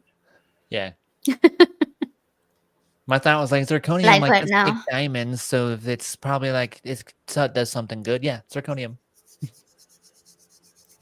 All right, next question.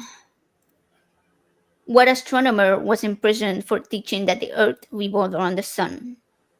Kepler, Galilei, Newton, or Copernicus?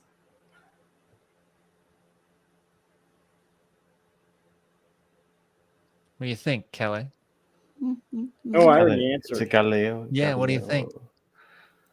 Oh God, I was so arrogant. So Galileo was the right one. Galileo. I didn't realize, man.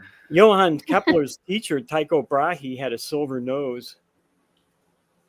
Really? Yeah. How, like, silver nose? Yeah, he had Like cut an off- like he had an his nose implant cut- or something? He had his nose cut off during a duel, so he had a silver nose made for his face. Oh wow.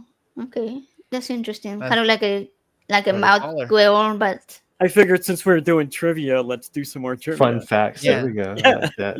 Yeah. yeah, I like that. Yeah, no, that's why I chose this style where we could stop after each question and like Yeah. put our thoughts in it. See, if it had been like who got burned at the stake, for Yeah. saying it, I know that one. Oh, Giordano Bruno. Yeah, for sure. And you know what the anniversary of that is? Monday. No. It's on Monday. It's the Is anniversary it? of Giordano Oh. Bruno being burned at the stake. And do you I'm know glad to why know I that. know that? Because it's my fucking birthday. And also President's Day, right? That's Yeah. Who yeah. cares? You got like the whole But trifecta when over I there. was a kid, I remember going to the Yeah. library and looking up what happened on my date, the date of my birthday, and reading that this guy got burned at the stake. And I was like, who the fuck is that? Yeah. And I went and don't looked him care. up. I went and looked up who he was. And honestly, I mean, that's probably one of the things that kind of started me on my path to deconversion was learning Wow. who Giordano Bruno was. Wow. That's interesting. That's cool. Yeah, I didn't know that. I was probably Oh. like 12, 13 years old when I found out who he was. Yeah. And I never would have found out except that he was killed on my birthday. Wow. You need to watch Cosmos then. Yeah, because he's on. Yeah, I know. He was on the Yeah, first episode of the new Cosmos. Made me feel really good because Bruno Wow. was fucking awesome. Yeah. Nice. When people talk about like what historical figure would you bring back to life for a day, whatever, like that's the one that I think of. Just like you think about like how vindicated he would feel. Be like, hey man, not only were you right, but check this out. And Yeah. just kind of like just show him everything that we know now. Like, yeah, I think that would be There's really there's cool. an episode of the old Doctor Who's with Tom Baker, the guy with the big scarf, right? And they meet Binro the heretic. Binro very close to Bruno, and his heresy was the same heresy that Bruno had, was that you look up in the sky and you see those stars, and maybe those stars are suns, and maybe those suns have planets going around them. Maybe we're not the only people. Mhm. And that was his big heresy. And Binro said, he's telling this to the doctor's companion, and she tells him, you know what, I'm going to tell you something. You're right. You were all along for all this shit you went through. You were right. So yeah, I Yeah. think that would be great to bring Bruno back and let him know that you were right, you were fucking right.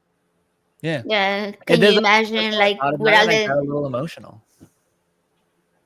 yeah, can you Sorry, go ahead. imagine how he will see everything now with all the technology that we have? Like it Yeah. will be like unimaginable Yeah. to him. To show him a fucking telescope, like But hey, there's a planet so over there. cool. Check it out. Yeah, like stuff like that. I think would be so awesome. Maybe we'll time travel one day. Yeah, one day we'll have that ability. Yeah. Probably not in our lifetime, but you know. Yeah.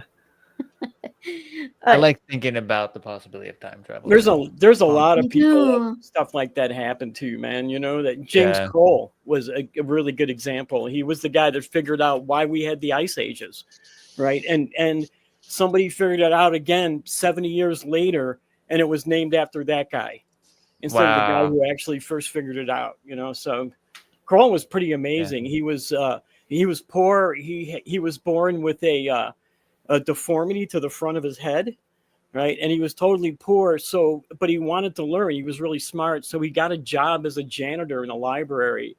And when he wasn't cleaning the library, he was reading, and he taught himself science. And he actually became one of the top scientists of his day. He was a That's pretty so amazing sick. guy.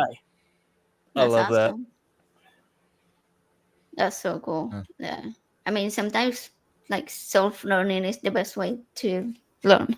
Yeah, it's true. Yep. Yeah. Probably the Alright. most efficient. Yeah, that's true because Because why would you teach yourself in a way that doesn't work? yeah, and then you usually are going to try to learn things that are relevant to like your interest. So it's like you're more excited to learn about it. Mhm. All right, next question, guys. Yeah. Let's go. We'll see. What does an astronomical unit measure? Distance between the Earth and the Moon, distance that light travels in 1 year, distance between the Sun and the Earth, or the distance the Earth travels in 1 year. And I feel like that should have had more time. Yeah, I Yeah, feel that like one should have. there was That too was a lot of time in reading. between. Plus with that, I feel like I got that one wrong. And the answer is C, the distance between the Earth Oh, and the I Sun. got it right. Wow. yeah. Yeah, only one But- person got it wrong. So But since the That's all right, Earth's Kelley. orbit isn't a perfect circle, I have to get one wrong every once in a while so you guys can catch up.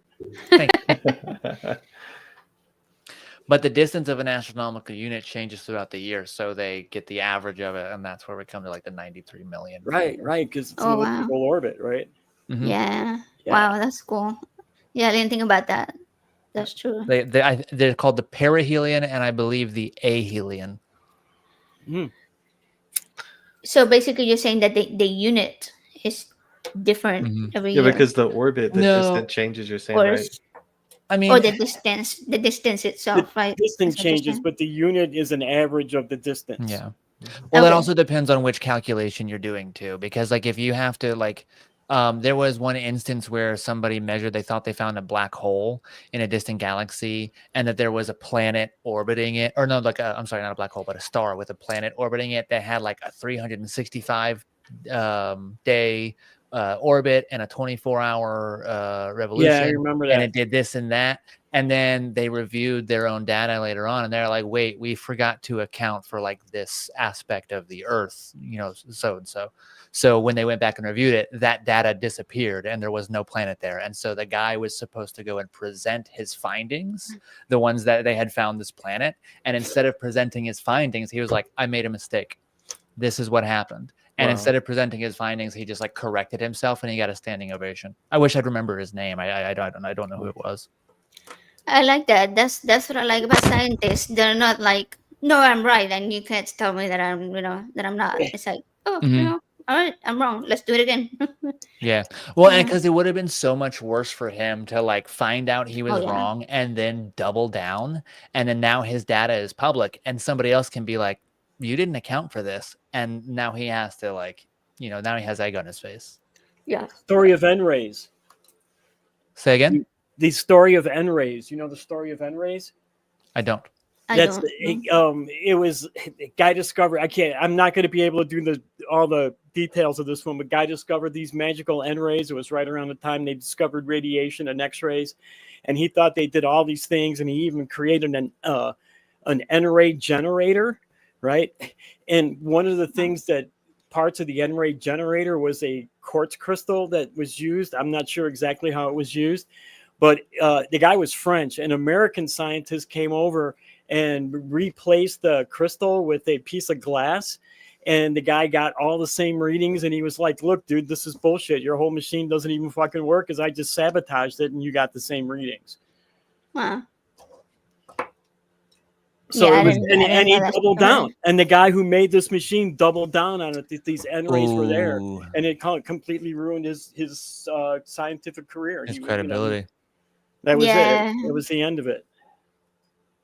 Yeah, I mean, if you want to protect your reputation in the scientific field, you definitely have to be able to say, hey, you know, I made a mistake, I'm wrong. Like, Yeah. Mm-hmm. Yeah, I knowing need that that other people again, can etc. Yeah. review what you found and they can prove it wrong. If it's proven wrong, then This admit is to it, for I sure. would, I keep talking about starting my own show, and one of the things I wanted to talk about was these weird things, and I actually have a schedule for the first 6 weeks of things I want to talk about, and N-rays was on it. The whole story of the N-rays was on there. Yeah. So yeah, That's awesome. You should definitely do it, the show. Yeah, that's an hey, interesting. the only thing that's really stopping me right now is I have no idea what I'm doing tech wise, absolutely none whatsoever. So. I'll run it for you. Okay. Yeah, we can help you Yeah, people out. can I'll help help you you with run it. that for sure.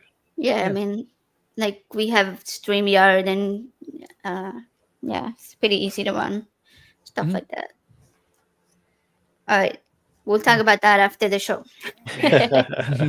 Not, you Let's- know what? Not after the show. Wait until I'm in a better. Because yeah, Wait till Kelly's what I good found idea. is that when I like if I was tripping, right?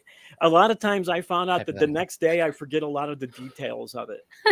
You know, Mhm. so Well, this one's recorded, so silent here in case you're right. wondering. Well, I could go back and watch it. Yeah, you can remember everything. Oh, that'll be fun. That's in case I was tripping. Yeah, in Yeah. case. That would be fun if that Yeah. were the Yeah, like if allegedly that were the case. case. Mhm. All right, let's go to the next question. Here we go. What U.S. president established NASA in 1958? Ooh, Was it Kennedy, 58. Truman, Roosevelt, or Eisenhower? For some reason, I can't answer. I think that. I'm wrong, but this is the only person I can associate with NASA. See, I just got this one right because I know who was president then. Yeah, Oh, see, not that's what I'm like, here. I have no idea. Right, that's a good point, Kelly. So let's Dwight see. D. Eisenhower. It was, yeah, Everybody went for Kennedy. it was Eisenhower. Kennedy was the one that said we were going to land on the moon. Yeah, I guess that's kind of what that's what I associated him with. Right, and- and Yeah. I would I don't blame anybody for picking that as an answer because of Yeah. that quote from him about we are gonna land on the moon. You had it right. All right, next. How many confirmed cool. moons? Oh shit! I'm just gonna make a guess.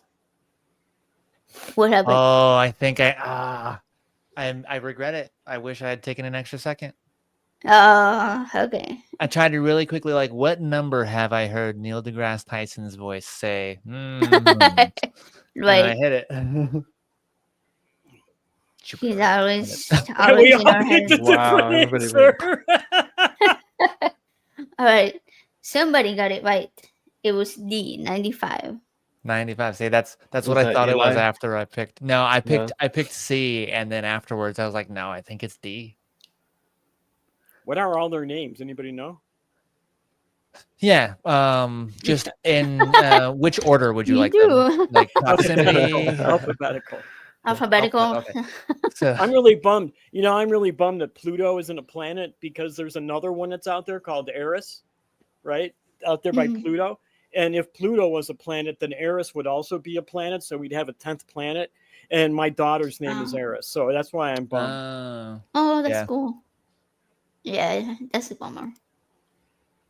We should like petition somebody about that. I'm Yeah, sure. we should. Yeah, we should write a letter. All right, ready for the next.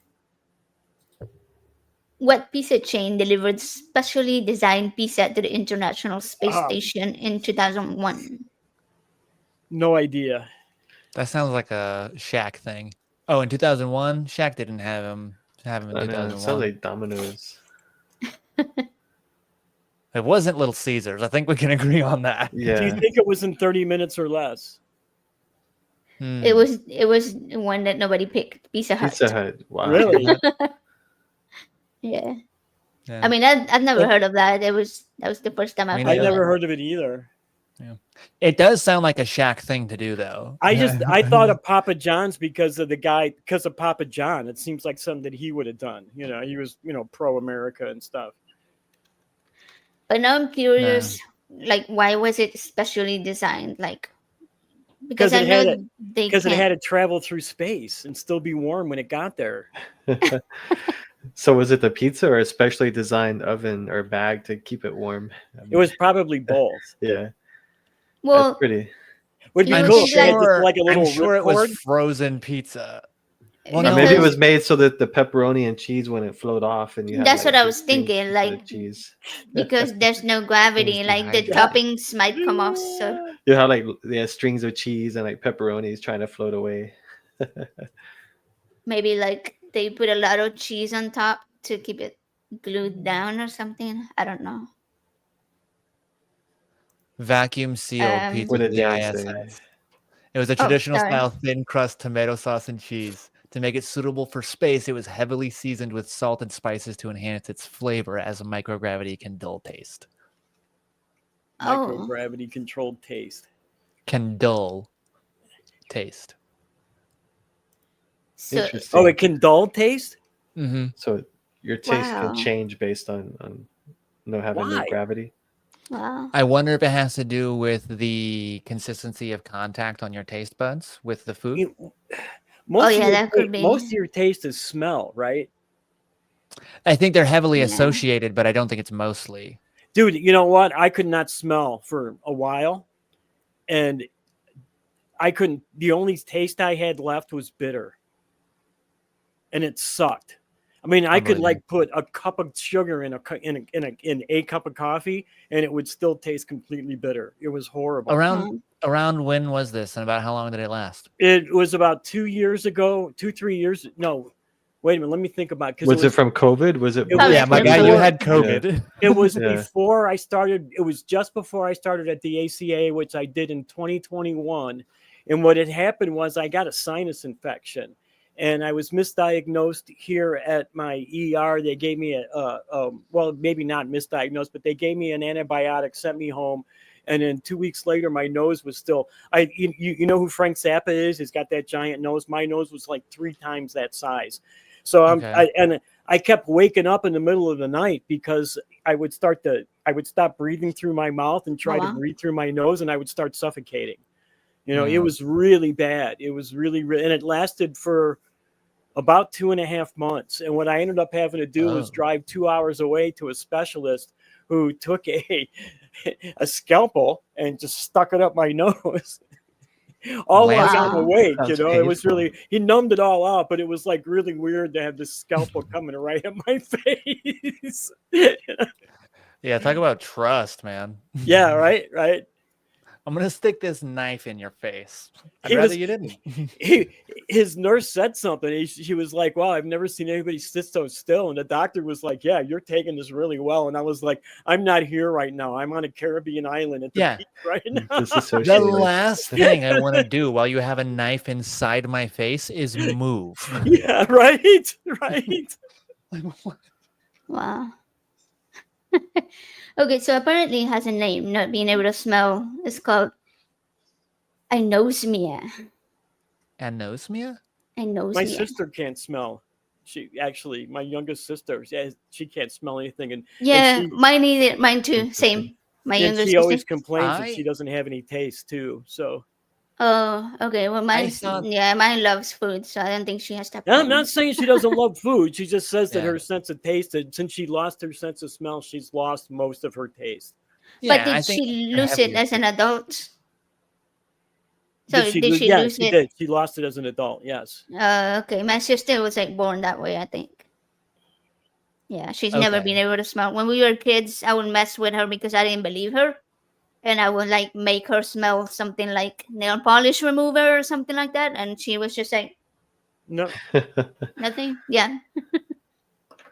It's It's very crazy. interesting. Yeah, it's very interesting. I bet, and I wonder. I think you're probably onto something, AJ, because it has to do a lot with like if you always have that sense, you're gonna incorporate it, like incorporate the two. But if you never have it, then you just you only have the experience of the one without the other, and you don't. That's a good Right. point. That's a good point.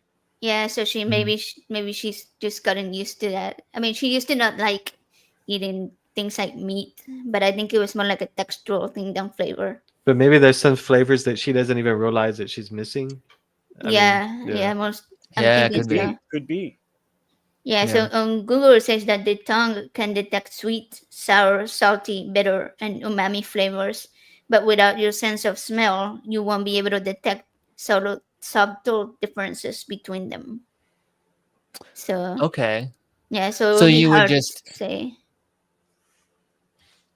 so it's just a single flavor, is what Right. that sounds like. Yeah, it sounds like it. Like all of them will taste very similar. Yeah, and my single flavor was Interesting. fucking bitter. It was horrible, man. Everything I ate, Wow. everything I drank is it was horrible. Man. Yeah, that sucks, man. Yeah. Does not sound fun. That's how I felt when I had COVID. All I could taste like I would like if I would smoke, I could like taste the smoke, and it was like it's super. I had family won't members quit. that caught it, and they would say that it made everything taste metallic. That every time they ate something, that it tasted metallic, which Really? is like a weird. And my one of my cousins, like that happened. It lasted for like 3 months, and then it finally went away. Wow. My brain fog lasted like 3 months from it.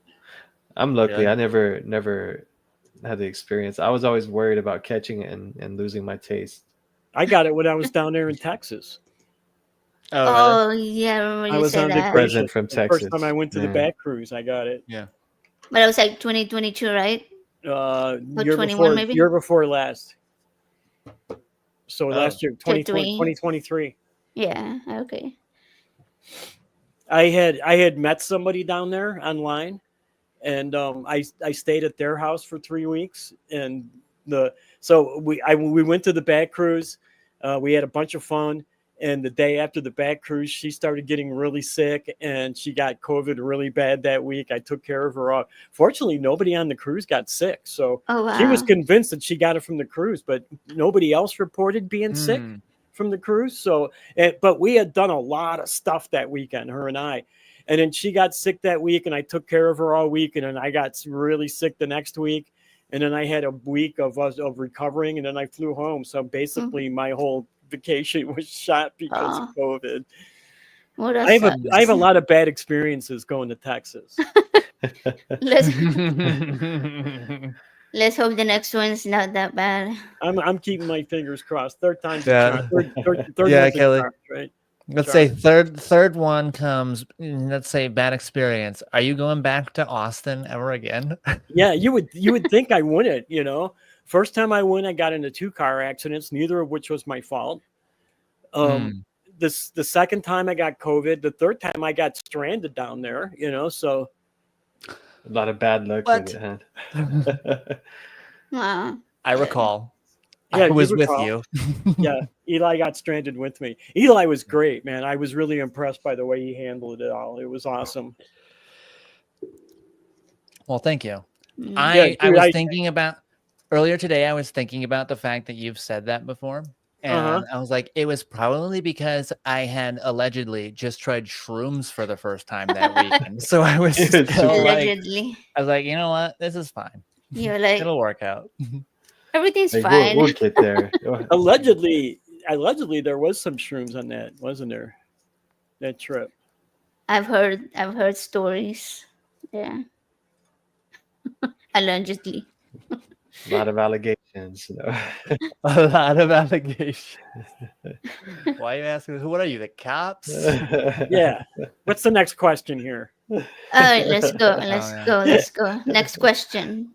Here Oh we yeah, go. I forgot Dan was waiting for us. Oh, I'm sorry, Dan. Most Okay, so it widely says used method of map projection, the process of flattening a globe surface for rendering maps.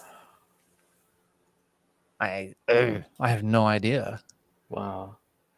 I'm thinking it's That's what I went with. You went with Oh what? no, I only no! Now that I Yeah, it was Go ahead. Mercator. yeah. Wow. Yeah, I only know this because my mom used to have a big book that had that was like on the front of the book, The big book of and it had Mercator. like it was like a. I guess so. I don't remember exactly. I'm I don't just know. joking. I There is was a no big. kid. I don't really know. I'm I making stuff up. okay, good. But I just know that it was an Atlas book, and it said Mercator on it. So Yeah, I was I do remember seeing a map with that word on it now too. Yeah. I should have I went know, with that. like, yeah, I know that I've heard What of is it it? before now. Let me see. Dymaxion sounded good. Dymaxion was a thing invented by our Bucky Fuller. Oh, He was that. If only Now it's there's been- another incredible person you should all know who he was. Our Buckminster Fuller. Okay, so Mercator is named after Gerardius Mercator, who was a geographer. interesting. Wow, okay. okay. Yeah, but That's but cool. That makes sense. the Maxian did sound very good. Yeah. But of all people to name a globe flattening technique off of, or to name it after, I'd Have say you- that the Have geographer you- is a good choice. I'm sorry, Eli. That's all right. Go ahead. You ever see one of those geodesic domes where they put all the triangles together to make a dome? I think so. You ever see one Maybe. of those? They made a bunch of houses out of them in the 70s and the 80s. Okay. like that. Yeah. Sometimes you'll see it like a church dome will be like that, all triangles to make the dome. That Mhm. that was invented by Art Buckminster Fuller, who also made up the word Dymaxion, and he made a Dymaxion car. If you want to look at something kind of cool, Google Dymaxion car and check out some of the YouTube videos of it. It's kind of neat. Yeah, so I was reading about him. So yeah, it seems like there's actually a thing called wow. Dymaxion map, which it says he actually did create a map projection. It says a world map projection designed by Fuller in 1943. It projects the globe onto an icosahedron, which can be unfolded into a nearly continuous distortion, minimized representation of the Earth. So it seems like it's very similar. So it was a good answer. He had a really Yeah. weird way of thinking. I mean, he had a really weird way of looking at the world, and it was pretty fucking cool. He wrote a book called Operating Manual for Spaceship Earth, and it basically gives us the blueprint to create the society that we see in Star Trek, basically, to create that better society. It's right there in this book. Anybody could buy it and read it and do it, Wow. Bucky Fuller, amazing person. I never knew about him. That's awesome. I'm gonna read about more about him. It says the Mexian philosophy. Mm-hmm. So that's pretty insane. And then you were talking about the car, right? Yeah. The 3-wheel car. Yeah. Yeah, Yeah. that's 3 wheels. Yeah. I looked at it and it looks like a Wienermobile. Yeah, yes, it does. It looks what it kind of looks like is a plane without the plane. It's just the body of the Yeah. plane, right? Without the Yeah. wings. Right? It was Yeah. a cool looking little, like a Jetsons looking sort of, like Yeah. Jetsons before they left the ground. Before they left the ground. Yeah. Yeah. What a Alright. cool thing. I want to read that book now. What was it called? Operating Instructions Operating for Spaceship Manual Earth? for Spaceship Earth. Operating Manual for Spaceship Earth. Now it's on the record. I'll come back to it tomorrow. Everything's gonna Okay. be right here for you. Oh, yeah. All right. Everybody ready for the Let's next? go. Yeah. Here we go. What is the only galaxy besides the Milky Way visible to the naked eye? Sunflower, Sombrero, Andromeda, or Cosmos Redshift? I wonder if there is a galaxy called Cosmos Redshift. I did like that one, but I was like, I don't think Yeah. If there isn't, there should be. Redshift drew me to it. I mean, but yeah, redshift sounded like something spacey. It definitely is spacey. It definitely is something spacey. All right, everybody got it right. Good job, guys. yes. Next, right, here we go. How many minutes does it take the International Space Station to orbit Earth one time? I have no idea.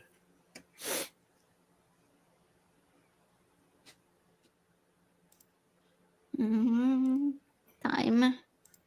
Let's see. Yeah. All right, the answer was 90. Yeah. 90 minutes. Yeah. I mean, that's really fast. fast. I had no idea it went that fast. Yeah, I wonder what's the well, I guess is the radius of its orbit is probably greater than the radius of Earth. Not probably, it must be. It has to So- It has to be, yeah. Yeah. So, I wonder what that radius is. I'm gonna figure that out at some point. Get on that. Yeah. Well, here, yeah, I'll do it right now. Yeah, while we're Yeah, in. go for it. Yeah. Sure. Radius of the ISS orbit.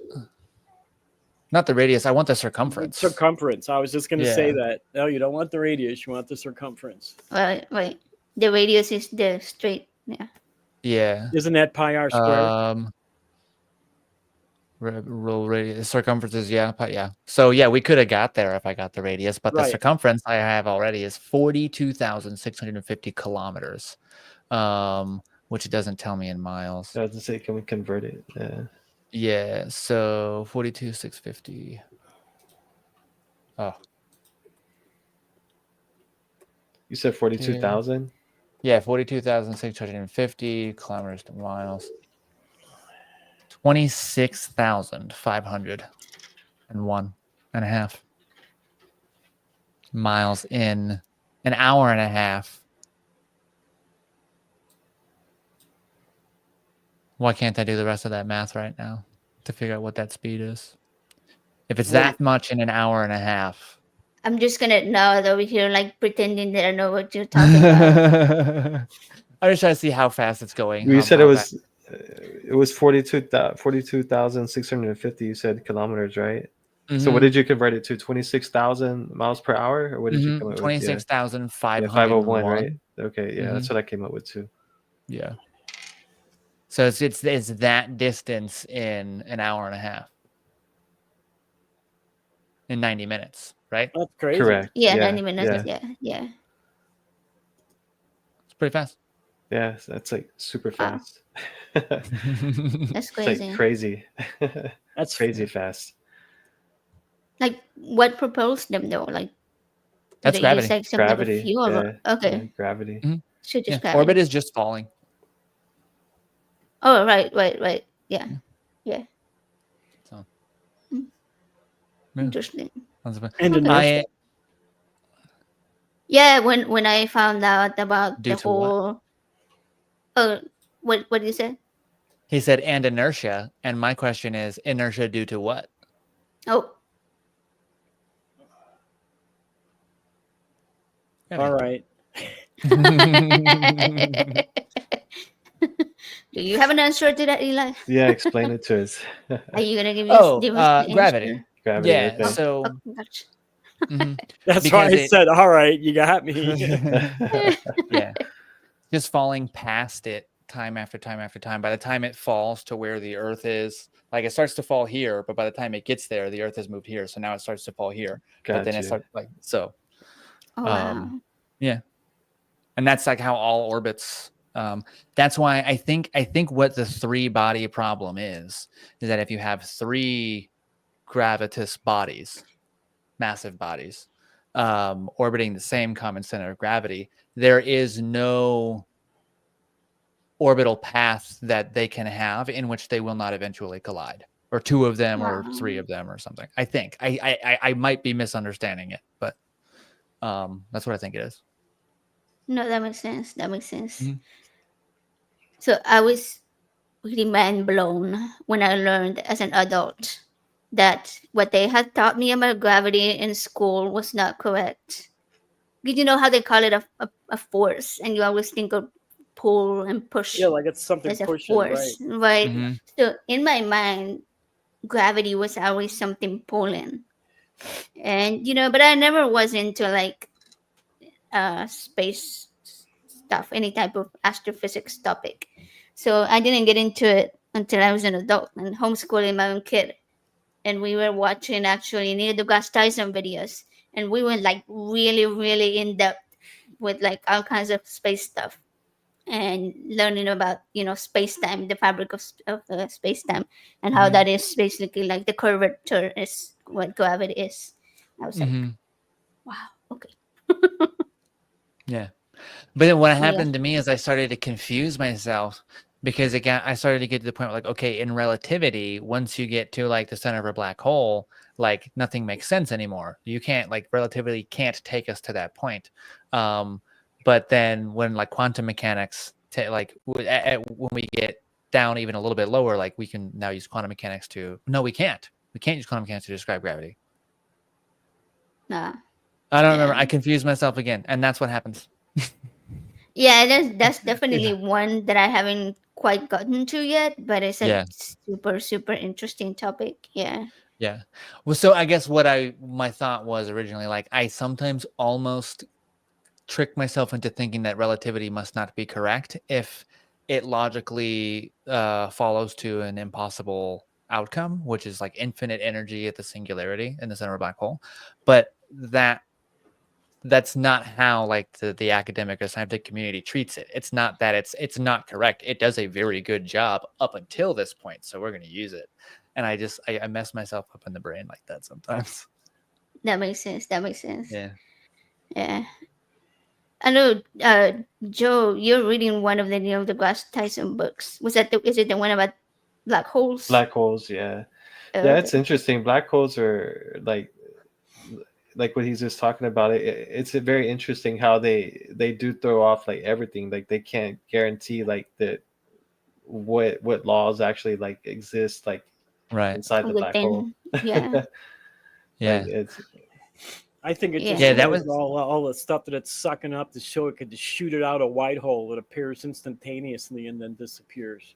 it's a lot of theories. I mean, right? That is an Yeah. actual theory. Yeah. To me, it makes a lot of sense. It does. Yeah. Yeah. Yeah. And haven't we recently found that like we thought that the universe was like all expanding in the same basic direction, right? And haven't we found that that's not true anymore? That it's like expanding in willy-nilly directions. I'm I think not we sure just on found that. that out like within the last year or so. Wow. So like So at random. not a You know, it's not like uniform sort of spreading out theory. from Like one one point; it's spreading continuous- out from more than one point. Like Wow. Oh some yeah, areas different more than regions one. are spreading Okay. out from yeah.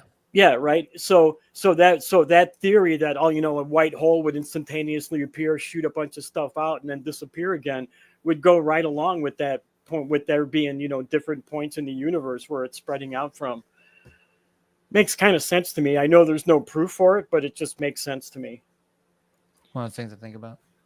So I have a question, Eli. Maybe you know this. Like, if the universe is expanding, and it may be a super dumb question, but is there a point where like gravity or like this space-time fabric changes properties because of the expansion? Like, will we get less gravity or something like that? Does that question See, even make sense? I think it does, but I've been told that that's not a problem that needs solved. So yeah, I think there's a question that you and I both still have. It seems to me that if gravity is a result of matter density, right? The more matter you have in a given location, the more gravity you have. So if the matter in the universe is getting further and further apart, I would think that it logically follows that gravity, the gravitational attraction between Different. forces would decrease, or not forces, but between matter, like pieces of matter would decrease as they get farther apart. Right.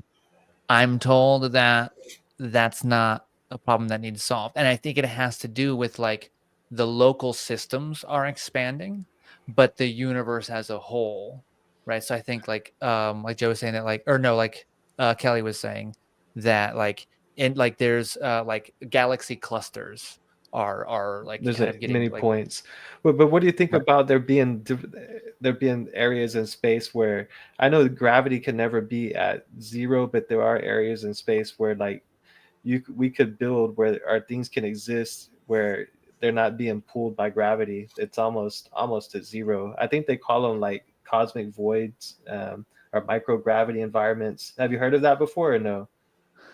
I've heard something like that where yeah, like you're so far from anything with mass that there's negligible gravity on you.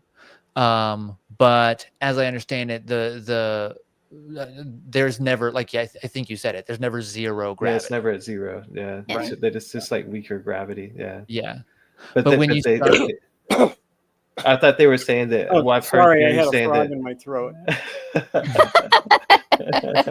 That's cute. I love frogs. They're so cute. Mhm. No, but they were saying it would be good to build like if we ever wanted to expand into space, like we could build transport stations, in these areas where they wouldn't be like moving around like in the in the I guess okay, in space. So like it would be like Yeah. stationary like transport yeah, points like that we could not build affected by the orbital by the mechanics of orbit. the Correct. Yeah. galaxies. Yeah. Wow, that's an interesting idea. Yeah. Yeah, I mean, it's we've pretty explored so little of space. It's just mind right. blowing to think of all the Now, possibilities out there. what I'm curious about, though, let's say we put a massive body in a space where there is no mass. Now there's new gravity. Mass. True. Yeah, right. What would happen? Yeah. So is it going to pull other like it will have some slight action on the Yeah. other bodies. How will it That's change the environment? Yeah, that's Mhm. true. And That's I very think interesting. it's more likely to because if you think of mass, one of the ways it can be thought of is like resistance to um, motion, I think is how it was described. The more mass something has, the more force you need to move it, right? So or to accelerate it, I guess. So I think what would happen is like if you're talking about like a space, like an intergalactic like space travel station, this is going to be something huge. It's much more likely to pull other things to Yeah, it, to it. not Yeah. like planets, but like small rocks, and rather than being No, more that's so. a very valid point. I didn't even think about that. So That's like, interesting to think about. yeah, Wow. for sure. Yeah. I think it would be fun to write science fiction. Yeah, science Uh, fiction is so interesting. As you can try to bring like these theories alive. hmm I mean, Yeah, and just explore those thoughts. yeah, yeah. Like you could take something like, yeah, we had this idea. Let's put the travel station in this void where there's nothing, so it won't move because of the. But then they don't think about. I Right, mean, then if you I have thought these about huge it, like yeah, asteroids getting pulled towards right, it. The crew gets in like danger. Everybody's right. like, Now, what's very good unrealistic about movie. that is that I thought about it. So, like, aerospace engineers would be like, "Hey, you know that if you put a massive body." So, Yeah, like like foils the whole plot. It's like, yeah. Right. all right. We're going to the next question, guys. Here we Cool. go. The vast cloud of icy debris theorized to surround our solar system is known as the I think I know this. what cloud? I don't know if any of those other ones really exist. I don't know. That's a good question. Like, are they somewhere else? Maybe. Yeah. Oh, yeah, true. I think one of them is supposed to sound like something. I think. The A is the Was it correct a Ort? answer. It was Ort. Wort. Mhm. Wort. Ort. Wort. Yeah. Okay. I wonder if Cooper is supposed to trick you into thinking like the Kuiper belt, which is Yeah. something similar but different. And Right. I think that was like the decoy answer. That's That's what made me think. I wonder if those other ones are real. That's the asteroid belt, the Kuiper belt. Mm-hmm. Okay. Yeah, but I mean they're made of like icy debris, so it would make Mhm. sense. Yeah. Yeah. All right. But is that the one at the edge of the solar system, Kelly, or do you mean that's the No, one the Kuiper Belt between is Mars the one and that's between Jupiter and Saturn, right? Mars and Jupiter? Or is it between Mars and? Yeah. It's out. It's in the middle of the unit. It's in the middle of the solar system. Okay. Gotcha. Let's see. It is past Neptune's orbit, apparently. I don't know exactly. Oh. That's what it says. Anyways, we can move on to the next question now. What is the scientific term for the change in direction of a particle wave from one medium to another? Diffraction, dispersion, refraction, or reflection? Oh man, I think I got confused, but I think isn't it refraction, guys, or no? I think so, yeah. That's what I chose. Yeah, I answered too quickly. Yeah, it was refraction. Dang it, I should have had that one. I thought diffraction for a second too, and I was like, I went to go to do diffraction, and I didn't get to go back in time, so I didn't even get the answer. oh no. Like, All right, next. The Pascal, named for French mathematician Blaise Pascal, is the official SI unit of measurement for what? Resistance, power, electrical current, or pressure? I think I'm wrong. It's either the first or the last one. I think it's resistance. It was pressure. Oh, man. Pressure. I had a 50-50 chance of getting it, and I got it. Like the little things that you used for measuring the tire pressure in the cars. I remember. Is that Pascal's? I'm pretty sure that's what they use. I always measured it in pounds per square inch. Yeah, PSI. Yeah. I'm sure it could be measured in pascals, but I'm most familiar with PSI. Yeah. All right, next. 14. In which scientific field will you use a theodolite? Astronomy, chemistry, surveying, or quantum mechanics? I know. Well, I mean, I know what it is, but I know too that it's not for sure. Wow. I went with surveying, but I think that's probably yeah. Yeah, it is. And the only reason I know surveying. that.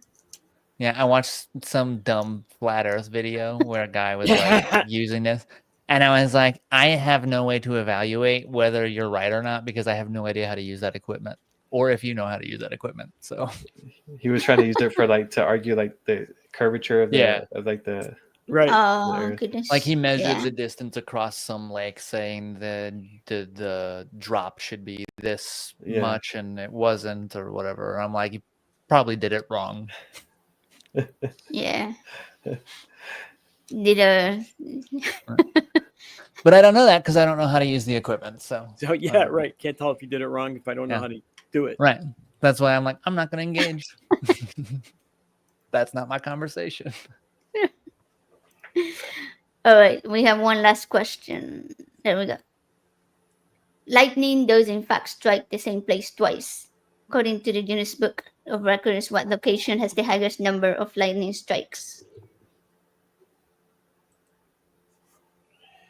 Wow, no, I'm feeling like it's New Zealand, but man. I mean, to say Kamchatka Peninsula, I mean that's not saying much, you know. I mean, that's a huge. Yeah, like that. That's like saying Washington State. You know what I mean? Yeah. Yeah, that's a big space. Or New Zealand. Well, it's Wellington, New Zealand. No, I'm going with the mountain. I went with the mountain because it was high. Yeah, so the answer was C. Who picked that one? Venezuela? I got it right. Oh, you know what? I feel like I've seen a lot of lightning photography pictures taken in Venezuela now that you say that. True, yeah. All right, let me see if I can put the... Or at least what I think is Venezuela. Leaderboard. Boom! Kelly got first place again. Dang, I still got last. I felt like I did really. I felt like I played my heart to that time, man. I think I was just too slow at answering them. You got lower than even the person that left mid game. Oh man. Yeah, I was like, wait, didn't Dan leave? To be fair, Dan came in second. when he did when he was Earlier, That right? would be funny. That's I'd be true. like, That's true. those are some hard questions. No, but I feel like I Yeah. got a lot of them right this time, but I think I just answered like way Yeah. too low. It doesn't. How can you tell like how many you actually answered right? Will it show you that? Good question. Oh yeah, right there. It's 4. Let me see if I can do that. What did it say? 6 of 15. How many was it total? 15.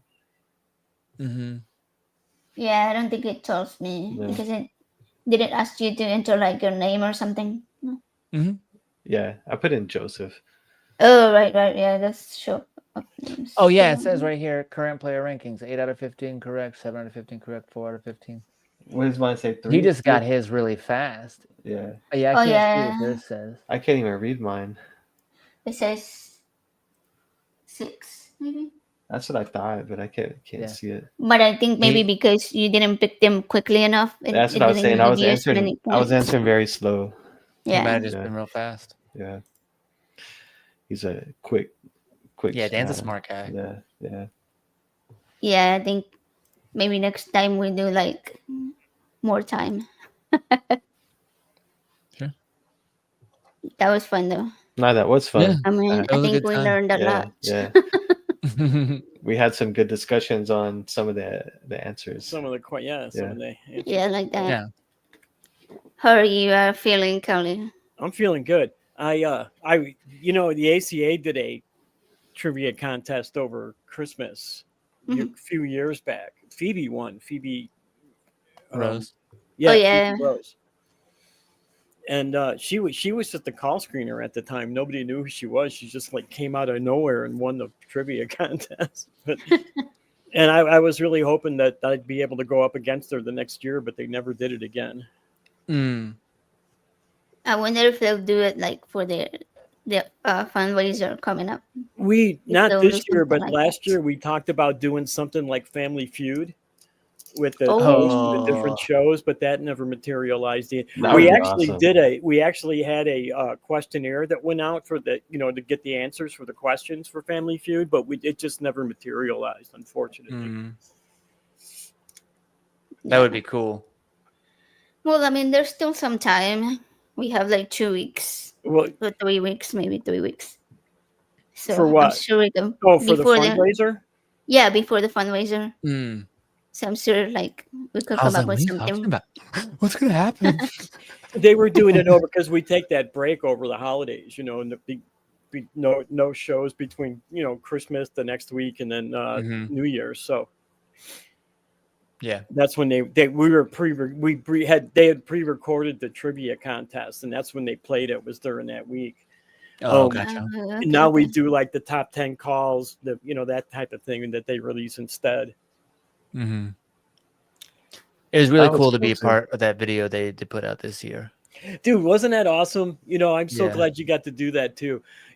I hope you felt really good about that. The year before, they asked me to do it, and I was just some guy, I'd done a few nonprofits and stuff. So I was like you the year before that, and it made me feel so good. So I was hoping it made you feel as good as it made me feel. Yeah, Aw. it really did.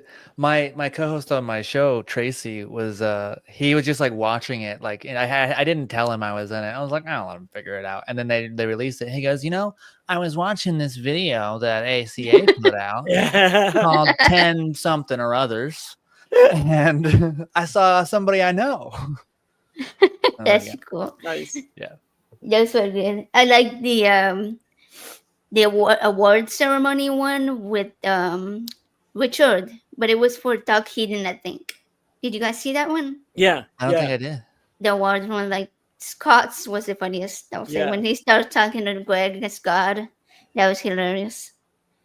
That's Dan used to do the Pico Awards, where he did a award ceremony every year too. That was before the trivia contest, the Pico Awards. And Pico was his cat, but his cat passed away, so no more Pico Awards, which I think is bogus. He should still have them, a way to remember the cat. Loving memory. Yeah, he should. Was that for Truth Wanted? Or was it for like other shows? Oh, yeah, okay. it was for Truth Wanted.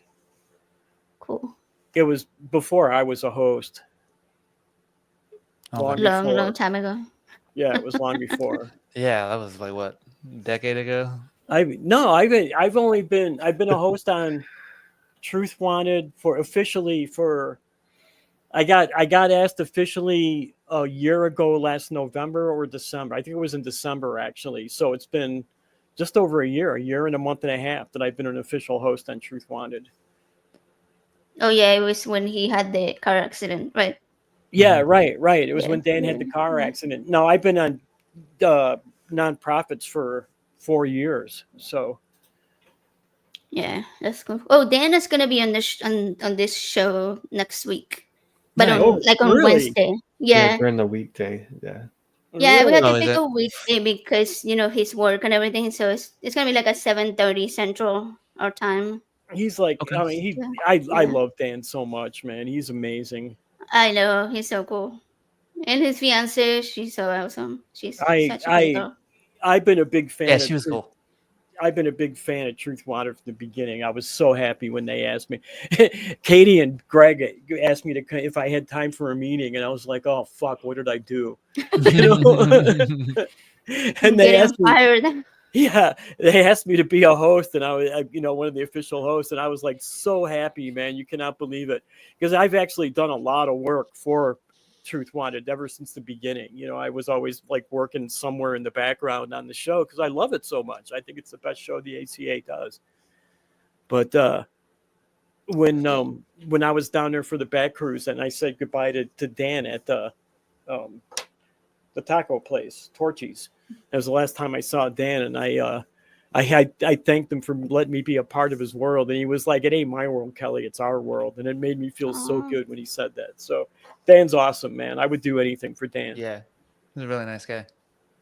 Yeah, he's a really good guy. Like when we went over to the studio and he was hanging out there, and he was just talking to my kid, like like they'd been buddies forever. He just sat there and chatted and like engaged with him. Like I was like, that's a cool person, like yeah, Yeah.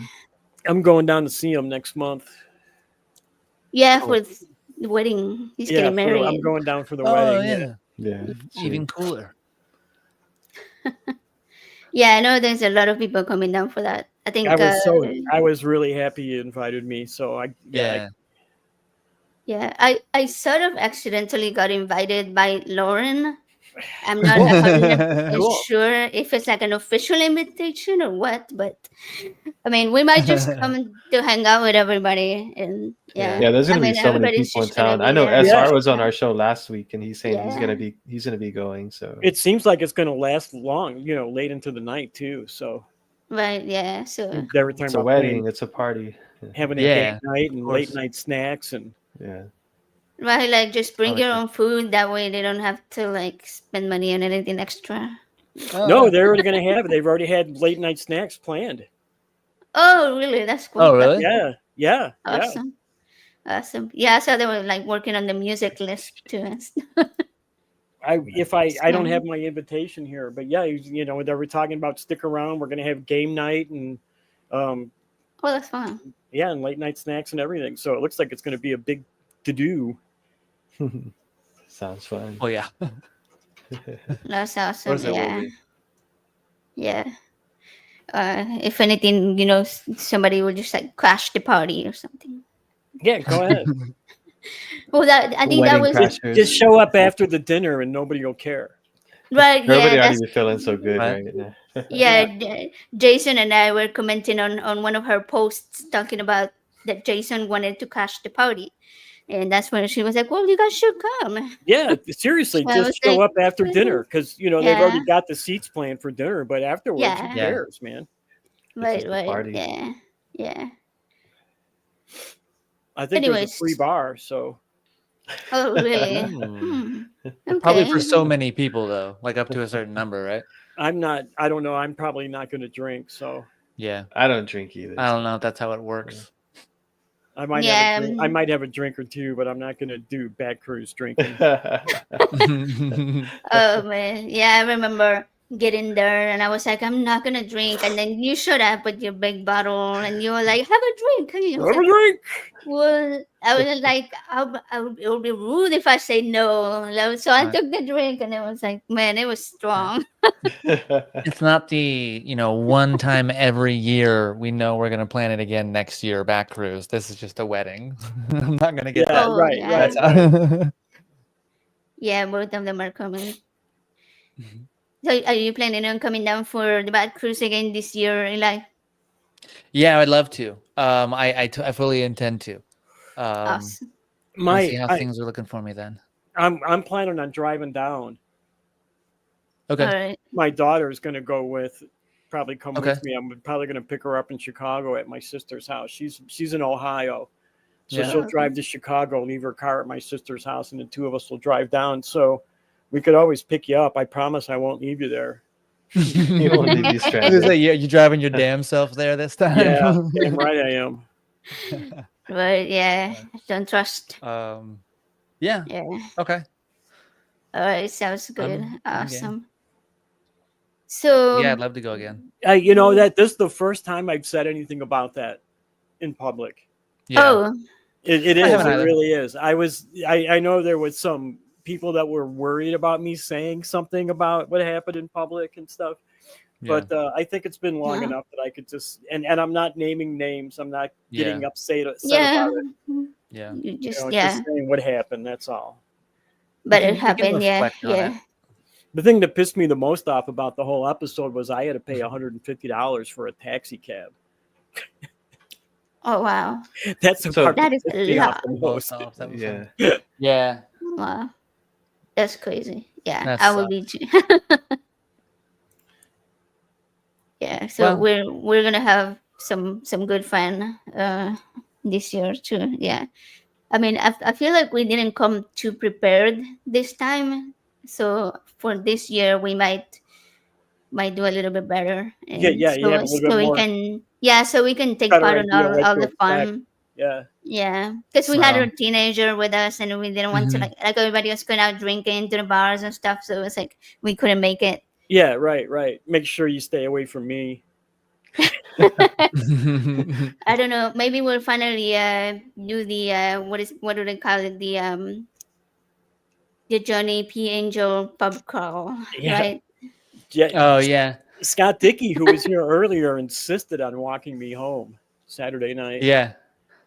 Yeah, back And to the hotel. What was funny is that as Scott and I walked into the hotel room, Eli was texting, "Hey, has Yeah. anybody seen Kelley?" Yeah, where's You Kelley know at? where Where's Kelley is? Kelley? Oh.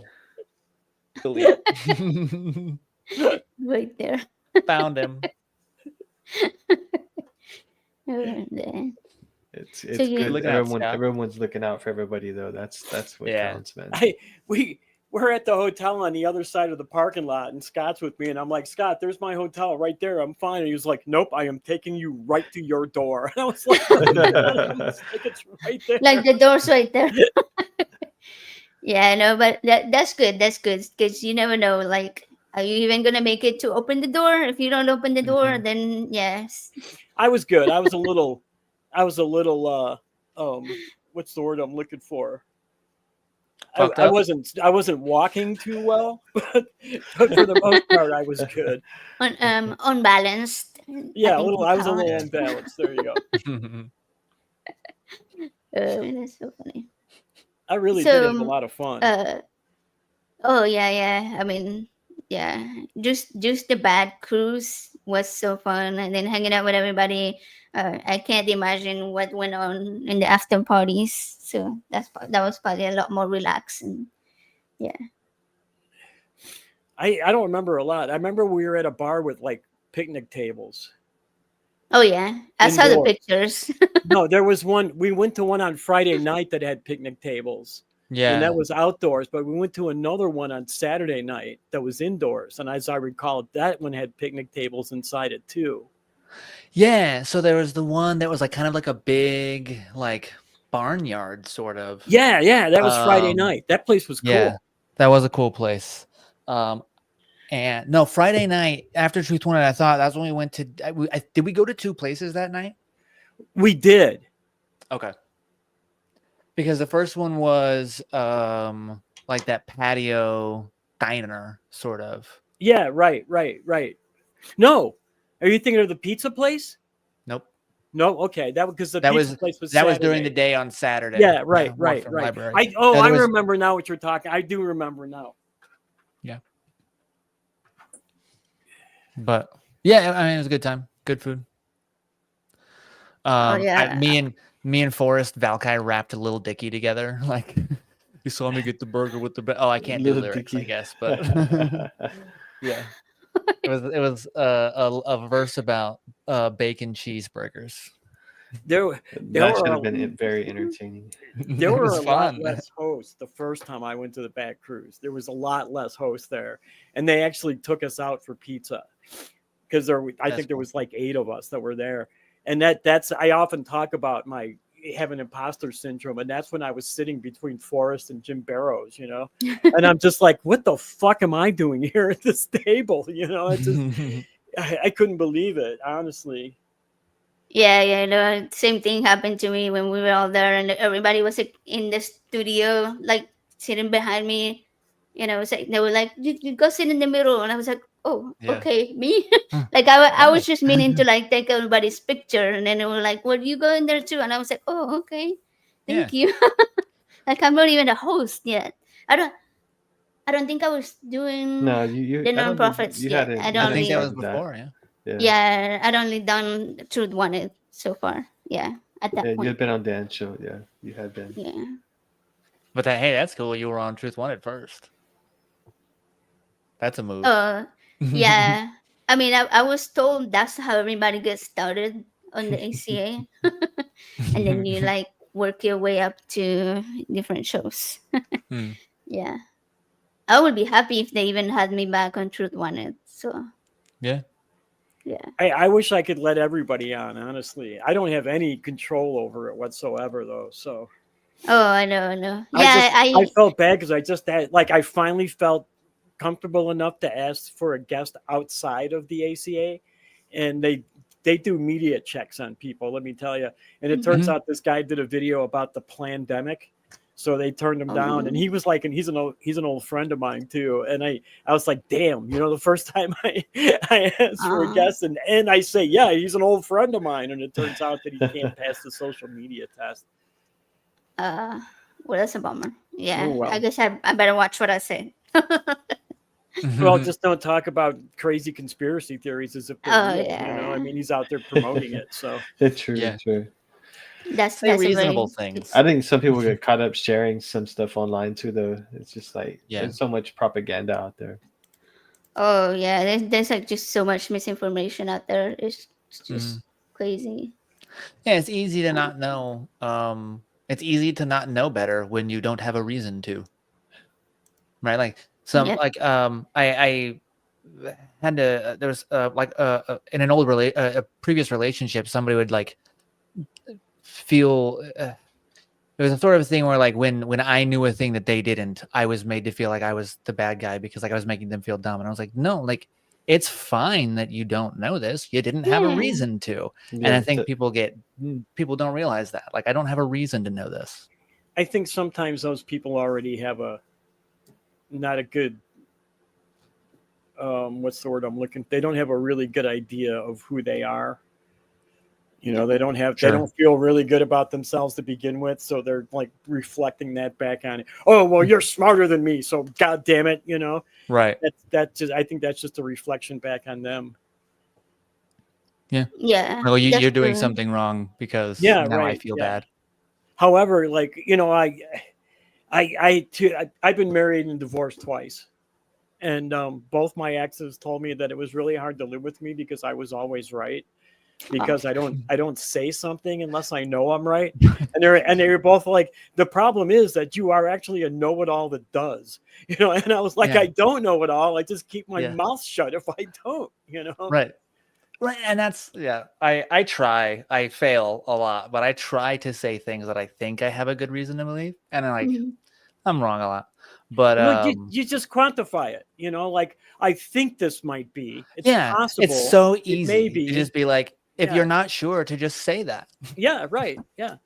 Yeah, And I then- don't get why people Yeah. have such a hard time accepting when somebody's like, hey, look over here, like what you're saying doesn't match with this, and they're just like, no, I'm just not gonna look at that. Like what I'm telling you is the right thing, Mhm. and it's Yeah, just take like, it I as a don't- as a yeah. as a lesson and like Right. change your, you learn something that you were wrong about something and like admit it, and then like now you know.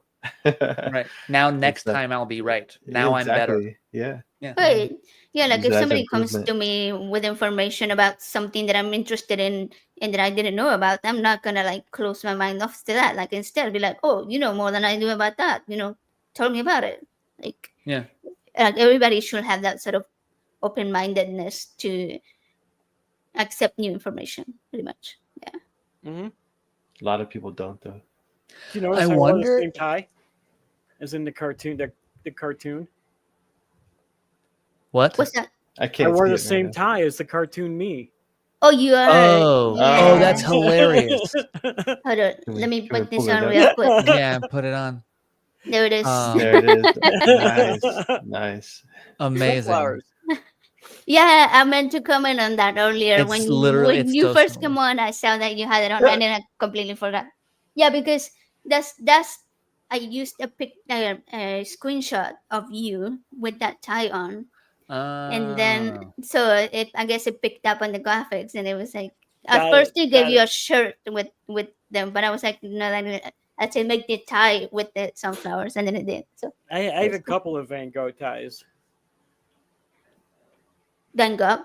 Oh, that's Yeah, cool. Van that's, Gogh. a- Yeah, Van that's one Gogh. of his paintings, Sunflowers. Oh, I have okay. one with okay. irises. I have Starry Starry Night in a tie. Oh, nice. I have a That's really cool. cool one. It's like the Starry Starry Night, but it's got the Scream guy on the very bottom. Nice. Oh, really? The screen guy, the one that's like, Yeah. okay, that's cool. So you I was have thinking about- like 100 ties. You told me, right? Yeah, Something I like call that one my Screamy Screamy Night tie. Screamy, screamy. That's funny.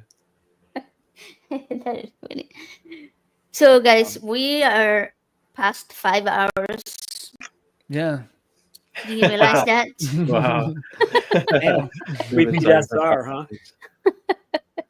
Hey, it's been a good show. I think we've had like some like the conversation's been all over, but it's been great. Yeah, I I really know. enjoyed this. I'll be Um, honest, when everybody was here, I was having a hard time talking because, if I had been tripping, the hardest part of the trip is getting there, And if I had been tripping at that point, I would have been getting there. Getting So, there. yeah. You may or may not be there.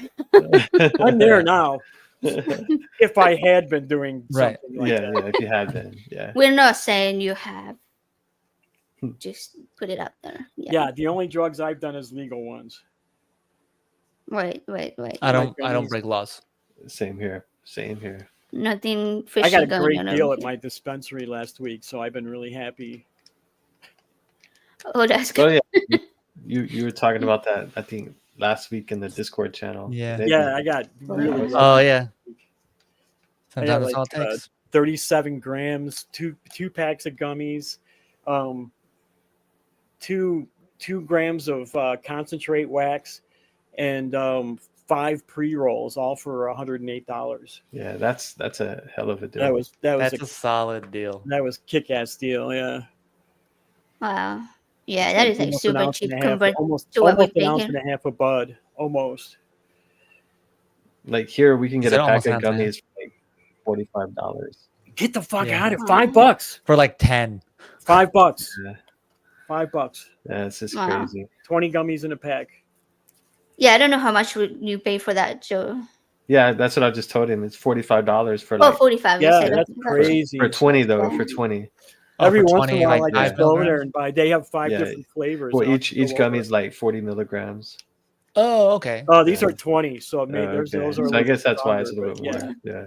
Gotcha. But still, these are only $5. Yeah, that's still like way cheaper. I know. That's solid. That's why. Yeah, it sucks. Was when that you like like a- this. Every Was once that the in a while, first time you had been to that one? It was the second time I've been to this one. Okay. So, but the first they had a really good coupon deal going, And I went and used the coupons the first time, and you have to sign up for the rewards thing, so you can't use the coupons twice. So I made my son go with me last week. Oh, gotcha. That's how. Okay, yeah. And he used all the coupons. And fortunately for me, my son doesn't use cannabis at all. Yeah. So I got to keep everything that we used the coupons for that day Nice. that Extra I brought discount. him there for. And then I did something nice for him for going with me. So Nice. Seems fair. Seems fair. Gotta Yeah, gotta I mean, work I've the been to system in. dispensaries in like California, and we've been to dispensaries in Washington, and yeah, it's nice to be able to be at a state where recreational is like legal, and it's, yeah, the cost is totally. like so much more like reasonable, for people to be able to buy I've it. had, I've been in other dispensaries in other states, and I've never had a bad experience. This new one that I just went to, I really liked it a lot compared to. We have a lot of them on a little stretch of highway along here because we're right on the state border with Wisconsin, where it's not legal still. So a lot of people come across the state line. So there's a lot of business right here, and so they're always competing with each other. And I've been to all the other ones. This one just opened up, and I really liked it because all the other ones are like walking into a pharmacy. It's real like controlled like that. And this was like going over to my friend's house back when I was, when people were illicit drug dealers. So you went to some guy's house, hung out for a while, talked, joked, and then left, and it was more like that atmosphere. So I really liked it. It was cool. I recommend it. If you're in Norway, go to that one. We'll have to come visit. We'll go with you. Yeah, totally. Oh yeah, yeah.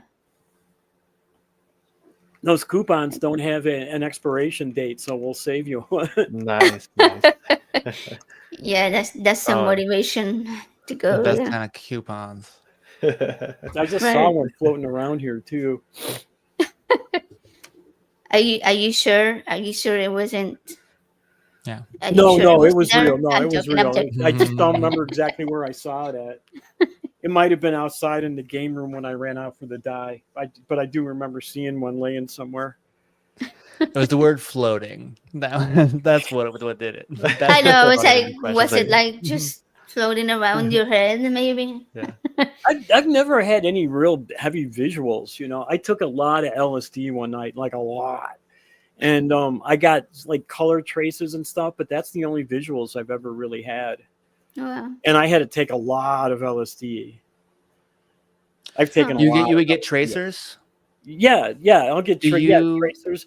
But I was like, this night I was like in the backyard. It was 2:00 in the morning, and I'm just like watching little tiny firework things going off, like a Roman candle shooting from behind me and going pew.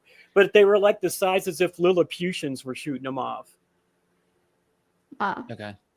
So it was just like when they spread out, it was only like this big. Oh, cool.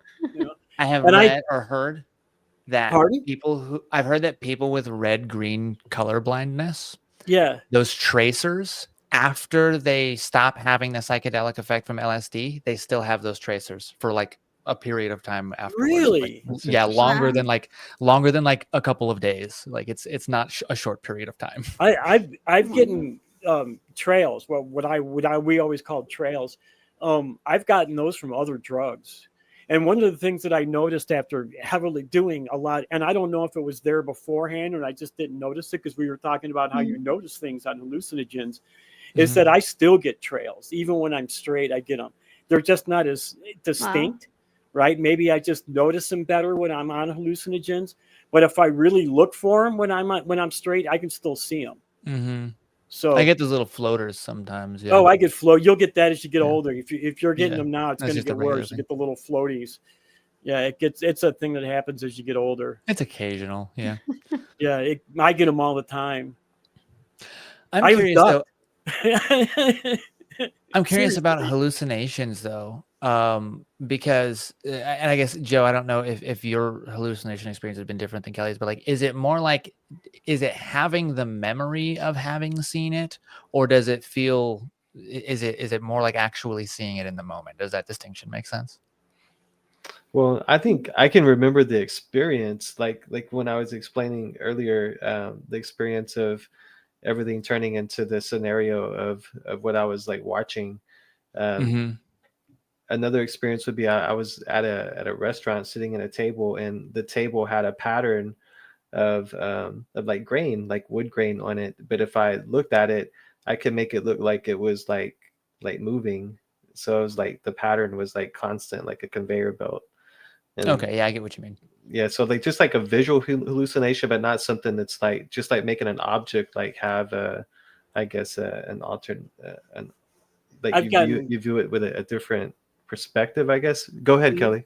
I was about to say I've gotten phantasmagoric visuals like that, like looking at a stucco wall and making it, and it having it look like it was a river flowing by. Okay, because of the stucco. I think it's the pattern, though. The pattern causes that, though. Yeah, right, yeah. exactly. Mm-hmm. That's what I was talking about earlier, though, Eli, about patterns. Like if I see a pattern, it can like make me feel like I have like a flash, like So a, like kind a of like trigger. remember that yeah, like a experience. trigger. It triggers like that vision or that thought that I well, yeah, I guess it would be more I've heard that called a experience. rollback. A rollback. Okay. Yeah. Interesting. Yeah, that is interesting. We were talking about the flashbacks earlier. Yeah. Huh. Yeah. Interesting. So I don't know. It's I don't know. Hallucinations, and I guess like actually experiencing them. Like, yeah, I think you remember them like as they happened. Like you could, like, if you asked me like detail about what I saw, I could describe it to you. You know, like it was a real experience to me. But like no one else saw it around me. Right. So it is kind of odd. It's just like it's just in your head. It's Yeah, in your well, mind. but it did get recorded as sort of a memory. So Yeah, as a it memory in makes my sense mind. that you could trigger it was an it to come back. experience. Yeah. Yeah. It was an experience. I'm super Like- curious about the neurophysiology of how it doesn't really isn't really there, but your brain I'm recorded it like it did exist. Yeah. Because like I was tricked into believing it actually did happen. Yeah. Have either of you experienced like really weird stuff while you were on hallucinogens? Things that would have been weird even if you had been straight.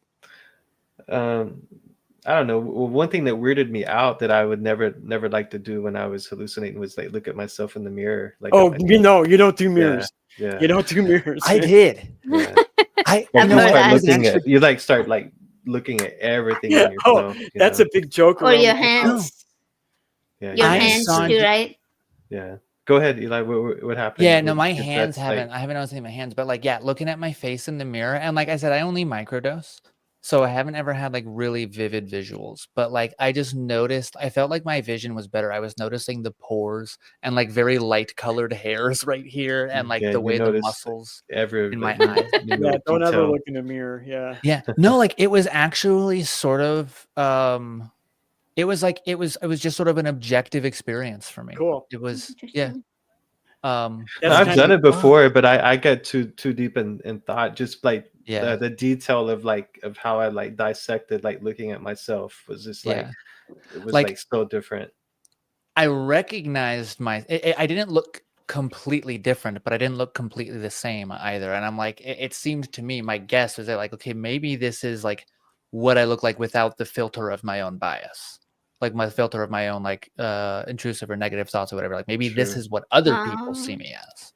That is a Um, really good observation. Yeah, because they say that you don't look the same to pretty much anybody. Everybody Like sees everybody you different. sees you in a Yeah, different way, persona. including yourself. Right. You don't see yourself as other people see you. So yeah, that's Mhm. very possible. I wonder if like when we talked about it earlier, like that the ego that sort of were the psychedelics separate you from being able to say this is who I am.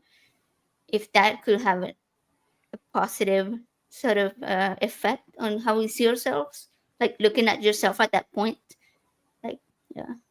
Yeah, and that's I as I understand it, that is what helps people so much is like being able to just separate their own negative biases about themselves from their opinion of themselves or from their self-identity and just kind of deal with those things separately.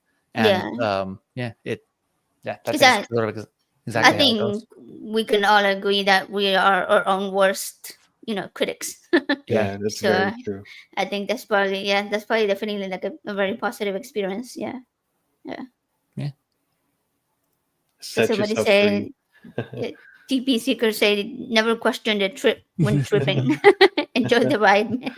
Yeah. Right, man. There was a certain point, hypothetically, allegedly, where I was like, I'm just gonna go. Like, I had to like basically change my course of action because I was like, if I continue doing this and thinking about this is gonna turn bad. And I already like my stomach already didn't feel super great, so I was like, let me like just watch, I don't know, like Dimension 20 or something. It was funny. Yeah, I mean, if you know ways to like make your experience more positive, yeah, I guess that's the Mhm. thing that you were talking about earlier, like your setting, your set and setting. Like you Mhm. gotta make sure that you have a few tools in the arsenal to make sure that you bring yourself back to like a positive place in case you notice yourself deviating.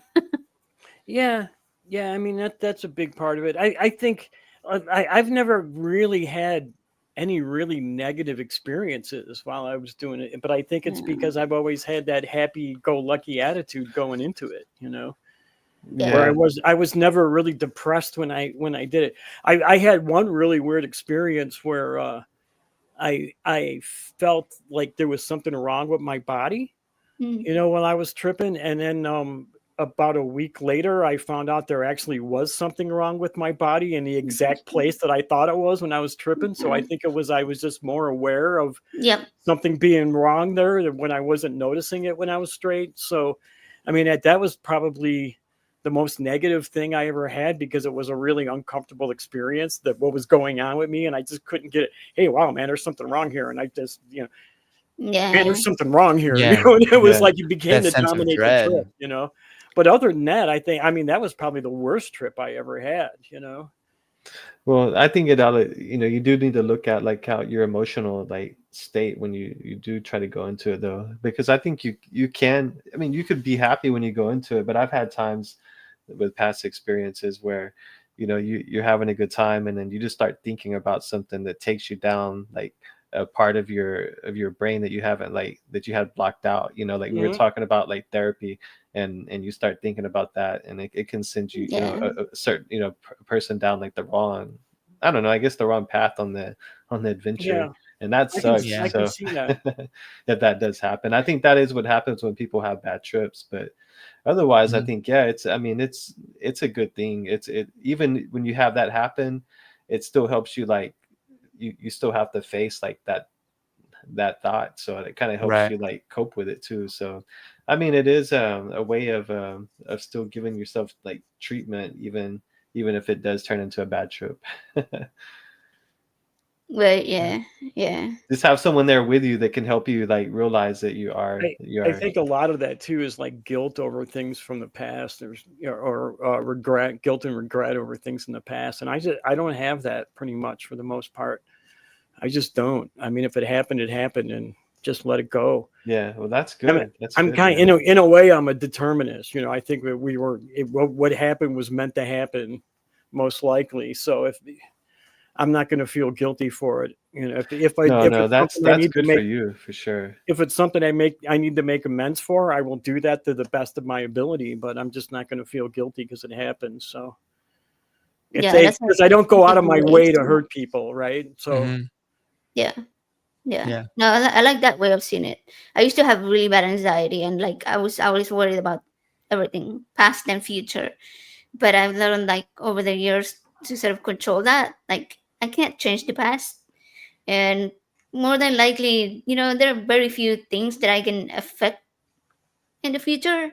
Like yeah, sure I can, take not do certain things, like I don't know, bad things so that I don't go to jail or stuff like that. But Mhm. like other than that, it's like as long as you're a pretty decent Decent human being, person, right? Yeah. Just like decent, that's all. Right? like Kelly always says, don't be the best, just be better today than you were yesterday. So yeah, just that's That's every how day you be a can better do. great person. words of advice. Yeah, I like that, Kelly. Yeah, I love that. Yeah. Yeah, Every once in a great while, I say something smart. but and I'm lucky that I caught that one because now I tell it to everybody. Yeah, that's good. Yeah. I like that a lot. I don't know how I haven't heard that until now. Yeah, I can't You got to remember. I hang out think with you me said more, it man. like like on one of the after shows, maybe. I'm pretty sure it was in an after Oh, show that okay. we were doing. Yeah, yeah, on Discord. Okay. Yeah, Jimmy So- didn't. Jimmy was surprised I was the one that said it, huh? Yeah. Yeah.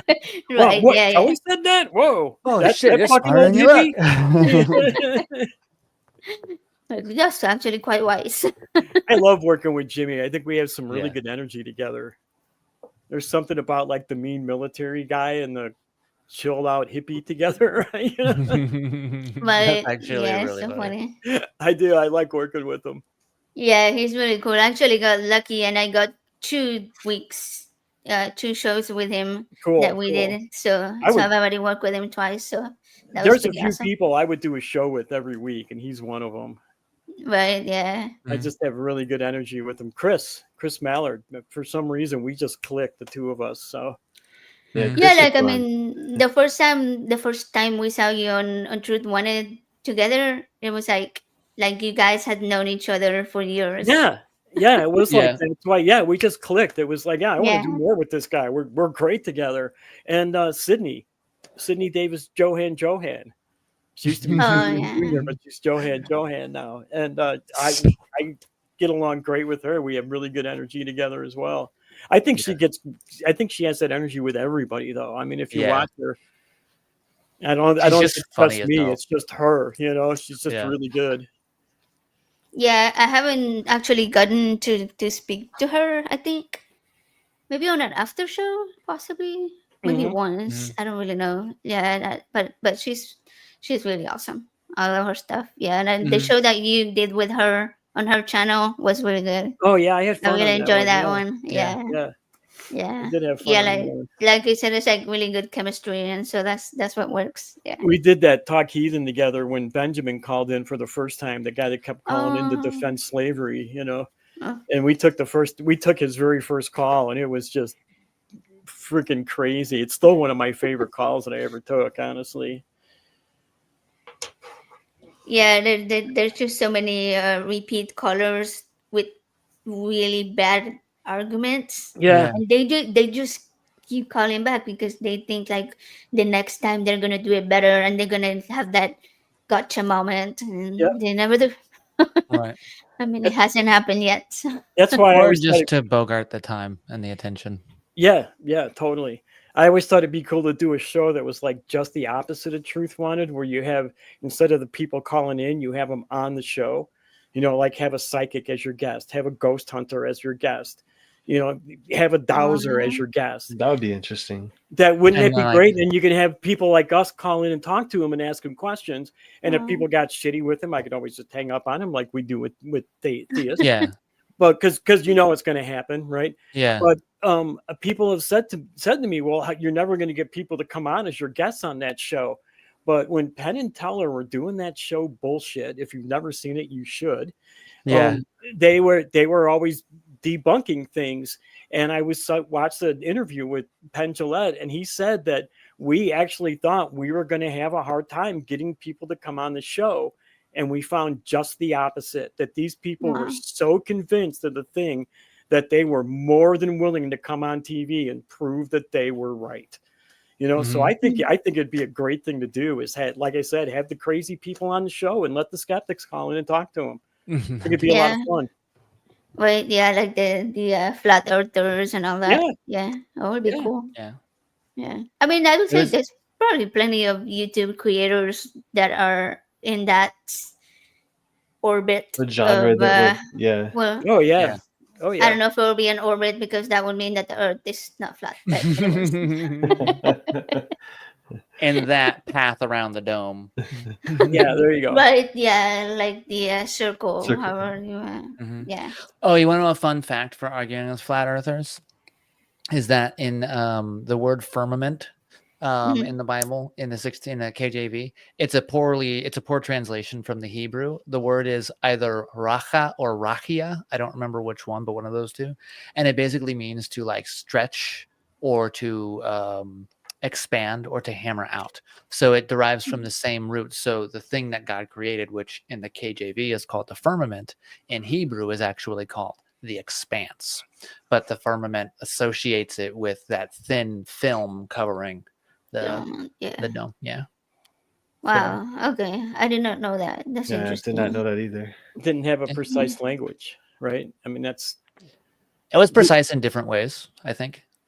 well, yeah, it was precise if you were a goat If herder, you understood right? it, yeah. Right. If you were right. an ancient Israelite, yeah, it Right, but communicated all the ideas they needed to. It's like one of the things I always talk about is that any science or any hobby has its own language, and if you want to be good at that hobby or at that science, one of the first things you have to do is to learn that language. And if you don't learn that language and you act like you know about stuff, people are going to know right away that you don't know shit because you don't know the language, right?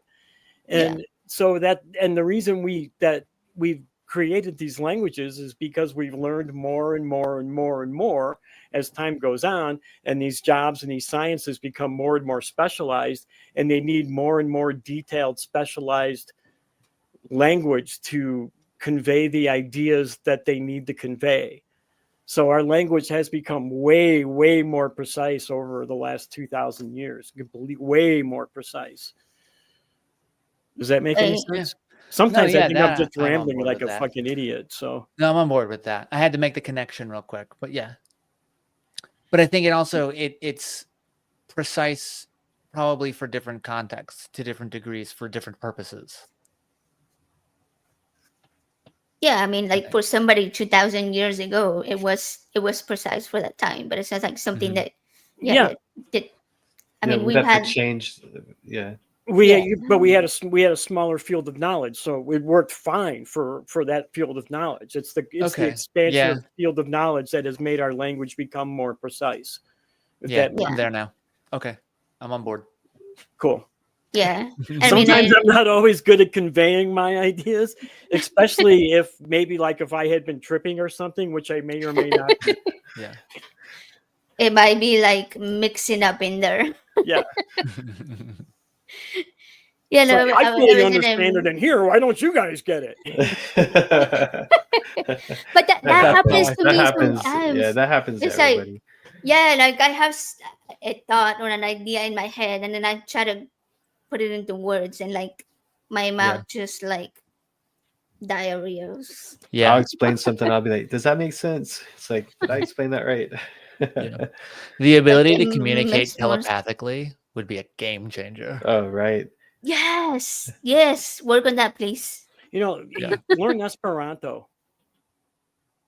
Do you think so? Yeah, because nobody speaks it, and it don't be almost as good. If you want to communicate, the best part of being telepathic is you can communicate with somebody that's without everybody else in the room hearing you, right? So if you're speaking to them in Esperanto, nobody else will fucking know it and know what you're talking about anyway. What if we all get neural links in our head and we can get Bluetooth options and we just air send those thoughts to each other? I think that when I think of communicating telepathically, I don't mean like now that person's going to hear my voice in their head. That person is going to conceptualize the message that I want to convey without error or without personal bias. They're just going to I think that would be the best part of being able to communicate telepathically. Yeah, I can see no that. longer being misunderstood. But would you just send them that thought, sending that vision or that ideal directly to them so they can see it exactly how you're envisioning it, what you're trying to convey? Or how would they? Yeah, see, because then it comes down to how do different people interpret different thoughts, right? Yeah. Like we said earlier, everybody was explaining how they think earlier. So yeah, that would make a difference too. Yeah. But then I would be kind of worried that pretty much all of your thoughts will telepathically communicate. Wait, I didn't mean to send you that one, right? Oh, shit. Probably, yeah. Like, how do you control which ones you're sending? If you're sitting next to somebody and you're trying to communicate something, and all of a sudden you're like, God, he's just a shithead, and oh, sorry, no, not you. Yeah. I meant to send it to the one over there. Yeah. Man, I've had that happen with text messages where I'm typing and I accidentally just sent it to the completely wrong person, and it's kind of me some trouble before. About. Oh yeah, I did that. one Yeah. time it totally did that, and yeah, it was bad. Very awkward. When the person was like next to me, and I was Oh. texting because I was texting Joe about it, and I sent it to that person, and the person was right there, and I was like, oh shit. I don't remember exactly how I explained myself out of it, but Oh yeah, my god. it was very awkward. Yeah, I can't imagine. Mistakes happen. Yeah. Yeah, but Yeah. yeah. This is one of those things you're like, look, what do you want me to say? Ooh, You know what just yeah. happened. Like we can just move on, right? Yeah, yeah. Right. Yeah. So like that would be my concern with telepathy. Yeah. That you will be sending like It's a valid point. your whole thinking will be out there. So it's like exactly how will we control which thoughts we send or don't send. Yeah. I would not try it until it's like very well developed. Yeah. Yeah. I would think to make a connection to another consciousness would require an effort. It wouldn't Mhm. be like how my Wi-Fi connects automatically unless I turn it off. Which I have to turn on that it connects automatically. So that's a bad example, but Yeah. I think it'd probably be like, oh, like if I wanted to like with my son in the other room, if I wanted to send him a message to like like, what do you want to eat for dinner? And he could send me back exactly what he wants. Like, Right. Like I guess you will have like a contact list in your brain or it's and proximal maybe. right. Yeah. But you could still have that, send it to the wrong recipient this situation. Well, it could be Yeah. like a program, right? I mean, won't we eventually get to where we can like I'm talking about, like if you have like some type of implant where you can actually have like an OS like appear in front of your vision and be able to send text Mm. messages like through that. That would be Yeah. insane. Even if it's glasses, that still would be kind of cool. Right. Just having something where like now I can use my hands for other stuff. Yeah. Like, Yeah. And just have like the screen in front of you. They haven't really like got that technology down. Like if it could just be like right there, it would be insane. Like an right. implant. If you think about it, it's actually really interesting because when the animals that would later their descendants would become humans started walking on two legs, it freed up their hands to do stuff. Mm. And then we started communicating, and then we did more stuff, and then we came up with new ways to communicate, and now we have to use our hands for like our primary means of communication. So we went backwards, right? Yeah. We're Right, doing yeah. that with technology too, Yeah. right? With cell phone texting is just Yeah, I think that's what we're telegraphing, saying. right? Like we're always got like, have to always have our phone in our hand or Yeah, always texting is just telegraphing, and now everybody carries a pocket watch instead of a wristwatch. yeah. True. Hilarious. Yeah. The cell phone has really like changed everything. Or at least, like, digital watches. Yeah. Yeah. Smartwatches are getting insane. yeah. I've had a smartwatch for a while, and yeah, it's pretty cool. You know, it tracks like your heart rate, your Yeah. oxygen, how much you walk. So I Yeah, mean, like it's The it's- pretty oxygen thing is speed. crazy. The fact that it does that is nuts to me. Yeah, I don't know how they do that with. I don't think mine has that setting because it's an older one. But you have seen like some of the newer versions that I don't know how they track that. I don't know how the little thing they put on your finger does that. yeah, it's the same. They use the same Yeah. technology, Yeah, right? yeah, right. I It know, has, but I like, Oh, just yeah. don't know how Yeah. it does it. yeah. So it has to do with the wavelength of light that oxygen absorbs. So, or while it's inside your bloodstream, so it sends the red light through, and the amount of light that does not get received on the other side, accounting for skin and nails and everything else, determines roughly how much oxygen is in the blood within the capillaries. Okay, that That's makes how the sense. finger thing does it. Yeah. How the watches do it is, Okay. I think, something similar by like because it uses a light, I think, doesn't it? It does use a red light as well. Yeah, it Yeah, has so- like a Hunter said Infrared. infrared light sees the pulses. Okay, that makes sense. okay, nice. Yeah, I Okay. mean, because the like these watches have, well, it's Oh, they not have coming sensors. on, Yeah, but they have like little Okay. lights. These That's what I was light up thinking. One of those sometimes. is a Yeah, light, and one being a sensor to do basically the same thing.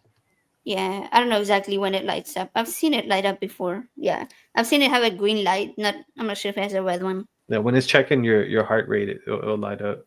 Yeah. True. Okay. Well, maybe I'm wrong. Maybe I'm wrong about how that works, and I'm sorry for saying something if I like. No, that sounds Because, correct. It's probably Um, a similar technology that the watch uses. But yeah, yeah. you're correct about what you described on Yeah, but for the for the finger, it O2 makes sense. finger meter. Yeah. Yeah. Yeah. Okay. You look it up. Yeah. Yeah. Okay. Well, because when who was it that said it? When the commenter said infrared light, I was like, okay, I didn't think infrared light was involved. I must have missed something, so that threw me off. Okay. So I was like, okay, now I got to figure out what I got wrong. But It is in yeah. fact. So Kelly looks like he's got some kind of thought that was just going on right now. You look like you were laughing. I'm always like, yeah, dude. Like I said, I got like comedy movies that go through my head like all the time. I Man. remember you said that earlier, and I was like, "What's he thinking about now?" I ate. I may or may not have eaten a bunch of mushrooms earlier. Allegedly. But when I did or didn't, I saved this little tiny one. Look at that. Oh, she's so cute. So little Yeah, pan. and that's why I was laughing. I looked down and I saw it, and I was like, "Look at that little tiny miniature mushroom." I couldn't. I had to save it. It was so perfect and so Yeah. tiny. Yeah, it is cute. It kind of reminded me of something, but yeah. I want to put it in something. Well, so the thing is that the actual mushroom is the reproductive organ of the mycelium. Yes. The mycelium is the living organism. And Yes. so the mushroom grows out and then it has a veil that detaches from the cap and spills out all the spores, like 500 billion spores. And it's just a numbers game for fungi, basically. But yeah, it is the reproductive organ of the fungus. Well, it did look like a reproductive organ to me, so yeah. It does look like a reproductive organ. That's what I thought when I saw it. I was gonna say something. I like to go mushrooming a lot in the summertime. I go out mushroom picking a lot. Not the psychedelic ones, because there's really not. I can get Amanita muscarias around here, but those are little Yeah, issues. Yeah. Yeah, Probably I'm no. skeptical about Amanita. I've taken them. Yeah. I may or may not have taken them. I guess I'm not skeptical. Probably I'm not. weary. I'm weary of it.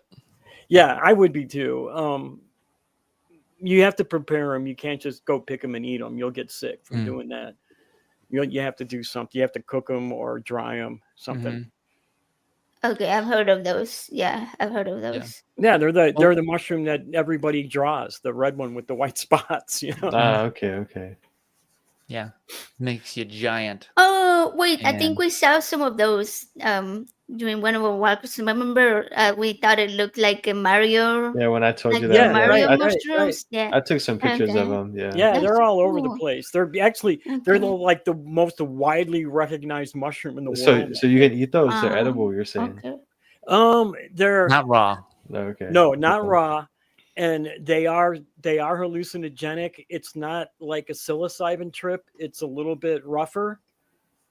So it's more like drinking alcohol than it is like dosing on LSD like Gotcha. psilocybin is. Yeah. So it's a different kind of a high. It's not quite the same. I didn't like it. I've tried it twice because first time got to try it twice. First time might have been something wrong, but but again, as I mentioned earlier too, drugs do not always affect me the same way that they affect other people. So I Yeah. might be getting a completely different effect than you would from it. So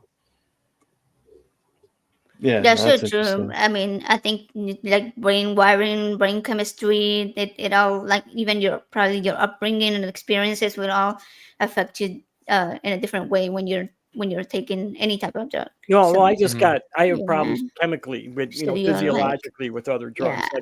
Like I Yeah. mentioned before, all the blood pressure medications are paradoxical and they cause me to cause my blood pressure to go up. The If opposite. my doctor once gave me trazodone because I was having problems sleeping. Here, take one of these at night; it'll help you sleep. And it was like I had just drank 4 pots of coffee and I Like stayed wide up all awake. night. So Whoops. I get paradoxical effects often from drugs. So it's hard for me to say, especially with the street drug, if I'm going through having the same effect that somebody else is Right. having.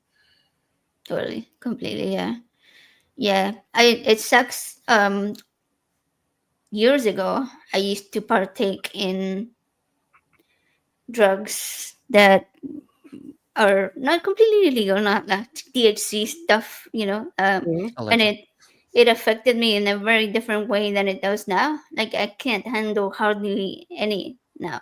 It Mhm. will give me like palpitations and like make me feel like really on edge and just completely out of it. Like Hmm. I think yesterday we bought, I don't know exactly what was in it, but it was an edible chocolate that was laced with something. Um, It so was that was like THCA. the Oh, okay. So okay. yes, so that was like the first time in like the last few years that it didn't affect me negatively like it usually does. So I don't know what the Okay. difference was on Well, that it had one. a high dose of CBD too. I think it really Okay. it depends like how it's mixed because this if it has a high dose of like regular like CBD with it, and it's gonna like Mm, it kind of lowers mellow the down. psychedelic effect, which is like Mhm. that intense feeling I think that you get. Yeah. Yeah, yeah, that makes sense. Makes Yeah. sense. I've heard that CBD does. I didn't. I tried CBD a long time ago. I didn't care much for it, but I've heard that for a lot of people, it does help a lot with some of the less pleasant aspects Yeah, of I the think things. it's kind of more in the yeah, I don't know. I don't think it's really that. I I think thought it's that at more in the first. realm of placebo. Yeah, yeah. Do you think so? Yeah, I really, really do. Especially with a lot of the products that are on the market. The Delta 9 that they pull from hemp though, that they how they actually get that out is actually is pretty much very similar to like regular Delta 9 that comes from the regular marijuana Mm-hmm. plant. Yeah. Yeah. Like It's just legal because it's like below like 0.3 yeah, or but they do it 0.0 based by milligram. weight. So there's like when they pass the hemp law, I think it's like it has to be like less than 3% of the size, like based in weight. So like they can get around that, even though it's like the gummies only say like they're 40 milligrams. It's like, and it says they're below that regulation of 0.3% based on Mhm. the weight. Then the gummies are really strong. Yeah. So it gets around that, but they're trying to close that loophole right now. Like they're about to go through. I mean, here they're about to try to change. They're going to try to ban all any cannabinoids. So basically, anything that's considered a cannabinoid. Dude. So like CBN, CBD, CBN, CBC, like any of the cannabinoids that can come from marijuana or hemp, they're going to ban them. Come to Michigan. Yeah. Wow, man. I don't know how they look at the war Mhm. on drugs and be like, we should do it harder. This is gonna work if we just keep trying it. Yeah, like it didn't work before, but if we try it again, We Yeah. just got to Like throw just another $1 billion just tax at it and let people Right. enjoy it. I mean, I don't know. Like alcohol, like everyone can drink. So I right? mean, it's like the same thing, but actually like I think safer. So I mean, why is alcohol legal but you can't smoke or eat or ingest anything with THC in it? You You know, I can think it's in because Michigan. well, yeah, I know in they some states banned. you can. I wish, man. I'm just think how many people can't though I because of like their state know. Yeah. Yeah. laws. It I sucks. think it's because when they banned alcohol, federal agents started dying, and then when they banned marijuana, that didn't happen. I'm They not were okay. like, That sounded like something different from what I meant. I am not advocating for violence against anybody, just to be totally clear. Yeah. No, I just understand that. history. We're talking Yeah, history here. Yeah. yeah, pure history. Yeah. Yeah, I don't know why they have such a big problem with just that one product. I mean, if Yeah, they with just like, regulated it, yeah, yeah. it makes it safer anyway because like, don't you want the product that someone's gonna ingest or use to be considered safe? You know, free of pesticides, free of like Right. any other type of pharmaceutical that could be mixed with it. You know, Yeah. it could even be a a Mold. chemical. I used I to get carts on the black market, and you know, I didn't know, you don't have no idea what was in those cartridges that you Yeah. would smoke. Mhm. I used to Yeah. we used to hear this argument a lot. I worked really hard to get medical legalized in Michigan. I did a lot of activism for it. Nice. And that was an argument we used to hear all the time, that, you know, we need to have it regulated. It'll make it safer. And the people who were saying it were the dispensary people. Mhm. Right. And I've always looked at it. There's two ways to make it legal. We can make it heavily regulated, heavily taxed, which is the path that we've decided to take. Or we could make it so that you could grow it right next to your tomatoes out in your garden, which is the path we should be taking with it. Yeah. And the only problem with that you came up with is if you're just going to somebody that you don't know and buying your weed. But if you're buying, let's face it, everybody who was buying weed on the black market, they almost always knew the person they were buying it from. It was almost always a friend of theirs, right? You knew the person you were buying. You know the person, but you don't know the person they're buying it from, or the person that person's buying it from. I get that, but what's happened here, like here in Michigan, is that you get growers. You know, a lot of people are private growers. I was actually a medical grower for a little while. I quit doing it because I can't compete with the prices at the dispensaries anymore. But I forgot where I was going with this. Oh, these individual growers, a lot of these people are really good people. And again, most of them were friends of yours. They were people you knew. Yeah. And here's my grow room. We always told people, if they won't allow you into the grow room of the weed that they're growing for you to smoke and showing you exactly what they're doing, run. Right. But you can have a good grower without pesticides, without pests, you know, and be able to trust those people just by being able to. Well, I think hydroponics changed that a lot, where people were able to grow, you know, high quality marijuana in a smaller environment, basically. So yeah, I agree with that, Kelley. I'll argue hydroponics with you, but I always grew in dirt. So yeah. I always grew organically in dirt. So yeah, well, that's nice too, man. Yeah. Yeah, I just wish that you could be able to grow either way. Like, it should be legal, or you could have your own plants. You know, we had a really good system we called the KISS system, and it produced a really lot. If you set up your plants in a stadium setting with the lights, you could produce probably more than you could with hydroponics with our KISS system. So that sounds interesting. Well, maybe one day it'll be legal here in Texas. I grew for like 30 years.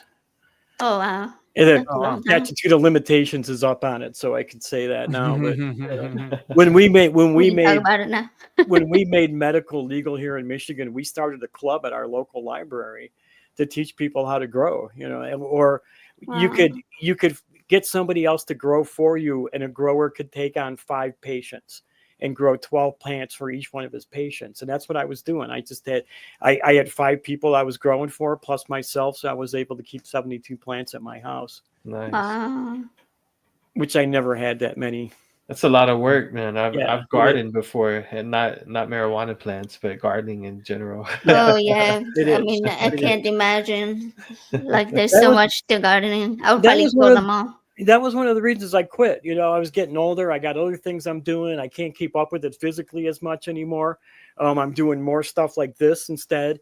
And it got to be so cheap at the dispensaries. I mean, it just wasn't worth it. I could go buy it from the dispensary for the same price it would cost me to grow it. You know, so it just didn't make sense anymore to keep doing it. I got a bunch of equipment. Anybody need it? Not in Texas, man. Yeah. Got lights, got a hash making machine. Yeah. Ask again after the stream. Cool. We might change the answer. Oh man. Oh man. Good stories. All right, guys. What do you think? Should we head out? I think it's been a good run. Yeah, I was gonna say I'm starting to get low on drugs, so he's got to continue his birthday bash. Yeah, the stash is growing smaller. I need to find some food and something to drink I as need well. some food too. I feel that way.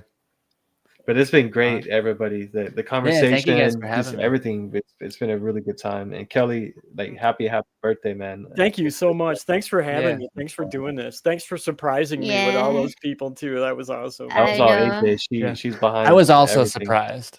I totally was, man. I didn't know Had that to was coming. pull some strings. Yeah, yeah. That Yeah, it was was fun.